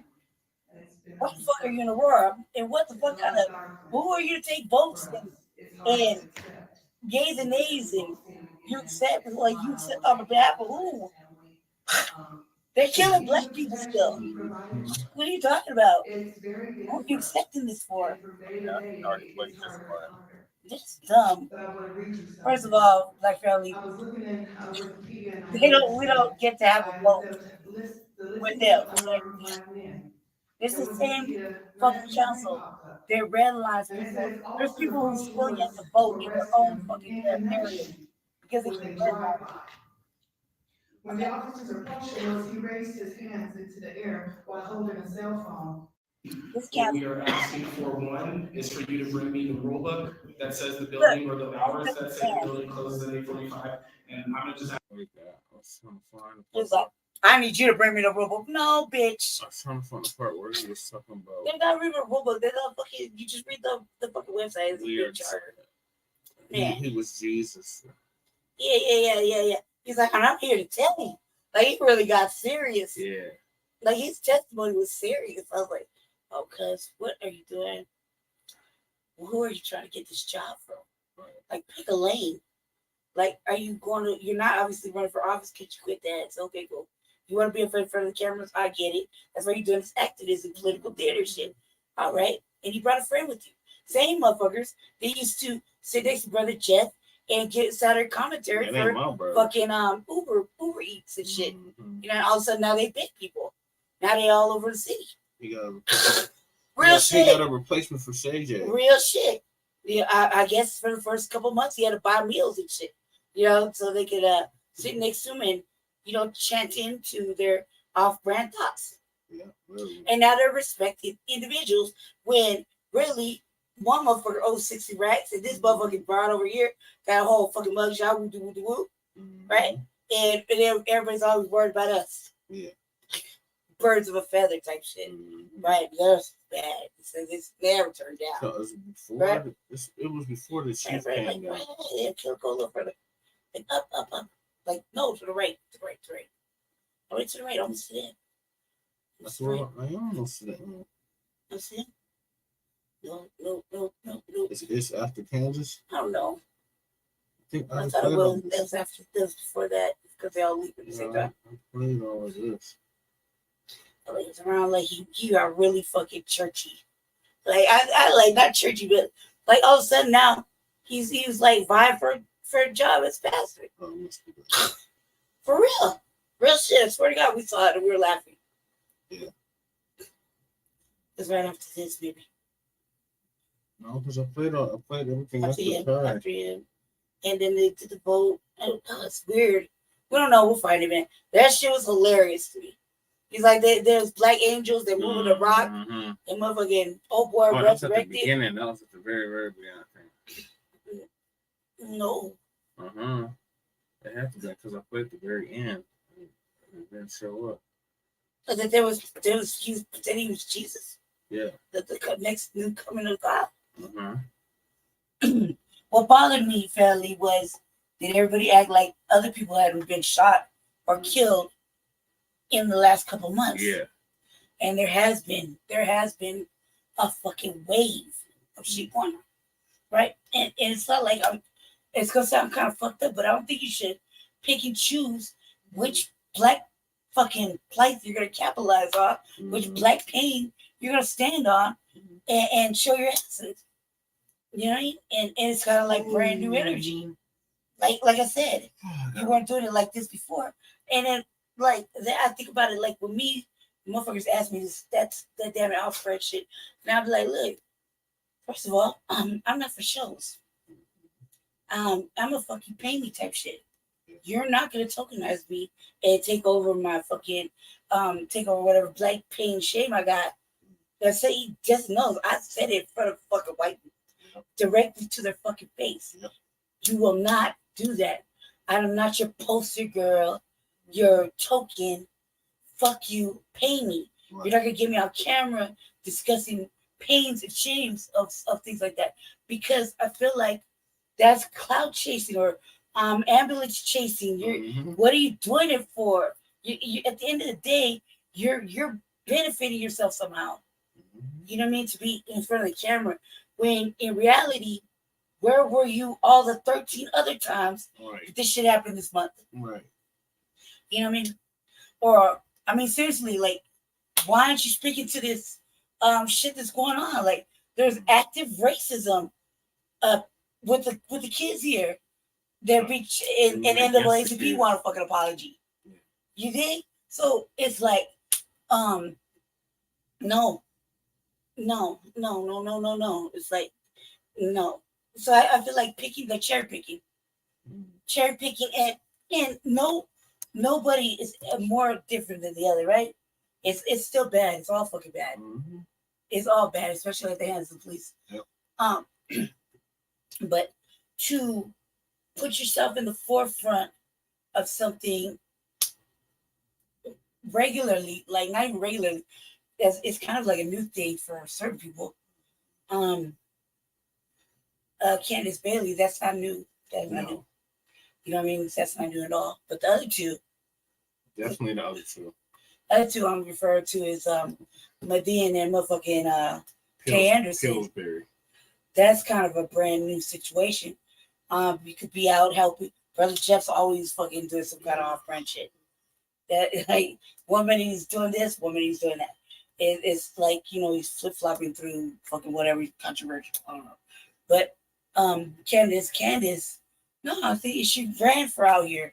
She ran for city council out here. So. Cool, Candace? Candace Bailey, yeah. Candace Bailey, she ran for Yeah. City council at large. And she does all this activism stuff. You know what I mean? Mm-hmm.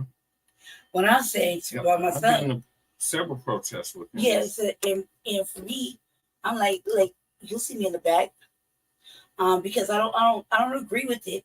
Family, I don't agree with it. That it's so easy for us to want to put everything out there. Like, look, I just lost my nephew. Yep. Right? And I could have did that. I could have had his mama, you know what I mean? Don't say nothing, Jesse. Could have his mama discuss the situation. Mm-hmm. You know what I mean? And it happened here in Aurora. And I didn't. Because she didn't want that. Mm-hmm. She didn't want that. It was already contentious. It was already upsetting. You know, but you don't see me, and I'm the black media. That's part of the black media. We signal boost, nothing but black for the new black media. Mm-hmm. Technically, black media. Yeah. So I could have did it. I could have did that. But, you know, she didn't want that. So I helped her with other things that I could be helpful with. And that's that. You know what I mean? So that happened in Aurora. Mm-hmm. That was an ugly situation. You see what I'm saying? And I'm still grieving it. So I'm saying though, I don't think that it's right for people to be chasing down motherfucking cherry picking cases. That's what I think it is. Now we know, old boy, we know DJ K-Dot. He went to school with old boy. Yeah. So you know this is like not a situation that, you know, I could not speak on. Right. I did. I called in, but I just had to throw in a couple of other things too, because, you know, it's serious, yeah, but we just lost little girl. And in case you weren't paying attention, months ago in Denver, little black girls were verbally assaulted on city council. So, while we're talking about it was back in May. That was the same month that this happened. Yeah. So, like, that's a serious thing, and they were just asking for a fucking sidewalk.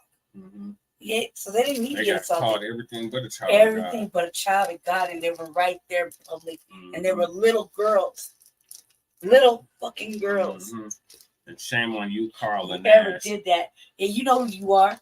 You know who you are. And there was fucking young ass motherfucking protester. Mm-hmm. So they're probably one of the same ones that cried and go out to get their charges dropped for a night over in jail. Yeah. Like, no. You know what I mean? Why nobody's there? They don't go to jail. But that's the cost for protesting. That's what happens when you want to protest. Yeah. You should know you may go to jail. Yep. How much of a cause is that for you? Do you live and breathe and fucking will die for fight racism, white supremacy? Mm-hmm. Evidently not. They left. Evidently, they was creeping out the building. You did? Yeah. So it's serious like that for us. So I don't get to get on camera. What? Not that I can't. I just don't want to, because I feel like I'm putting myself in a place of them, and I'm not one of them. Right. They're not like us. Not at all. Because I believe that shit got to stop. Right. So she got to, but same time, they don't even tell us half the motherfuckers that died. Mm-mm. They don't even, when they tell us the story, they don't tell us who it is. Oh. They don't tell us whose name it was. Oh. You get lucky if you see a person's face come across, and they come across with so-so, and then alleged whatever the fuck crimes they committed. Mm-hmm. They got to throw that out there too. Yep, and if they can't find them, crimes on them, they're going to go to their parents. Yeah, and then they'll be like, call Crime Stoppers. We need more information. No, fuck that. You got drones in the sky now. Right, do your work, piggy. You know what I mean? Finding you, following you. Mm-hmm. I swear to God, the other night, I was outside patrolling the neighborhood. I'm running little errands too, but I'm my own business patrolling the neighborhood. So I look like the neighborhood. Okay? Yep. I'm in my environment, in my neighborhood, where it used to be mostly black. Mm-hmm. So I'm accustomed to seeing black faces. And the neighborhood knows me. So I could be inside for fucking a year and I'll come back out with the same shit. Right? I want to thank the Lord. Yeah, Lord. Wait. I'm minding my own business. And I'm watching everything. I see everything. And you know they released these drones, right? Mm-hmm. So I'm driving around and I went to go, I was on a mission to do something, something else. And I found that was an unaccomplishable mission. So I decided to trail, we're gonna go around this area of Central Park. And to see, first of all, it's real near my area. It's behind the Stanley. It's all built up. I'm going around the fields and stuff. And honestly, I'll tell you this, a drone, in the sky. And I'm watching it. Like, I didn't mean to watch it. I was minding my business and music and looking at the streets. And I'm like, this needs to be fixed. This needs to be, what I mean? Make a little mental note. And something caught my motherfucking eye. And it was a fucking drone. And I thought, I was like, huh. You know what I mean? I'm dipping around corners, down streets. You know what I mean? And it's not like it's a star in the sky that's just following you as you move around. This is actively moving around with me. For what? It wasn't out there at 10:30 when I cruised by and saw the fucking police profiling. And then they started profiling because I wouldn't move. First I cussed them out. I had to control myself. I was kind of on one when I went there. Like I was already in a bad mood. And I saw them sweating fucking innocent black people. They had black people lined up on the bus stop, going through their pockets and talking big shit. Calling them. Start with protesters taking over Aurora's city council meeting tonight. Family and friends of Kilyn Lewis pressuring council members for answers after he was shot and killed by officers. But Aurora's interim chief of police was the one to give him a message tonight. I couldn't stand to watch it. Down the 7 bridge. The Eagles live. Happening tonight. Start with protesters taking over Aurora's city council meeting. Welcome. You know what I mean? I was like, we love. So I'm watching all this other shit. It wasn't there when I was moving around because it was a nice night. I drove by. I gave water out to a couple of brothers that were on the street sleeping. Different, random shit. Brother was like sleeping on the sidewalk. I was like, here you go, water out. It's cold water. Enjoy yourself, right? I told a sister to not sleep on the street like that because she wasn't in any condition. She was to sleep under the light at least. Kind of dark right here. You know what I mean? Like real shit. All I talk to you. You will not see me talking to other motherfuckers. Because I don't do that. But I was watching it, I was like, what the fuck is the drones out here like this for? Right. Well, you ever sent out something that you would think Aurora was just right there? Yeah. Aurora don't give a fuck. No. They're crime solving, but they're not crime solving because evidently motherfuckers getting shot. So what these drones for? No. You know? So I feel like I have too much to say and I'm angry or like not angry, but shit, feel kind of helpless. And all of that. But the people here that are all on the cameras and shit, they don't like me at all. Don't like us at all. At all. But they really don't like me. It could be an us thing.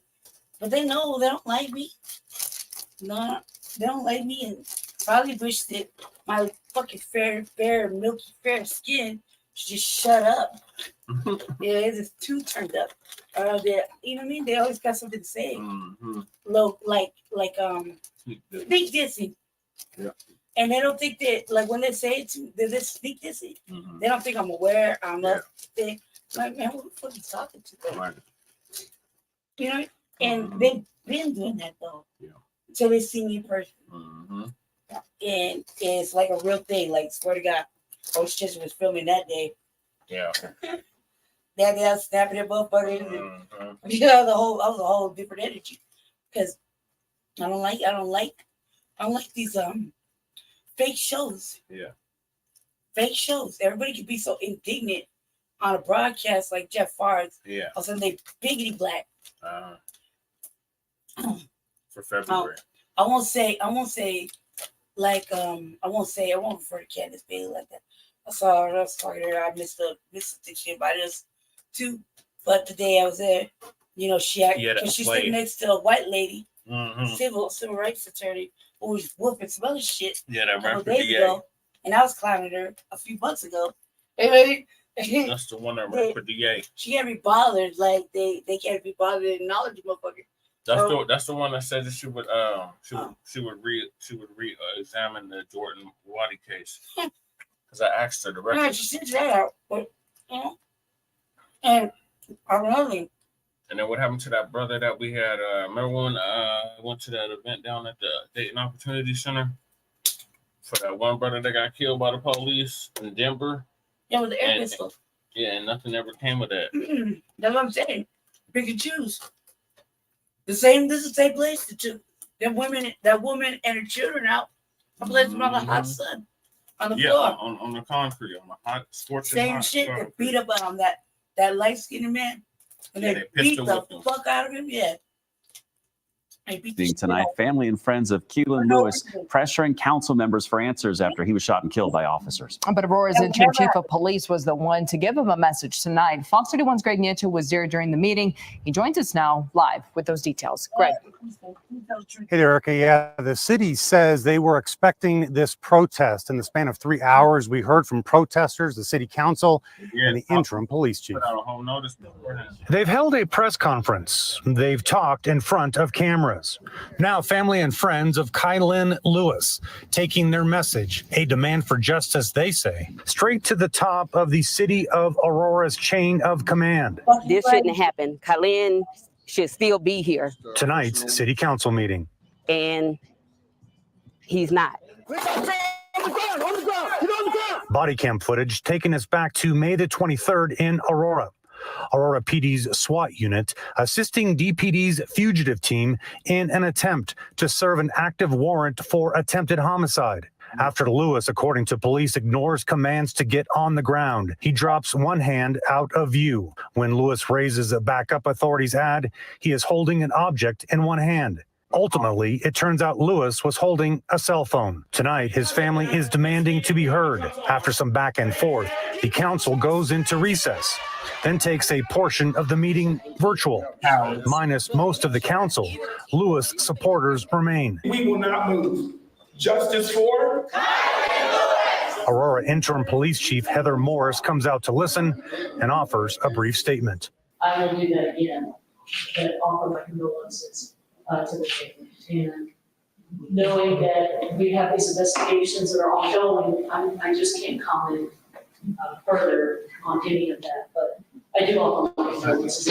Kilyn Lewis's family not to be heard in front of the entire council tonight, but promise their message is headed for a much larger stage. We have to go federal, to a federal level. Even if we have to go to the White House, we will do that in order to get justice.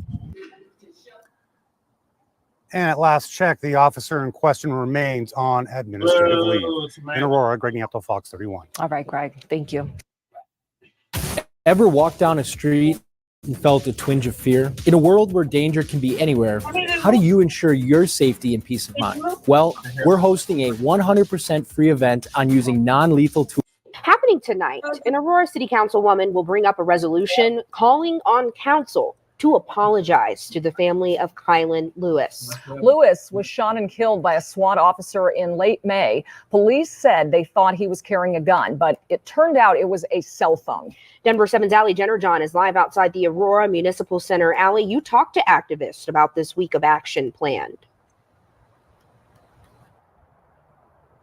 Yeah, good morning to you both. And tonight's council meeting is just the start of that 4-day week of action. Now, there is always the potential that council may vote to remove that resolution from the agenda, but activists tell me it would be a step in the right direction for accountability and recognition. Now, we have seen that body camera video. It was released by Aurora Police. Interim Chief Heather Morris directs viewers' attention to a black object Lewis pulls from his pocket before putting both hands in the air.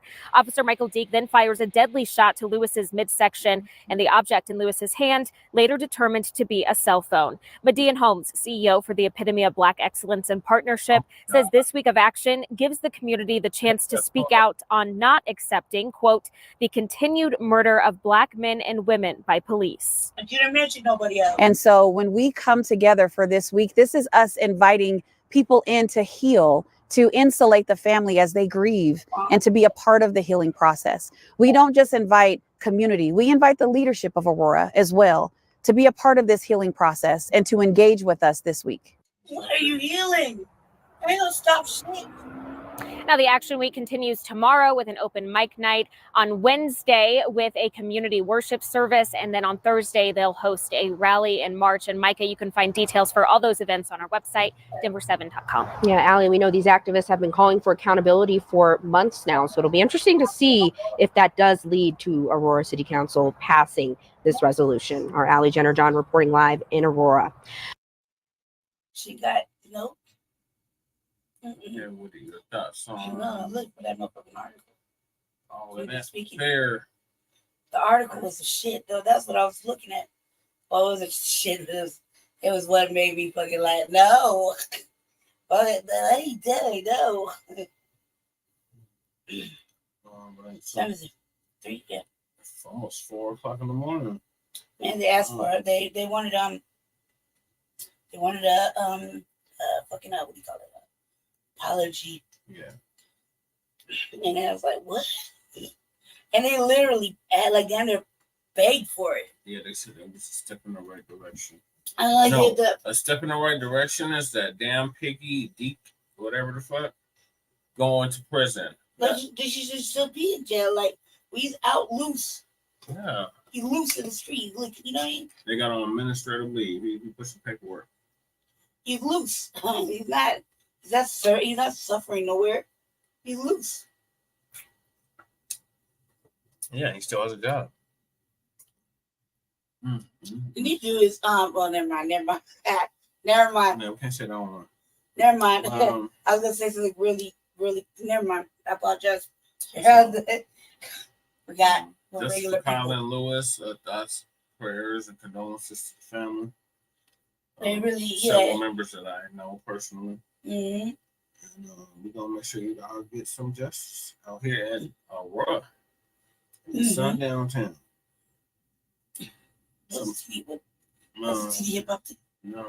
So the next topics are unhoused neighbor news and the illegal migrant news and the unhoused neighbor sweep since the SCOTUS Supreme Court Justice ruling last week. ACO update from Lady Che. She's officially in the food desert. The neighborhood Walmart has recently closed down. She just throw me under the bus. Colfax and again. And then we got the Venezuelan immigrants, illegal immigrants attacking and robbing people on the Chicago subway on video. And then we got a white man who takes on his own folks for saying that that talking about racism is annoying. Oh yeah, that's fine. What's going on, everybody? Thank you all for joining me today. If you have right now.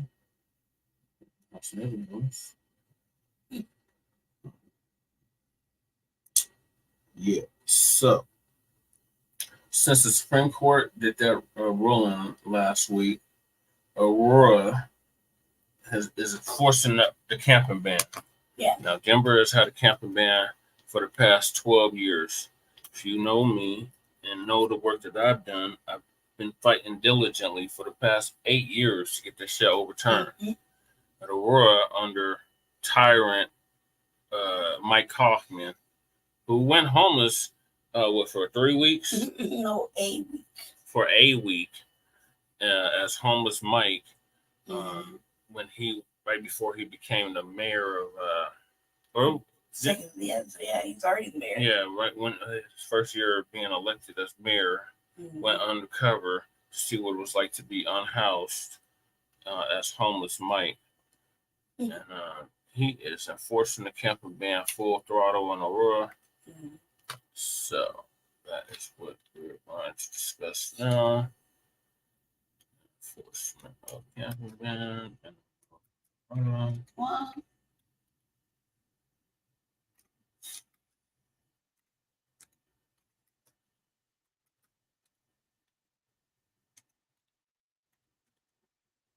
And earlier this month, or last month, they shut down the neighborhood Walmart. No, don't get started about that. And they're sweeping people over there as well. Not sweeping, but harassing. I really nothing really sweep this as harassing motherfuckers. I mean, shit's expensive. And it's one of our areas. Shit's expensive. And motherfuckers gotta eat. They gotta get out of their live for real, you know. That's really bad. Certain areas, but I feel like I want to say that something happened, that the energy of the streets really changed a few months back, like maybe 8 months back. And I don't know, I can't really speak to it online. All of a sudden, you know, things are getting like really kind of dangerous for the people outside. Because I'll say this, you know, the police are complicit in committing crimes in Aurora, right in front of everybody. So then I'll just act accordingly, especially with that one mayor or the one chief before he left, the one that was always in trouble. Yeah, the one that was fugitive of justice. Yeah, the Mexican one. Yeah. Yeah, Alvarado. Mm-hmm. It was definitely like all to the good when he was there. You know, so it's been said, that's out there, you know, kind of lawless themselves. So the people outside, it's like, man, fuck, I get this these conditions. You know, Aurora don't got no shelters. Okay. Got like one shelter. And whatever they're trying to allegedly build up, they don't really give a fuck about the unhoused. However, the unhoused in Aurora are kind of creative. They don't really like to be seen. They're not really seen too much. Yeah. You know, and if they are, it's like maybe on like that highway when there's on I-25. You know?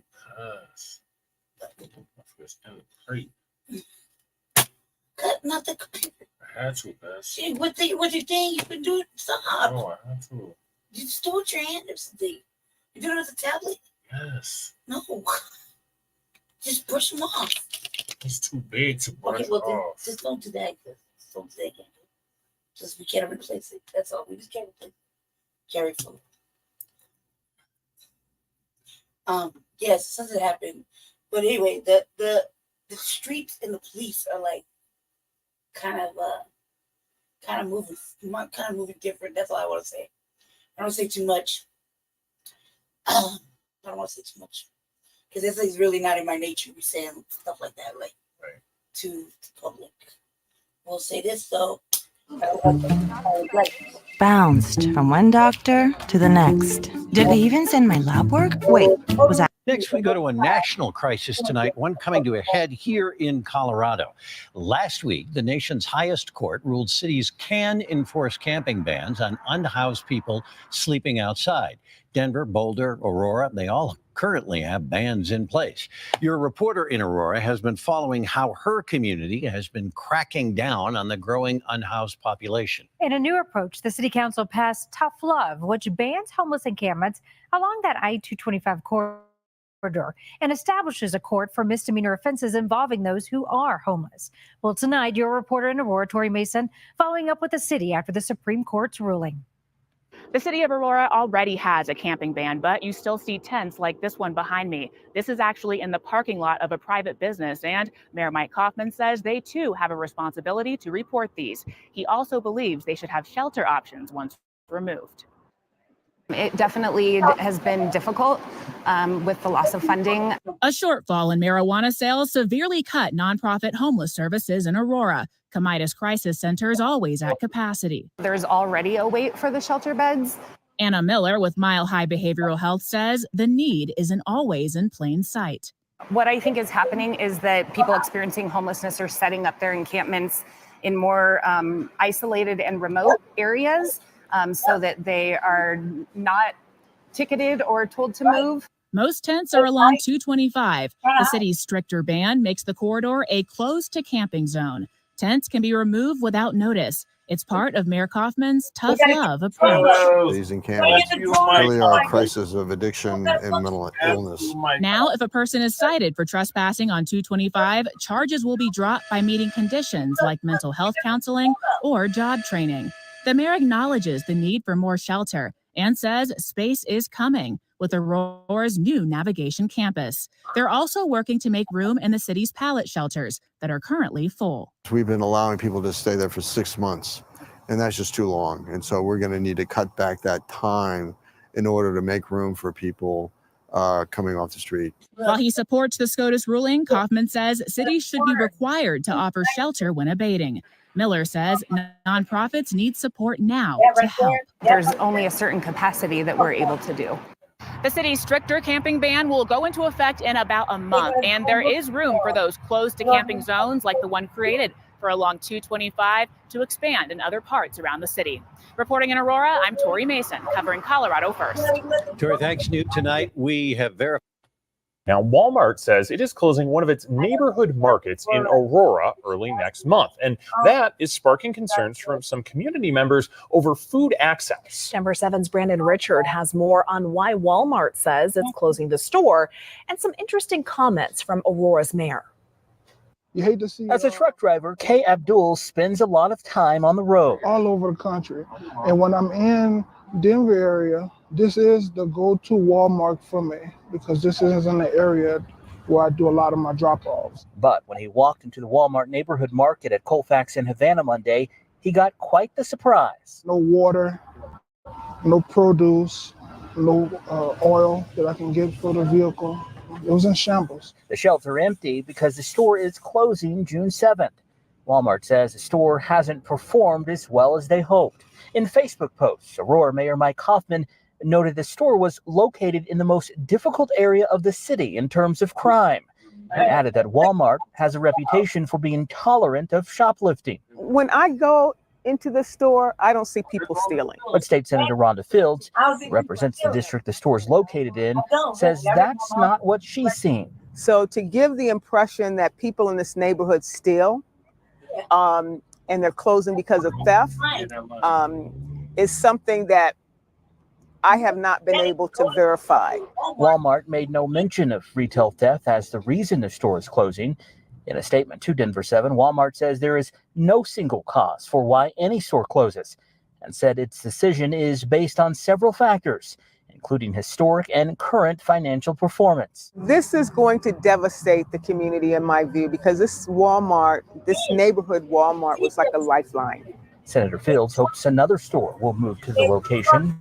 I do not want to see this Walmart boarded up and have this lot be vacant at the expense of my neighbors and friends that live in this area. Shoppers like Kay also hope someone else moves in. Hopefully we can come with a new plan to open a similar store for this area.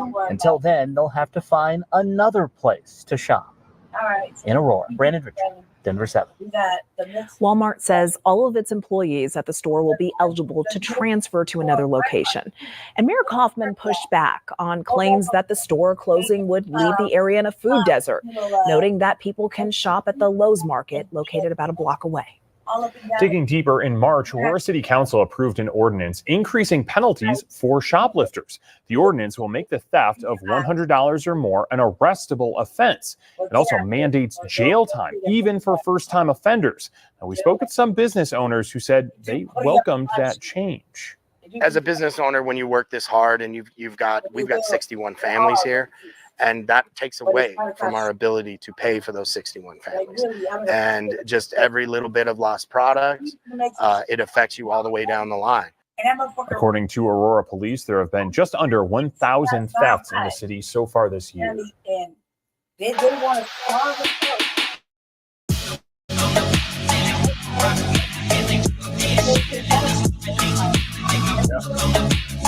People living in Aurora losing a Walmart neighborhood market. The company telling the Colorado Department of Labor it's going to close that store down June 7th. It's located on East Colfax between Geneva and Havana Street. We now know 141 workers will lose their jobs. Walmart says employees will be able to apply for positions at other Walmart and Sam's Club stores during a 90-day paid job search period. Oh, yeah.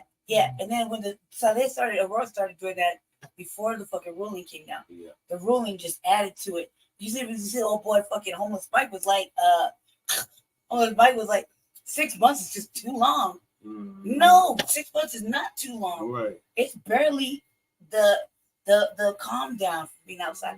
But not only that, but in Aurora, you really gotta look for them. Well, They had the drones shelter. up. I was looking. You know what? I seen them. I can't even. I don't want And you can to see say it from the train too. You can see. Is that what you're gonna say? I was not gonna say it because I feel like that was dry snitching on the. But you can see the encampments from the train. Yeah, yeah, you can see it from the train. Cause yes, I just didn't feel like telling people like that because that puts them at risk, Jesse. It puts them in danger because you see how they're hiding. They're not on the tracks. No, but listen, they're you can see the the encampment. Yeah, I guess Jesse. You see them in the distance from the train. Listen, that's not the point. I wouldn't have did that, but me personally, I would not have done that. I would have said this. How they're conducting themselves is out of sight, out of mind for a reason. Because we live in Aurora, they too suffer the abuse of the police. They too get it worse. So that's why they have been hiding underneath. This has been going on for years. But when they started closing down, we used to have some extended stays in Aurora. Yep. And some of them were very affordable. Like maybe 2 of them were really affordable, right? Like I'm Potomac. Yep. Or Sable. And Potomac and Sable, yeah. they shut that fucker down. They fenced it off and opened one fancy one right next to stop. Please, man, this is my neighborhood. You take here. So are we on the ACO update? I don't want to. You throw me under the bus. I don't want to. I'm in my emotional bag. Okay. Fuck that, man. I'm in my bag because they wouldn't let me run. Because I could have still. Yeah. No matter what it was, but I could have did it. I have the will and the drive. You know what I mean? I could have did it. They took my right away. Yeah. But that's not unusual. It's a lawsuit. They've been abusing me since I was small, arresting me and shit. So it's not unusual that this behavior is happening. They profile me. They fucking follow me around. This is not unusual. I just feel some kind of way about it. When they did that, I actually never wanted to fucking be a servant of the people. And then I got excited about it. You know what I mean? And I tried. And All here at 9:30 from Aurora. Police looking for 2 men and a woman in a robbery and assault. This happened yesterday at the Iliff RTD station. Police say these 3 people assaulted and robbed a man. Officers didn't say when it happened, though. But if you have information, take a close look. Call our partners at Metro Denver Crime Stoppers. Their number there on your. On Iliff. The Iliff station. Man, the 2 fairly. This could be I don't want to speculate to what we get caught because you got Black Latinos here 2 doing dirt. A lot of dirt going on. Also, I will say this: in my neighborhood, I used to see the city. Yeah, I used to see motherfuckers like the lopes protecting the neighborhood, and standing around looking around and shit. Instead, I don't know what happened, but I know that one day I was coming back and I was out spying around it late at night, and we got the invasion, the motherfucking legend newcomers over here. Late at night, I'm talking about late at night. Well, not late, too late. The liquor store open, so cruising by, and they don't have a problem now. It's been replaced with look like this is how I took it. This is how I took it up from the street, right? I'm a fucking gang member. It looked like they were stuck, on the corner, like Hispanics on the corner of my area, which is like nah, like where is our people? Meaning I don't see no black people all of a sudden. Doesn't matter if they're gangbang or not. I don't see no. A message from the SCOTUS Department of Research and Deliciousment. They say you can't put a price on fun, but they don't know what the heck they're talking about. Welcome, Nancy Allen. What's up? Nancy Alley. I'm sorry, not Nancy Allen. Big Chief in the house. What's up? Hit that like button on the way in if you haven't already. This one might get hairy, guys. This one might get hairy. Let me just go around. There were more over here. This is ridiculous, y'all. Absolutely ridiculous. But this is part of their initiative to basically make homelessness Playing the video. It's Mexican longer. Like hollering over the video. It's real serious. Anyway, so I'll share that if you really wanted to know. That's what's going on. Yeah. But I'm outside late at night, so what was happening then really didn't bother me because I'm always prepared. But this one, I think the looks ain't watching. And they're not there. Man, they're there. So I was kind of worried. I was like, whew. Because they helped me a couple of times, several different little incidents. This nonchalantly just happened to be showing up, you know? Yeah. So I was glad for that because I'm not worried about no way. It's just feeling like that I'm moving around the corner, just, look both ways and turn the corner. And my friend's like, hey, I got my headphones on. Hey, I ain't listening to you.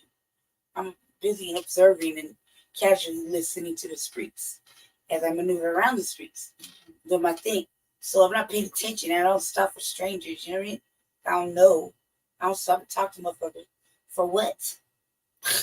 I just know that certain areas don't move like that.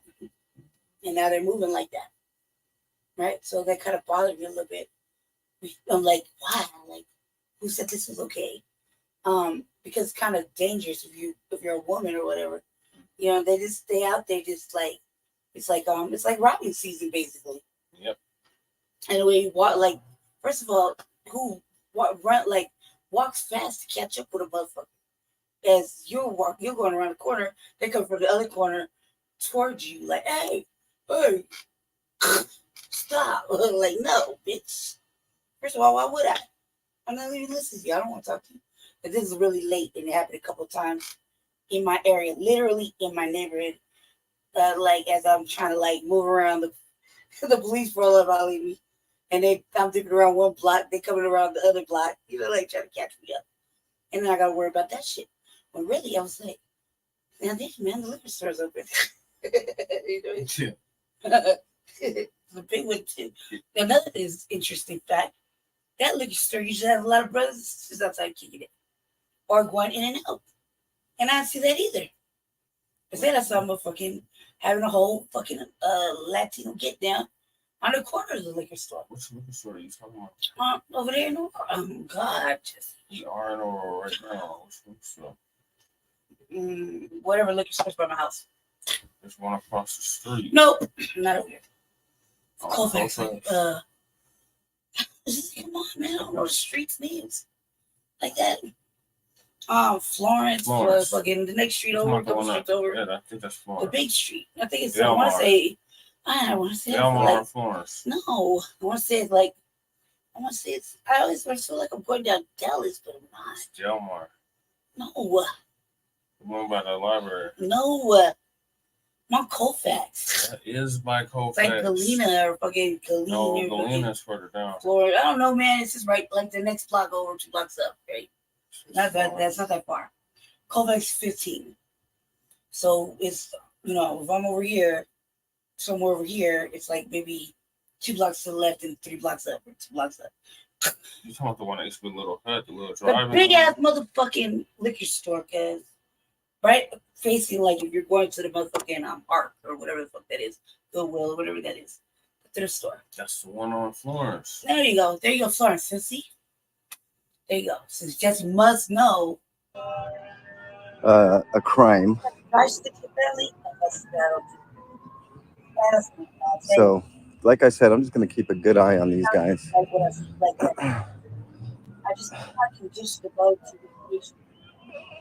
So let's just keep an eye on him.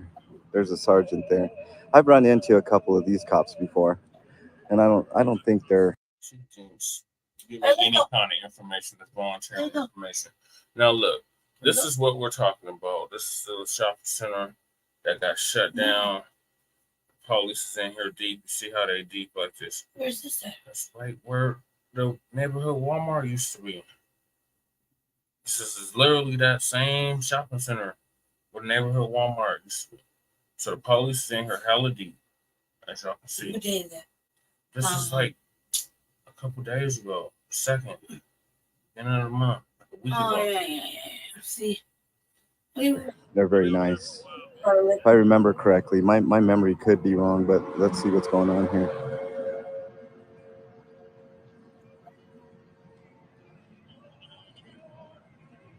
Joe Cool, what's up, man? Nice to have you in here. Making sure these tyrants don't do anything stupid. It is Colfax in Havana. No, Colfax Havana don't look like this. Yes, it does. On the other side, it's where the King Supers used to be, where the neighborhood Walmart used to be. That's what this is. It was just by where the 7-Eleven was that she was just talking about earlier. Literally in the back of the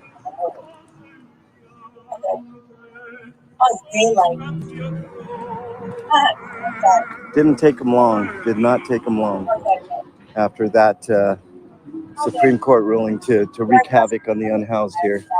And look, now that I get here, they're all leaving. Kind of weird, huh? My reputation stands. Cop scatterer, cockroach scatterer. Be ashamed of yourself, fucking assholes.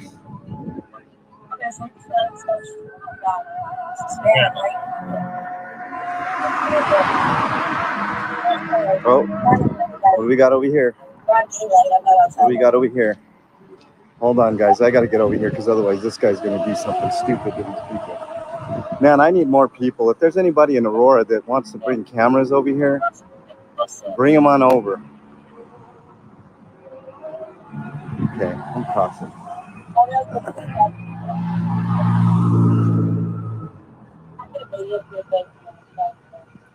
This is the sergeant. Just making sure he doesn't do anything dumb.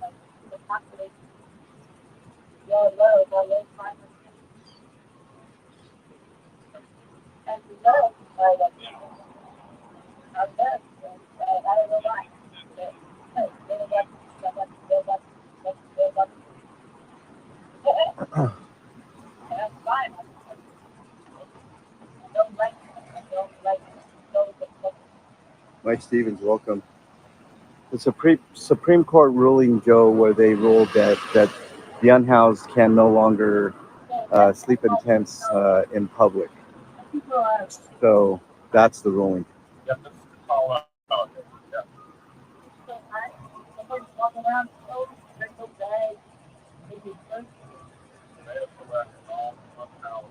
What they're doing, Joe, is they're trying to sweep them like they do in Denver.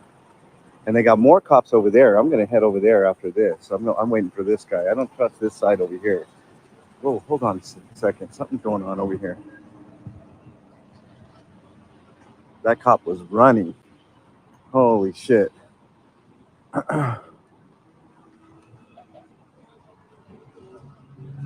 Just make sure no bullshit's going on over here. And then I'll be back.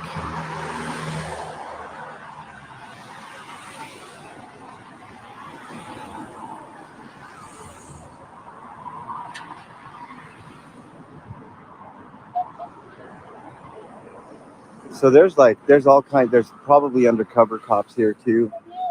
They are wreaking havoc already. This is day one, guys. Day one of this. I'm on the corner of Colfax and Havana for anybody looking on a map in Aurora, Colorado. It's East Colfax. I do Colfax runs usually, but today I was going to have a panel today. And KDOT said that there were a bunch of cops here. And I knew what they were here for. But yes, they are here to harass the homeless. But I'm gonna head on over. I'm gonna make sure these guys know that I'm here too, because I don't want any bullshit going on with the homeless over here. Not on my fucking watch, Aurora. Not on my watch, Aurora PD. So let's just go make sure that nothing is going on. I'm gonna make sure this guy's just standing there. Look at the intimidation tactics, guys. I'll show you when I get over there. They just have a police officer right there, just standing there. You know, just waiting to do something. But not while I'm here, guys. Not while I'm fucking here. Not gonna happen.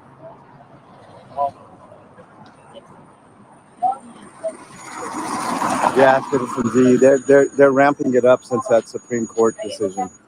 So they basically got carte blanche to do anything. But I'm telling you, and here in Denver, or Denver and Aurora, but especially Aurora, if they're going to do it, they're not going to do it while I'm there.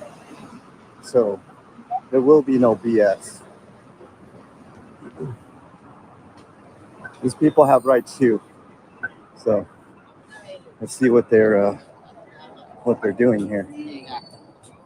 We got a corporal here thinking he's tough shit. So we'll just stand and watch him like he's watching everybody else. Citizen Z, good morning. Rose, good morning. They are horrible and disgusting. Federal, Joe. It's federal. The federal Supreme Court ruling. So we've got basically 1, 2, 3, 4 cars, at least 6, 7 cops that I know of.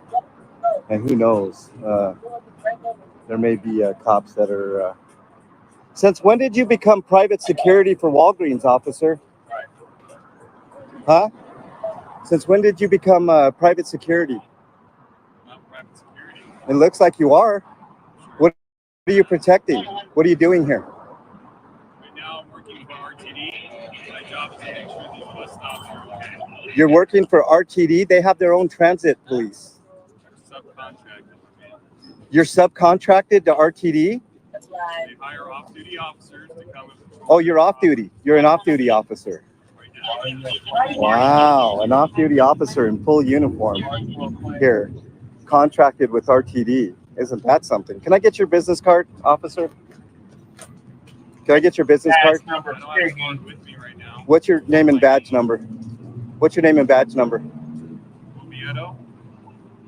What's your badge number? 1221? Easy to remember. Yeah, sure is. And I'll remember it too, and I'll find out how much you make doing this stuff. Yeah, it's public record. Yeah, sure is. Look at this smug guy.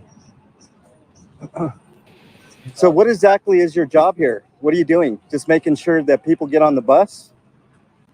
Make sure they are using RTD services and not doing drugs or hanging out. Not doing drugs? Why is that your business? Somebody should call that in, right? Yeah. Yeah. I'm not going to engage with you. Thought crimes?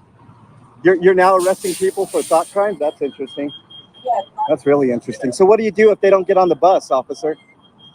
I'm not getting on the bus. What are you going to do to me? I'm thinking about you. Oh, he's calling for me. He's calling for me here, guys.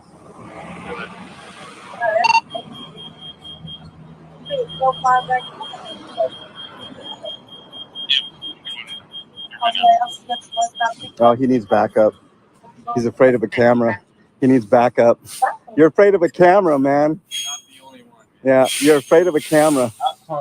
You're afraid of a camera. That's what you are. You have a gun, big mighty dude with a gun, and you're afraid of a camera. I'm not interfering with anything. I'm standing back. I'm asking you questions. Is there a law against that, officer? Okay. So what law am I breaking?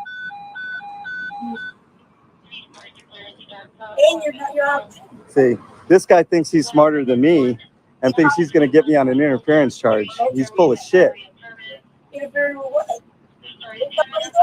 Right.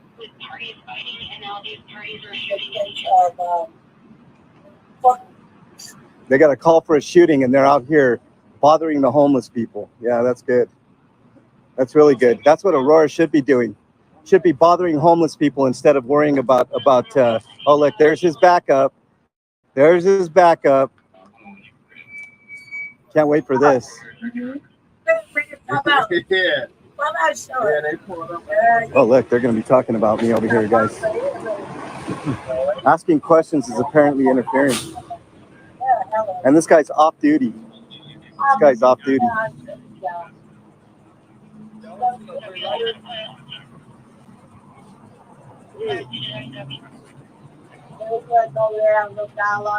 This could get hairy, guys.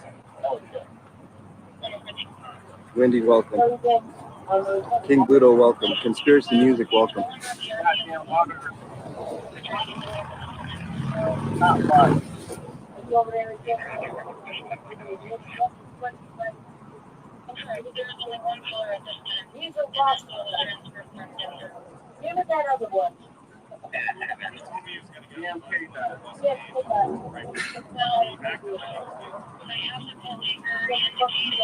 This guy on the right is an off-duty police officer. This is a supervisor. Here we go, guys. Look, they're gonna fuck with somebody. Hold on.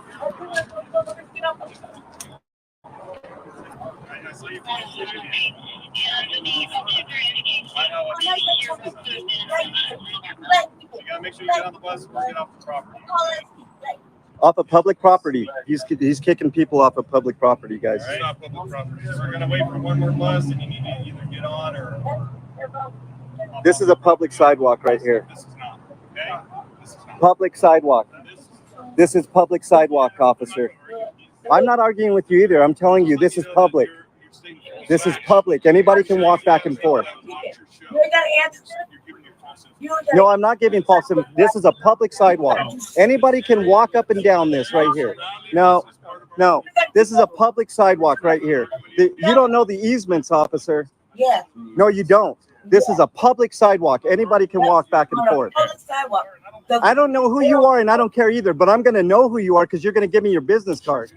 That's right. Yeah. That's right. Yeah. You're going to give me your business card, aren't you? Here. Yeah. There you go. You can have all sorts of gas cards. I don't care. Yep. You don't care. Look at this dude's attitude. This guy's a sergeant on the Aurora police force. Look at this asshole. Van Dyck. That's not how you say my name, though. That's how I'm going to say it. Van Dyck.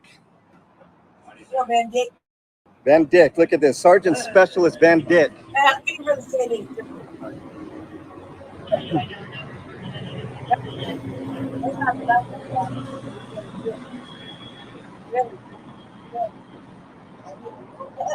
This is public sidewalk here. You gonna arrest me too if I don't get on the bus? This is public sidewalk right here. Public. This is public. Public sidewalk right here. Up and down. It's all public, guys. Right here. This is a public sidewalk. Public sidewalk. Yeah, I know. This is public right here, though. And they can't do shit about it. Nothing. Nothing in the law says they can take me to jail if I don't get on the bus right here.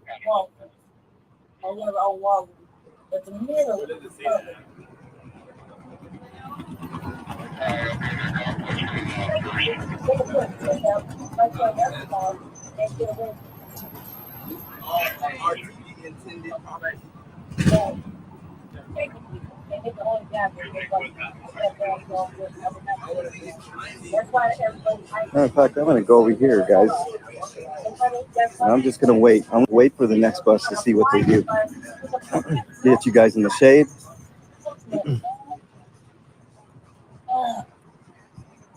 I really want to see how this works. I really want to see how this works. Cricket, welcome on in. We're having an issue here. This is a big issue. You guys are my witnesses here. That officer just said that the public sidewalk is owned by RTD. So we're gonna find out. I'm gonna walk on this sidewalk and we're gonna see what he does. This is a public sidewalk. It has and always will be. That's the easements, right? RTD does not own that. The people own that stop, not RTD. Clowns in uniform, 100%. Yes, this is Colorado. We're in Aurora, Colorado. Ninja, welcome. Nice to have you here.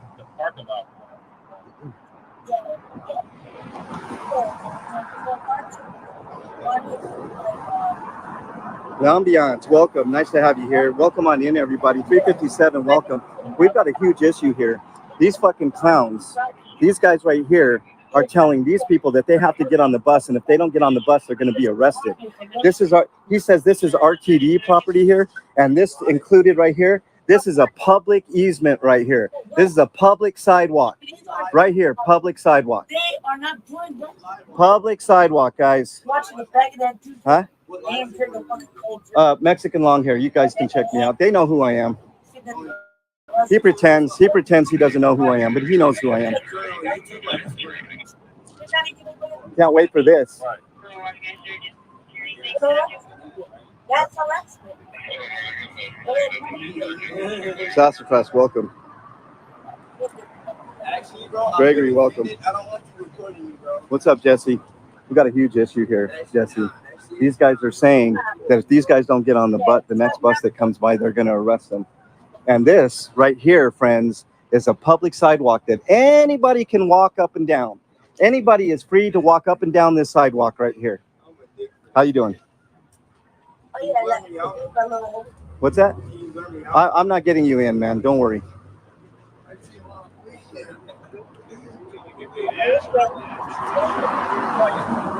These guys are clowns.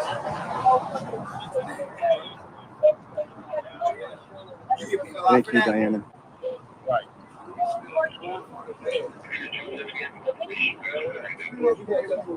These guys are fucking clowns. I want to see them arrest these guys for not getting on the bus. I want to see it. That's a public easement right here, all up and down here. It's the reason why the Sentinel can put their stuff here. It's the reason why RTD can put their stuff here, because we pay for that with our tax dollars. So these clowns right here are thinking that they can bully me, and it ain't gonna fucking happen. Not at all. These guys right here. Fucking police.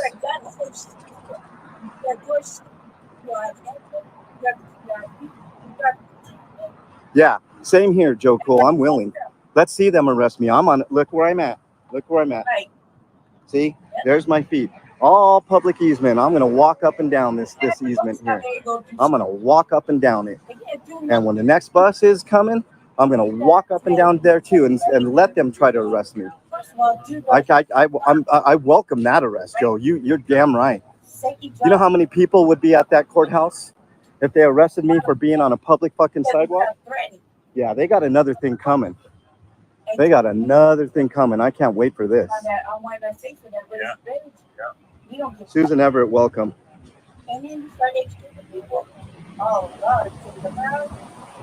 Colfax and Havana, Jesse. If you're available, get your camera and get out here, dude. I could use some backup. Joe, I don't know if you're still in Denver, but if you're here, get your camera and get out here, because there's behind that 7-Eleven, there's 4 police cars, or 3 or 4 police cars behind there. That sergeant had his lights on, parked over at that RTD stop. So what they're doing is they're sweeping all these people out of here. It's their equivalent of sweeping homeless people out of public spaces, and they feel emboldened by that new Supreme Court law. So, not on my watch. Public sidewalk right here. Public sidewalk, and I'm gonna walk right when the bus comes. That's where I'm gonna be walking. Let them try something with me. And that dude's an off-duty police officer, sucking on the titties of other people, in addition to the titty of the government with the police force. You guys know that the police force in the United States are the biggest welfare fucking queens. And we talk about welfare queens, right? The police are the biggest welfare queens in the United States. They suck up more tax dollars than anybody else besides the military. The police force. They are the true parasites of society, the true cockroaches, to quote Big Nick in South Florida. Sassafras, 100%. HCO, welcome. This could get hairy, guys, so just letting you know. Yeah, I'm on a public sidewalk, whether I'm in front of that bus stop, on the other side, this side, it doesn't fucking matter. We're going to see. We're going to find out today. And you can thank the City Council of Aurora and the Mayor of Aurora, piece of shit Mike Kaufman, for this one. There's people getting off the bus here. They're getting ready for the other bus. Can't wait for this. And this guy tried to intimidate me. Did you see how close he got to me? He's like twice my size. He thought he was going to intimidate me. It didn't fucking work out for him.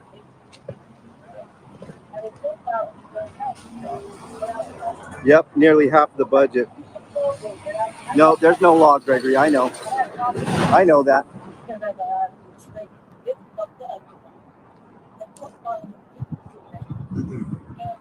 No, this is total and utter horseshit right here. And this guy was hired off duty by RTD. So RTD is another complicit piece of shit in this whole thing too. So RTD can fuck right off too. Can't wait for this. Let's see them arrest me for this.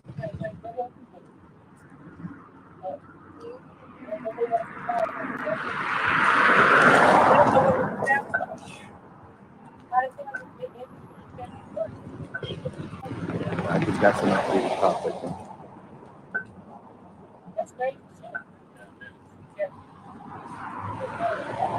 I'm keeping my head on a swivel here, guys, because there's so much going on. There's way too much going on.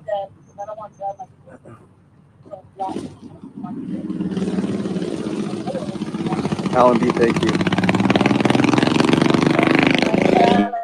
Thank you, Nanya. I appreciate that. If anybody wants to share this out, please share it out, because this might get really ugly really quick. This guy just threatened to arrest people if they didn't get on the bus. So we'll see. No law. There's no law there. Bruce from Down Under, welcome. Yeah, no, it's bullshit. These guys are threatening people if they don't get on the bus to arrest them. Yeah.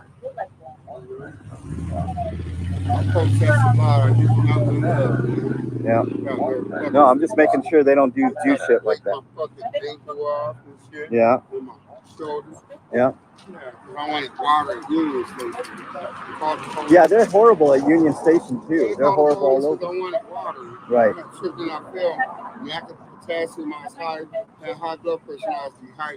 They don't care. And I know they have water. Yeah, they don't care. We don't have water down. Bullshit. Bullshit.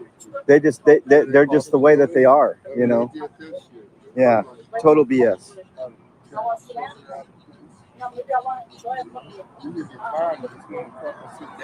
Kip, welcome. Nice to have you here, buddy. The more people we get in here, the better. If you guys have channels and you want to share it out, they're threatening to arrest people. They just told these one gentleman in a wheelchair and another gentleman, if they didn't get on the next bus, that they would arrest them. So I'm here to see if that's the case. Can't do that. Bullshit. There's 3 other cops behind that 7-Eleven just raring to go.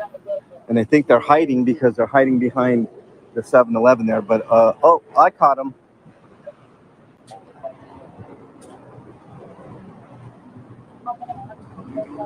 The bus company doesn't give a shit. It's RTD. And they're complicit with these cops. They just said that officer just said that they had a subcontract with RTD to do security for them. Because I confronted him. I said, what are you doing doing security for Walgreens for? And he didn't have much to say other than, oh, I'm doing off-duty work for RTD, the bus transit system here, Regional Transit District. And they're nefarious for other reasons. Yep, I'm still here. I'm still here. I'm still here.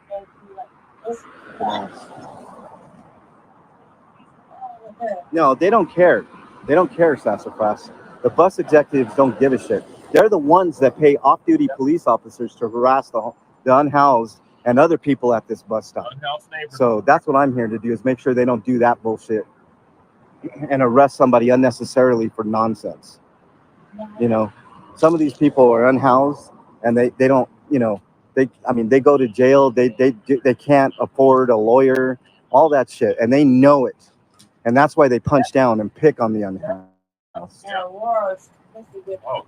Me neither, Fab Daddy. They never put up another shelter. Yeah, go ahead and close it. What difference is it going to make? They closed down the Walmart, which is right there, and I wonder why. Always the cops causing problems. Always. Everybody was peaceful here. There wasn't much going on, although one time there was a shooting. But that's, I mean, one time in a year, you know. So go ahead. Let's see. I want to see this. I want to see this plan in action here.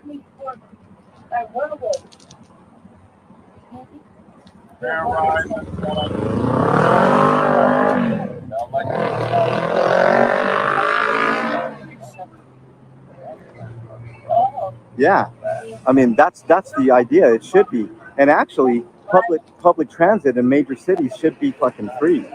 If we really want to get down to it, you know, we really want to get down to it. Public transit should be fucking free. But that's another battle for another day. But RTD has been basically, you know, reaping the benefits of their own tax on the citizens of the Denver metro area for decades now. It's about time somebody exposed that bullshit.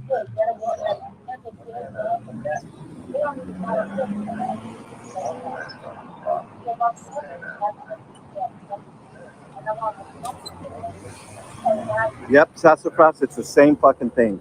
Same fucking thing. And by the way, they are in league with the Scientology unit here in Denver too, sassafras. So there's more to delve into on that too. So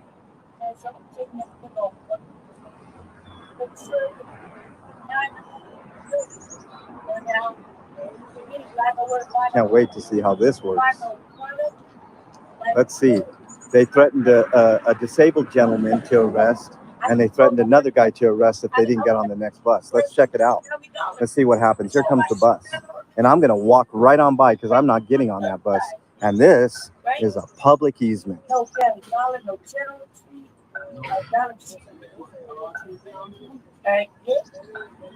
There's nothing more that cop would like to do than arrest me. He's got another thing coming. Let him do it. I'm telling you.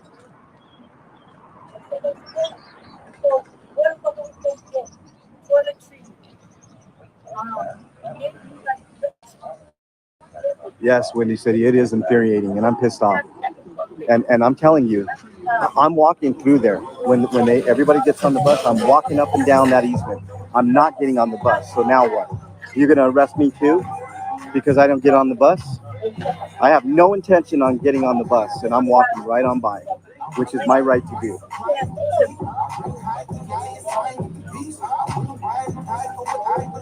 Copyright, I know, but I don't care. If you guys can help in any way to cover that cost, $1 or $2, that'd be great. Become a member, any of that. Let's see how this works. Here comes the bus, guys.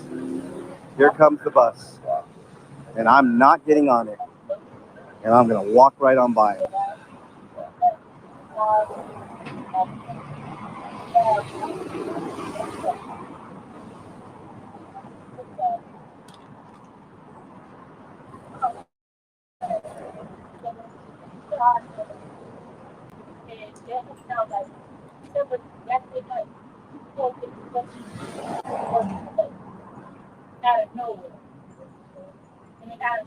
If you haven't hit that like button, hit that like button. 58 people and only 28 likes, guys. That helps too. Let's get as many people in here as possible. Here comes the bus.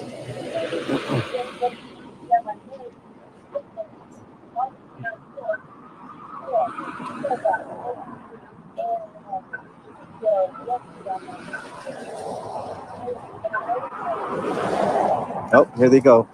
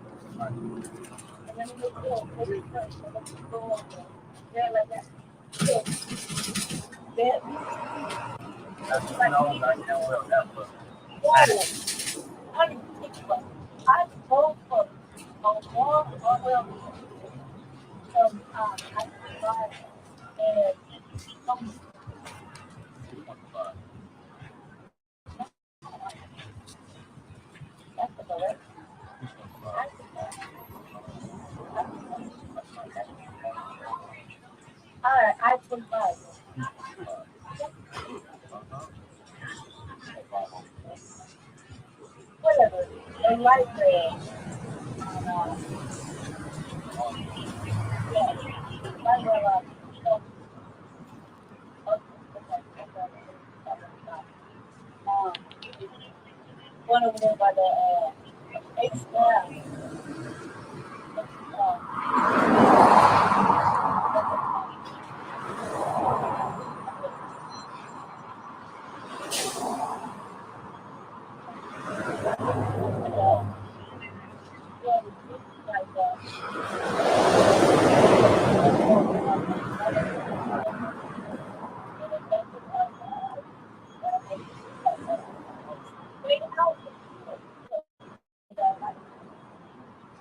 my mom gets like that was bought it back there and got that.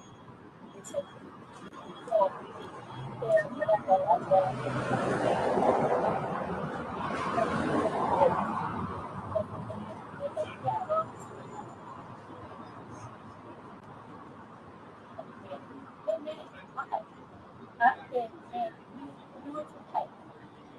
We can go to the other side, guys.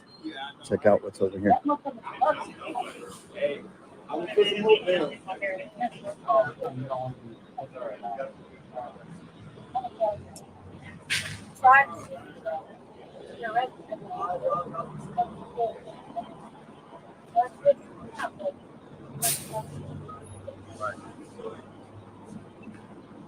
See that? That's how freedom works here in the United States, guys.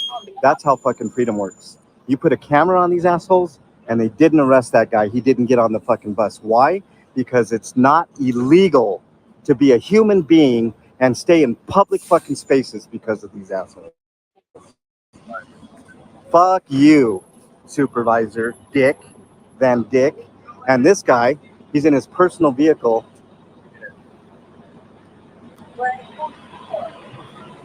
$840 something is his license plate. There they go. There they go. The cockroach scatterer fucking wins again. Look at that. Look at that. Cockroach scatterer MLH wins again. Wins again, guys. Another fucking win for the people of Aurora here. I just chased those motherfuckers off. And guess what? I'm going to go over here and see if these guys are there too. That's freedom. That's called freedom. They don't like it. They don't like it. They like it for themselves, but they don't like it for anybody else. So you see how that works? See how that works? You just wave goodbye. Yeah. Pieces of shit. Yep. Bye, bullies. What's up, Beachcomber? Nice to have you here. Thank you for being a member. If you guys could help me out in any way, that would appreciate it. Just for this room. Gifted memberships, a membership, whatever. $1. And now I'm going to go see what these guys are doing over here.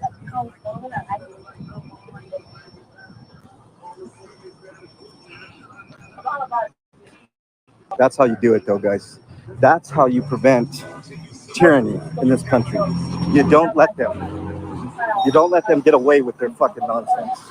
And one is gone. Let's work on the other ones. Make sure they're not fucking with people. And excuse my language. I get a little fired up when we talk about unhoused people. The most vulnerable of our society, and that's what they punch down to. These fucking tyrants. Let's go check it out. And you know what? If I find out they're here again, I'll be right on back because it's not that far of a drive from where I am. So feel free to do it. I got birdies everywhere, Aurora PD.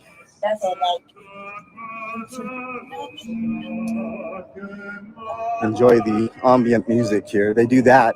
This 7-Eleven does that to get people to move. Oh, they're gone. They're gone, guys. Imagine that.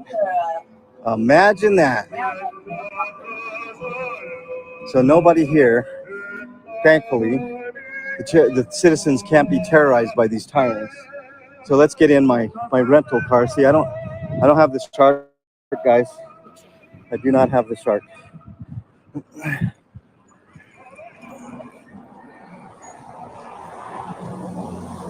Whew. That's how you do it. That's how you chase those motherfuckers off. All right, let me talk to you guys in here. Oh. So that parking lot on the other side is where the Walmart is. Closed that Walmart down a month ago. Okay, 2 cops. Hold on. Okay, they're moving on by. Good. I was just gonna make sure that they didn't stick around. That sergeant got all tough. Yeah, got right close to me like he was gonna intimidate me. He don't know who I am, though, guys. He don't know who I am. We do, and we appreciate the work you do. So, moving along, the last topic is Chi-Town with the illegal immigrants. Illegal immigrants have been running amok in Chi-Town. Johnson is Brandon Johnson, the mayor of Chicago, has been allowing them to flood in and displace the black residents. The black Chicagoans ain't having it. So these illegals have been attacking black people. When they first arrived, they attacked a 10-year-old black girl, Trinity Washington.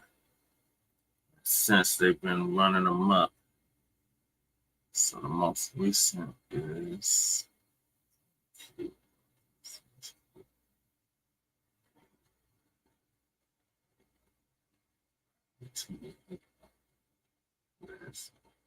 Venezuelan migrants attacked and robbed. Hey y'all, this is the Church of Jesus Christ of Latter-day Saints, where all are welcome to come. What's going on, everybody? Thank you all for joining me today. Venezuelan migrants attacked and robbed Chicago subway riders on video. So TV media group is going to give us an update on that. I'll close out the show. Today, if you haven't already, please make sure you hit the like button, because that is the most important thing you can do for me on this channel. What it does is that it helps make sure that those who are subscribed to the channel will indeed get their notifications, and it also helps to push this video through the YouTube algorithm as well. Secondly, if you're new to the channel, or maybe you've been ghost watching this channel for quite some time now, please do me a favor and yourself. I wanted to give you guys an update on these 4 illegal immigrant criminals right here. Many of you guys might remember these 4 set of mugshots here. We discussed these guys, I believe it was back in February, concerning a train robbery that they got into, where they strangled a man to the point to where he passed out, and it took his belongings. Well, now we have some updated information on their status, what's going on with them concerning the actual charges that were filed against them. And we have video surveillance as well. So I want to get into this right now. Let's pull this article up first. The article is titled, "Disturbing Video Shows Group of Venezuelan Migrants Beat a Chicago Strap Holder," or strap hanger. And a strap hanger, for those of you who don't know, I actually had to look it up for myself because that was weird. I said, what is a strap hanger? A strap hanger is just basically the name of someone who rides the subway or any form of public transportation that holds on to that little, rubber strap that hangs from buses and trains and whatnot. They call passengers strap hangers, those who hold on to that. So just so you know what that is, essentially, it's just a public transit rider. That's what a strap hanger is. It's a really silly, stupid name, but it is what it is. Now you know. So let's get into it. Let's get into this article right here, and then we're going to get into the video surveillance footage afterwards. But the article reads as such: a disturbing new video shows the moment a group of migrant men from Venezuela attacked and robbed a Chicago strap hanger in February, with one of the men choking the victim unconscious as the rest rifled through his pockets. The 4 suspects approached their 49-year-old target on a Windy City commuter train on February 17th and started chatting him up, according to surveillance video obtained by Fox News. But the affable facade, which included passing around a cigarette or a joint inside the car, concealed their true motives. So it appeared that they buttered him up at first. They started off with a little conversation, and then they passed him either a cigarette or a joint, and to get the guy's guard down, essentially. But then as soon as his guard was down, this happened. Suddenly, One of the migrants lunged for the unidentified victim, seized him around the neck, and sunk a chokehold that eventually knocked him out, the video showed. Police said one of the suspects pulled a knife and held it to the victim's throat. What kind of monster do you have to be when it's already a 4-on-1 situation? One of your colleagues, air quote, already has the guy in a chokehold to the point to where he passes out, but you still feel the need to threaten this man with death. You still feel the need to pull a knife out and put it to his throat as he's already in fear for his life, being choked out. I can't even begin to imagine the fear running through this victim's mind as he was passing out throughout this ordeal when they're robbing him. I can't even begin to imagine it. But let's take it from the top. Police said one of the suspects pulled a knife and held it to the victim's throat as his criminal colleagues rifled through the man's pockets, the video showed. The group, all of whom ranged in age from 18 to 22, grabbed $400, a cell phone from the man. The group, all of whom ranged in age from 18 to 22, grabbed $400 and a cell phone from the man before taking off, Fox said. The migrants, illegal immigrants, who had only been in the country a few months at most before the attack, were arrested about 45 minutes later. These guys just got here. Once again, this is why I refer to them as Biden's migrants. You know, some people just want you to straight up say illegal immigrants, which is what they are. But you got to call these guys who they are, because these are Biden administration illegal immigrants. Biden's migrants are out here acting a whole fool. When we do these videos and we track this crime that's been going on with these illegal immigrants, you see a pattern here that when they get caught, the overwhelming majority of them, I will go out on a limb and say 99% of these videos that I have made, we see these are not, you know, illegal immigrants who have been here 5, 6, 7, 8, 9, 10 years, 20 years. These aren't guys that came here under the Obama administration or under the Trump administration. About 99% of the time, when I make one of these videos, they're Biden's migrants. These are guys who just got here a matter of months ago. These guys are only here a couple of months at best. And this is the activity that they immediately go into, because that's what they came here to do. They came here to be criminals. That's what they came here to do. And we're seeing this in real time. Now get this. Each man gave a state-funded migrant shelter as his address. Why is that important? A state-funded migrant shelter, because that's the money that you all are paying for in Chicago. You're paying for that. You're paying to house guys like this that are robbing you in the street. Authorities charged each with robbery, aggravated battery, strangulation, and attempted murder. Now, let's get into the actual video clip here of what happened on that train. I'm going to pull that up for you right now. Has obtained exclusive video. It appears to show a group of Venezuelan migrants attacking and robbing a man on a Chicago train in February. Their surveillance images show one of the suspects choke the man, while others pick his pockets. The victim loses consciousness at some point during the incident, but we're told he did recover. Police arrested the 4 suspects less than an hour after the attack. Today, all 4 of them are due in court on charges ranging from attempted murder to aggravated battery. It's another reminder of how the border crisis is taking a toll across this country. But the thing is that it doesn't have to take a toll across the country, right? Wow, I just built the most amazing workflow on Monday.com. You build your own workflow? Why? There are a bunch of amazing pre-made templates you can just choose from. Nah, I'm a custom-made kind of gal. I work with a lot of vendors, so I made my own form.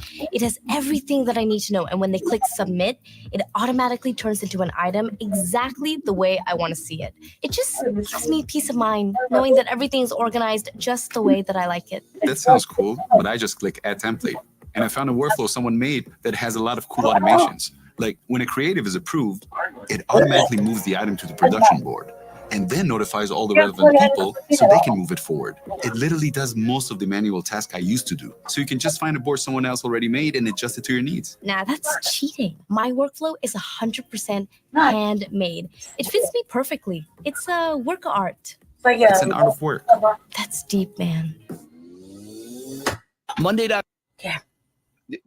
National, the presidential election aside, it's up to the citizens of Chicago now how they want to move forward with this. Because there is something that they can still do. They can still get a handle on this. It wasn't that long ago, a few months ago, when the city was this close to getting a referendum put, right? I believe it was on the primary ballots that would allow the citizens of Chicago, allow the people to decide whether or not. I gotta take over for a second. I'll be the one closing out the show. And no voice. So I took over in the back. Jesse's done obviously went to sleep. So when we start with this, TD Hip Hop, if you're not subscribed, please subscribe to his page. TD Meetup, TD Hip Hop. I still remember it's TD Hip Hop. One of our Front Line campaign, but definitely one of our content creators from New Black Media, message boosting. So I definitely like to use his content a lot over here at the Front Line Blacc News. Yeah. Undocumented growth. Right. So I'm gonna carry on with this. Very useful. Shout out. They wanted Chicago to remain a sanctuary city. The people wanted that. They wanted the option to vote on that because they want to remove, many of them want to remove and strip Chicago of the sanctuary city status. And they were very close to getting that on the ballot. But Brandon Johnson and his city council allies were able to put a stop to it. They were able to put a stop to it, but they were just narrowly able to do it. That's why I say it's up to the citizens. When it comes to the city council seats that are up for grab, you're still in position to flip these seats and to flip the city to get rid of Chicago's sanctuary city status. Allow that to trickle upwards to on a state level if you guys maintain that energy as far as the state level is concerned, and begin the process of getting these criminals out of your city, right? There's still hope. In places like Los Angeles, it's over. It's over. But in Chicago, there's actually still hope. But it's a matter of whether or not you guys are going to do it, right? If you continue to vote for these, progressive, I guess you can call them, candidates and city councilmen, then you're going to get more of this. But if you want that change in the city that you deserve, or that I feel you deserve, and that should occur, then you got to get it out of your mind that these progressives are going to do something transformative and revolutionary when they get into office. They never do. They literally only make things worse. And we're seeing this here in the city of Chicago right here and right now. You got to get these guys out and put in place guys that are anti-illegal immigration, to which there's nothing wrong with being anti-illegal immigration because you're already breaking the law coming into the country illegally. It is not xenophobic for me to uphold these individuals on your screen to the letter of the law as it pertains to illegally entering the country. That is not xenophobic. And that is not being anti-immigrant. Right. You broke the law. They should be held up to the letter of the law. Yeah. So you got to vote in guys that are anti-illegal immigration and that are pro-citizen. They're pro-citizen. They're pro, not just citizen, but the city of Chicago, to restore the city, right? It's kind of prominent spot to where it used to be held up and looked up as. Now Chicago, for the most part, is kind of looked at as a joke. Didn't always used to be looked at like that, but it is now, especially with this migrant crisis hitting the way that it is. But once again, That's up to the citizens. So we'll see how you guys respond to this moving forward. And with all that being said, that does it for today's news. So please make sure you hit the like button on your way out. Subscribe to the channel if you're new to the channel. Share this video on your social media platforms. And also don't forget to follow me on Telegram at TD Media Group. The link to my Telegram is in the description. Do you know the U.S. solar company's nasty little secret? Well, it turns out if you live in Colorado, they have to give you. Okay, what's going on, everybody? We are here. We are live. I want to thank you all for joining me today. If you can. A man on TikTok by the name of It's MetaVac had something to say to one of his followers that did not like him talking about racism. Check it out. You wrote, "The reason the white people want to stop talking about race is because it's annoying. You can't say anything in 2024 without being accused of being a racist." I'll make this a quick one. My entire platform is dedicated to deconstructing white supremacy culture. So I speak about race literally every single day. And the only people that ever call me a racist are other white folks. And they'll always do it taking Martin Luther King Jr.'s words out of context from his I Have a Dream speech. The point is, you don't have to worry about being accused of being a racist if you are actively anti-racism. If being accused of being a racist is something you're worried about, then actively deconstruct whiteness within you and then within your community. So as you saw there, he admonished the commenter for saying that white people think it's annoying that he is always talking about racism in 2024. And he said, well, it's my job to deconstruct white supremacy, and you should be doing that too. And he also pointed out how it's always white people that call him racist when he is speaking about racism. And I want to say, well, you know what? If you think it's annoying to hear about it, you know, or somebody talking about it, what do you think it's like being Black in America and experiencing racism? I would imagine every Black American just about, right? Because there's a few who will say, well, I've never experienced racism, and maybe they just don't recognize it. But most Black people in America have experienced some sort of racism, whether something was said to them or done to them, right? And so if they think it's annoying to hear about racism, what do you think it was on the plantation when Black people were having, you know, their backs broken by a whip for not picking enough cotton? Or as, you know, women and young girls were being dragged off by massa to pleasure him. You don't think that was annoying? You think it's annoying to have to get up from sun up to sundown and be out there in that, you know, hot sun picking cotton to enrich your people? You don't think that's annoying? You don't think it was annoying to when slavery finally was over and slaves, or ex-slaves, I should say, were promised that they would get 40 acres and a mule and they didn't get it? You don't think that was annoying to have to start with absolutely nothing, sometimes not even shoes on your feet or tattered clothes on your back and no food in your stomach? You don't think that was annoying? So you tired of hearing about it because you're annoyed? Well, I'm with MetaVac. Get over it. And you should be trying to deconstruct it with your people too, so they can understand and rearrange their understanding of what's really annoying. See, you're fortunate enough that you can only just hear about it. But our people, even in 2024, are still experiencing racism, and you're annoyed because you don't want to hear about it. How about this? Since y'all like to copy everything that we're doing as far as Black Americans, why don't we trade places for a moment? And then we'll see if you really get a different definition of what it means to be annoyed. I promise you, you will never think the same way. So anyway, y'all tell me what you think of that. And for more insightful commentary, please subscribe to this channel and my channel, The Demetra K Show, here on YouTube. I love it, though, and on Amazon. They are annoyed. I really also, though, this my only thing is that, you know, when they do these little drag out studies or whatever, and we got to teach them, you know, about the play in the Black Hawk class, that why reparations is demanded and all that shit that they allegedly got to teach them. Man, fuck that. They don't need to learn. They don't need to learn shit. All they need to know is that they're responsible. Government's responsible. Cut that check. That's it. You want to know, go to YouTube University and play videos about this. I mean, go to your local library if they still have any kind of material.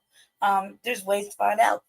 I feel like we have came so far every day is motherfucking some sort of fucking atrocity to us that they just don't give a damn about. So, why the fuck should we waste any more energy? In my opinion, it's my opinion. Trying to teach them so they can apologize. That's a silly thing that I thought we should not reason like there's parts of bills that are dedicated to fucking just giving them a lesson of what the fuck their people did, you know what I mean? Or complicitly didn't do, or fucking what's owed and what isn't owed and why, and you know what I mean, and just it's too much. Like, what the fuck is a study? And then all this this shit with what was it, Terrell, Shabak said, right? Little Rel? Yeah, Leo Terrell. Yeah. No, Leo Terrell. Oh, Yeah. yeah. Yeah, so like that right there, like Leo Terrell's energy was so fucking like never like eerie like that, like, well, whoa. Okay. But some way, shape, or another, we will be made whole. We can say they ain't gonna do whatever they say they ain't gonna do. One way or the other, we'll be made whole. We will be made whole. Depends on how far that goes, you know what I mean? But one way or the other, you know what I mean? This shit's crazy. Just the fact that they're so adamant, and yet, if you listen to that bullshit, and especially in certain areas that like where he's at, you see that just millions of dollars just going out every day for some bullshit. So I don't believe the hype. I think they got it. They got it. Just printing money off and just telling tales or misappropriating it, stealing it, laundering it, who knows what the fuck, paying for other shit, doing it in our face, acting stupid. Nope. Just we're a steady cook. We're a steady cook. Naturally, it's by design. They don't want you to have shit. No one wants FBA to have anything. Can't have claim to our culture, our shit we make for us to enjoy within our culture. Right? Anything we fucking do, they couldn't take the time to even say thank you. Instead, they want to act stupid about everything. No, that's just one. They burn down everything. They don't let you really get up. They let certain black folk get up. And those certain black folk done got up and thought, that they done made a real major come up and moved out the area.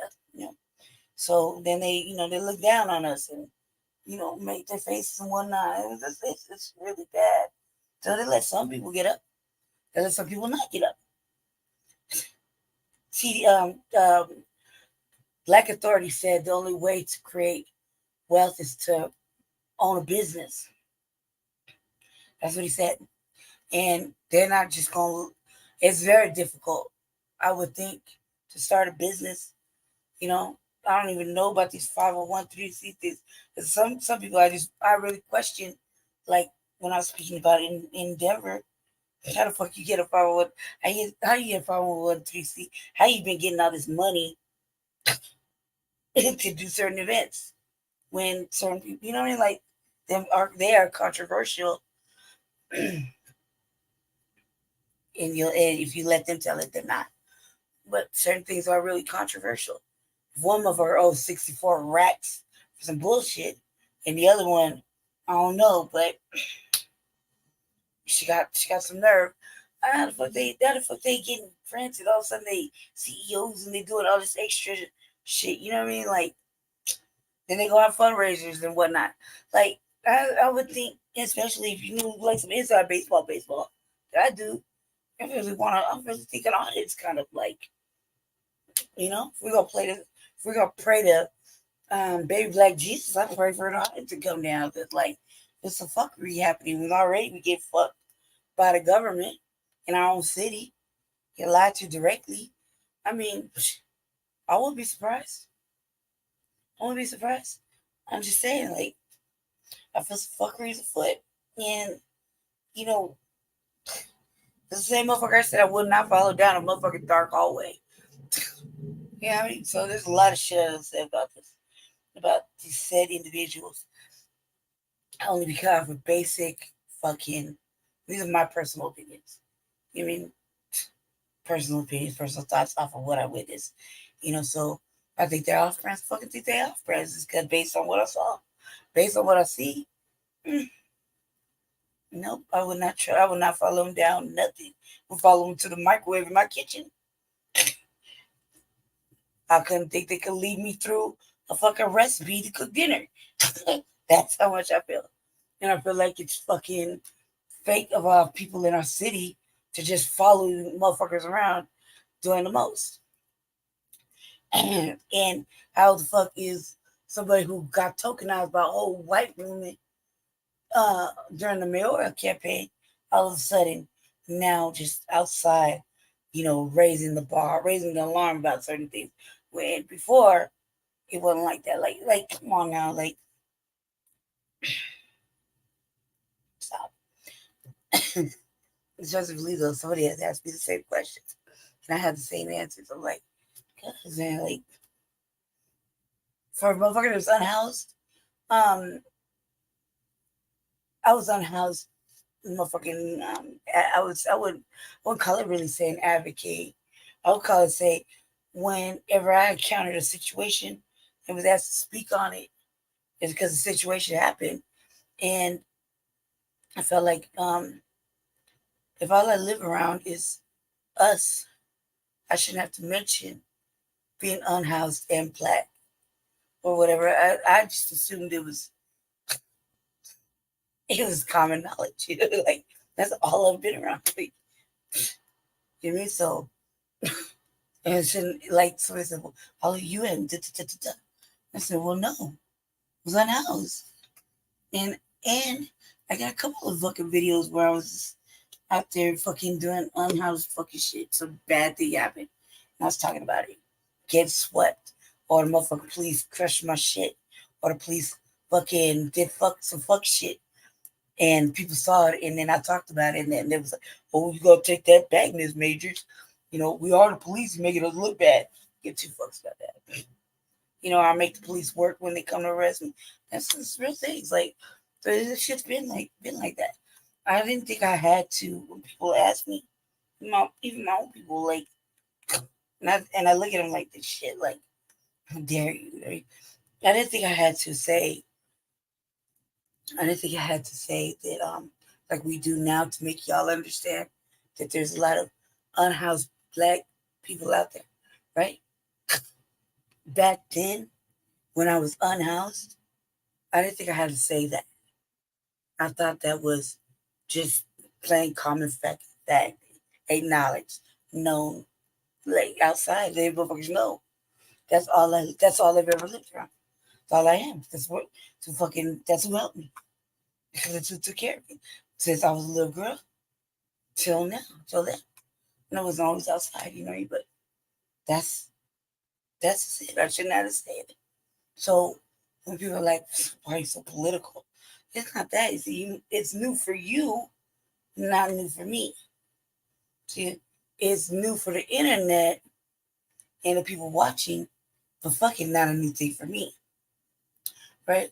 It's not new at all, really. So when it's easy to judge somebody when you don't know them, or you want to listen to the cool narratives that was happening a couple of years ago, like out of nowhere, where they come from. What you mean? I've been here the whole motherfucking time. Word of the state. The difference is you saw me in a different condition. I wasn't disabled all my whole life like that, like this, like I am now.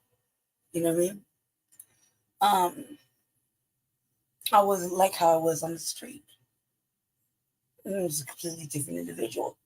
And I naturally maneuver so like by myself for a whole bunch of different reasons. I just don't need anybody to carry out my mission with me. I don't need nobody to hold my hand. I don't need nobody to help me cut something out. I don't need nobody to help me bring awareness to anything. I don't need nobody to hold my hand and let me lead my own flame. I'm riding my own wave. You think? I don't need anything. I don't need nobody to be like, well, you know, we gonna just do this together. No. So, and then to question my like even now, because I've been doing it more. I've been doing that with Jesse for the last 3 years. It looks new. However, it's not. I just believe that not everything is for show. If I maneuver quietly when I was outside doing things with different social circles, different groups of people, I didn't tell that group I was kicking it over there with that group, and nobody spoke about it. Yeah, I just maneuvered in my mom black business, done my black shit. You think? I don't let that shade deflect the fucking message. I was just outside doing whatever the fuck I do, and I don't tell nobody where I've been or who I was with or what I was doing, because that's like volunteering information is like dry stitching to me. To me, okay?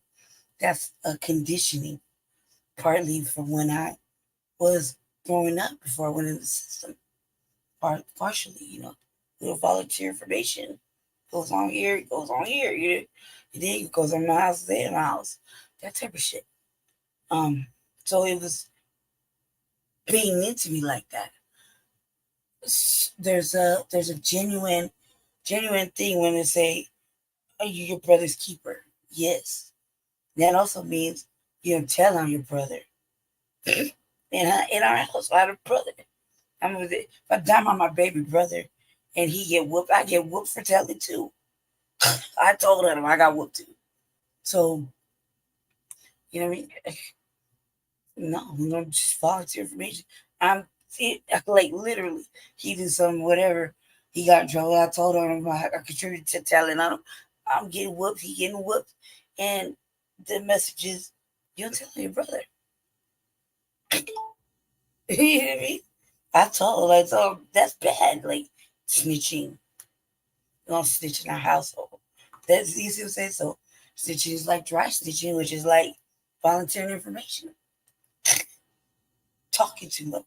Like even when I go, I have people that I can talk to, I kick it with. They'll be talking late, whatever. And I'm so fucking cautious about everything in people, period. I have to explain to them, like, that's what kept me safe forever. Because gossiping is a real fucking epidemic. And then you don't know. People, you could be gossiping. Motherfuckers just, I call it gossiping, really try snitching, whatever, however you want to word it. Motherfuckers will be like, not only did you do that, you're complicit in doing that, but it's a bad look. I don't want to know. Don't tell me no shit like this. I don't want to know. I don't want to have that on my spirit. Not only that, but I'll take it and press delete somewhere in my brain. I heard it was that. So somebody talking to me, I'm like, I don't know what you're talking about. I didn't hear that. Why? Because I didn't hear that. Like, it ain't for me. It's not my business. You did. It don't directly affect me. And we should mind our business sometimes. Some things we can't mind our business on, like fuckery to us, like when the police profile us, or they're stopping and sweating us and shit like that. That shit really gotta stop. That stop for other people. Trying to gauge the situation. Like you can't be doing fuck shit to old people, disabled people, children. You know what I mean? Women, things like that. Children, like teenagers. I really feel some kind of way about teenagers getting sweaty because I see that too all the time. Like the police don't have a problem sweating a whole bunch of kids that are like 13 to 16. It's just don't get reported. I seen that shit just recently, like maybe 4 days ago, and I did not like that shit either. And I was like, you know what I mean? I'm kind of still the reason because, you know, motherfucker has been tossed around by the law. So they're like, hey, let them little kids go home. Like, you're like, what you out here doing? They like just put my little deep voice like, but man, like, it ain't never been safe in Aurora. You fuck what they say. And after at certain times, it isn't. It isn't. Especially after, like, it is to me. I will actually say this a sundown era because it do get stupid around dark. Start getting dark and start getting stupid, especially with everything changing. Like, everything's changing. Not only are we getting gentrified out of this area, but then we're getting pushed out by new immigration. And especially in an area that has no active reason. They're not really, like, if they were open-minded to it, they would have fucking did it. And they're not. So the same motherfuckers that wouldn't let Johnston send his migrants over here and hide them in a fucking hotel.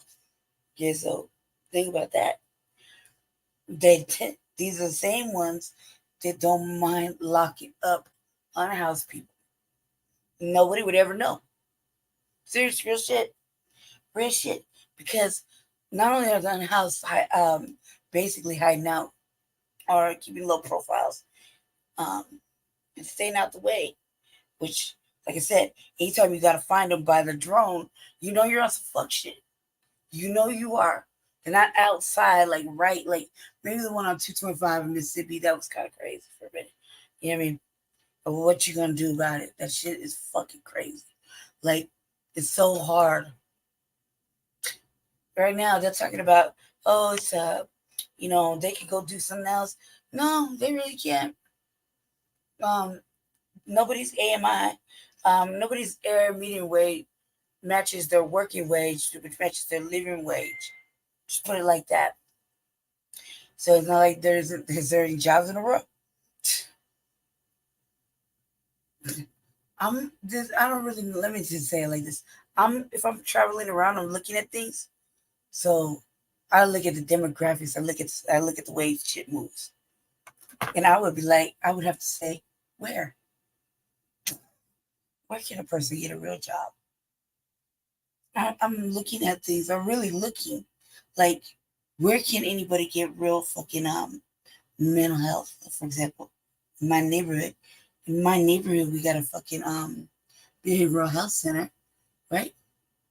Real shit. It's not wheelchair accessible. I know it's not. If it is, where the fuck is the entrance? Let's put it that way.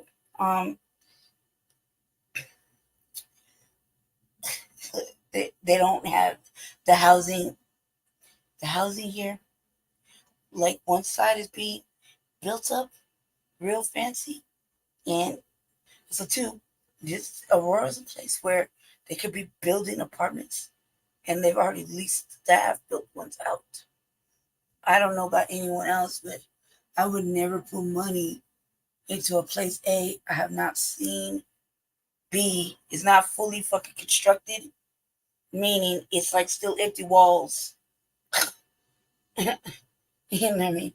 I would not put money down, like, deposit first and last on the premise of when it's done. And I've seen the city. Sometimes the people just aren't happy, and shit don't finish getting built. We saw sometimes shit just, the fucking universe, light shit on fire all of a sudden because it's fucked up. You got fucking I like the Stanley. Like, I'm like literally, if you want to break it down, I'm literally in the area of the Stanley, this little area though, right? It's literally maybe 4 or 5 blocks away. It's separated. I'm like in a border between one county and the next, right? That's only by one street, and they built it up, and they built it up for white people. They tore down a whole black plaza for fucking fancy ass, weird ass Art Deco apartments that I feel are weird. They were meant for it was meant for fucking to be affordable. to the people, and it's not. And then it's daily, which also too, white folk are rude to us, man. They don't open the doors. They don't look at you. They think you're fucking doing some other shit, and they're really quick to call. Then that's on one side of the street, right? They'll call the police on me on one side of the street. I go directly across the street to where it wasn't built up, which I would consider like the neighborhood. I felt safer over there. You know what I mean? I went on a little mission the other night. And as soon as I got around to, I drove around the back of the Central Park. So one side is a nice white houses, and you sit on the corner too long, like say I like to do, putting on music on my phone, stopping, adjusting the music real quick. My phone was like, hey, like roll up right on you, too. I was driving around just checking it out, making mental note. So I noticed the drone though. I was like, maybe I'm tripping. No, I'm dipping around and I'm watching it moving with me. I stop, it stop. Literally. I stop, it stops.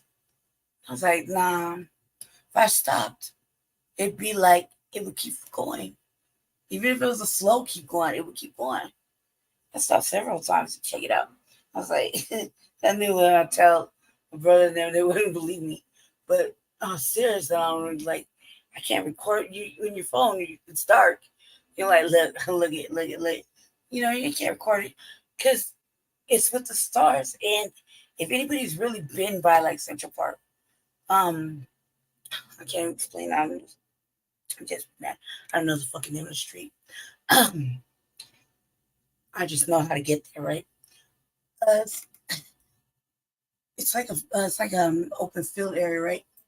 And they started building up on one side of the street. And hold on a second. Because I need to eat. Anyway, late at night in the field, in the park, all you see is little helicopters, little planes, drones. It's like the old Stapleton-ish area.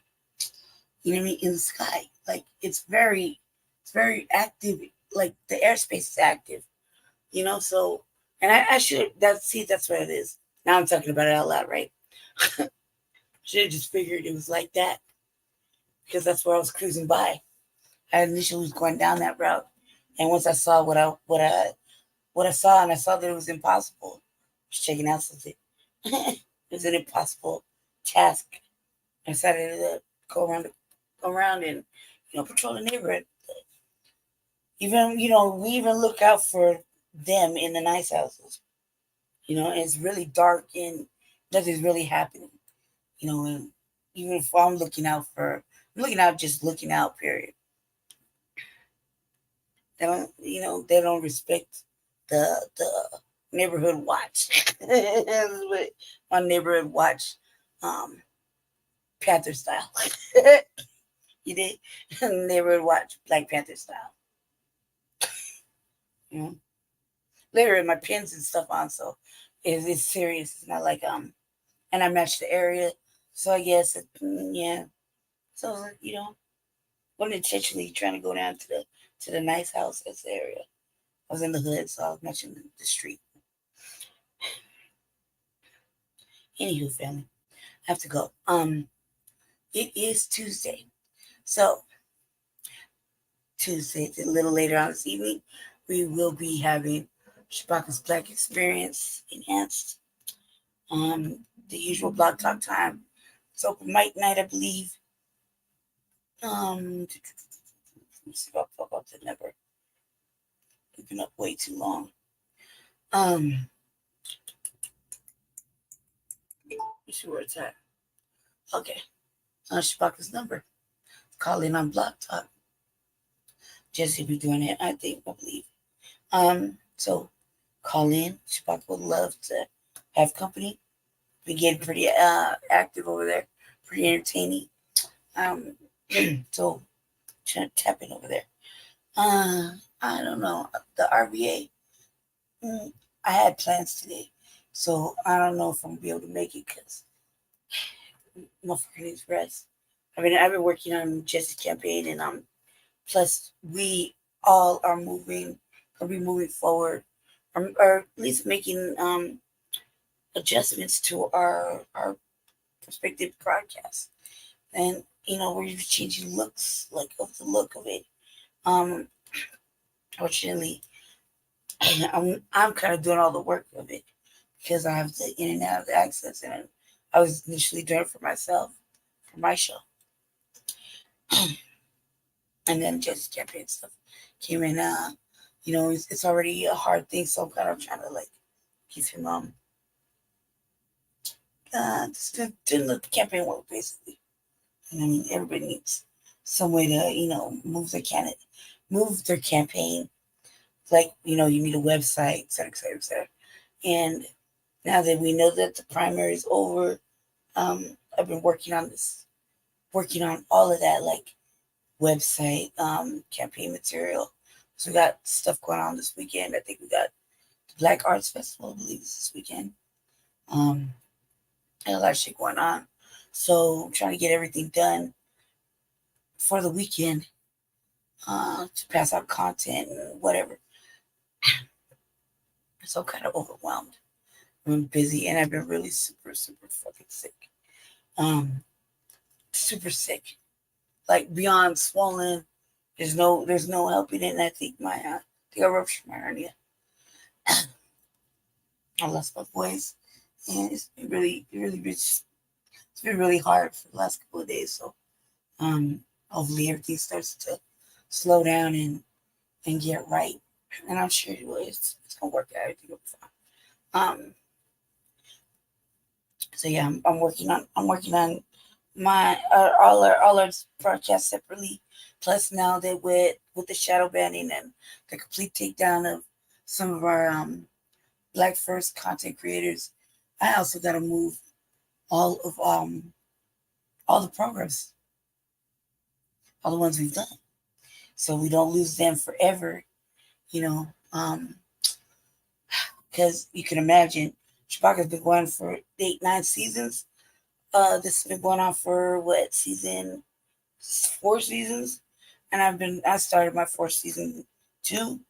I'm still learning the processes of things, so yeah, it would be a real tragedy. I feel like that, and secretly, just between me and everybody in the world, I haven't moved my shit. I don't even do my own shit. So I got a Discord. I got all kinds of ways. I've been moving my shit for a while, so I just haven't done it recently. I probably got about 30-40 videos that I need to move over. So I got a Patreon, I got a Discord. You know what I mean? It's because, I felt some kind of way. And it's okay for me to want to, do this work and offer a different perspective. And, sometimes we're not always, doing shows together, all 3 of us. I need a break sometimes. Because I get you see how upset I was earlier today about all the shit that was going on. That's not necessarily good energy to bring because I feel very too much, Plus, sometimes I can't do anything about it. A lot of knuckleheads here that you can't really talk to. They say this and they do the other thing, So I don't really. If I wouldn't give them my policies I've been working on that actively, is serious for Black folk, it's because I can't trust them. Really can't trust them. Not only for the co-opting and the stealing and then the rewriting of fucking whatever the fuck I'm working on. They take the essence of the protection that Black people need. Foundation of Black Americans in City of Aurora ever need. We really need that. I mean, that's fucking terrible to know a 14-year-old little girl is gone. And you got to tune into the RBA for that. I kind of been doing a little research, or a little, I don't want to say research, I would just say I've been watching certain articles and reading them. I'm like, God damn, man. It's not safe right now. But we knew it. It's going to get worse because shit is getting worse. Fuck this election and whatever. And look at things. Look at the stock market. Read the stock market and look at the streets. And I recommend listen to motherfucking the Black Authority too. We had a good ass broadcast this weekend. And so I suggest you get on that as well, because shit they were saying was like, fuck. His design is planned out, so we have to move a certain kind of way. I can't get into it now, but we'll get into it now at the RVA, on the RVA. When's that gonna come? Sometime. I planned on it coming today or Thursday, but we'll see. It will happen sometime this week. I kind of like ready to come out with my shit, but I do everybody else's stuff first before I can actually do mine. Because then I can relax and actually do mine. And that's, I gotta do everybody else's shit first. So we'll see. Anywho, just said, peace. I talked to y'all a lot of Chicago's Black Experience and tonight. Tonight is I can't remember. Sorry. So look out for the notifications. Stay tuned. We're simulcasting it on our respective channels. Yeah. Stay black, stay dangerous. Fucking stay informed, for God's sakes. Really read the fucking newspaper. And protect each other. Really. Seriously. 4th of July fucking weekend. 4th of July weekend. Fucking crazy. In Chicago. Philadelphia. Here. Super stupid. Super fucking crazy. And ridiculous fucking amounts of fucking shootings. People like, for real. I was going to talk about that on the RVA. That shit was fucking crazy. I posted a whole bunch of shit in my Twitter. And just because I just shared it, like, goddamn, still, Jesus Christ, what the fuck is going on here? You know what I mean? So, stay black, stay dangerous, stay informed, but fucking keep eyes on each other, black family. Seriously. Eyes on your children, your mate, your fucking woman, your elders. Please. And the unhoused black family out there. Really. The elders, anybody in the most vulnerable. Seriously. Because it's not safe. They can't be trusted. We're at war, family. We are fucking at war. We are at war. I shouldn't have to explain it. If you know, you know. And we're at war, so we're at war. Anyway, have a good night, or have a good day. Grand Rising is 5:30 in the morning. Peace out.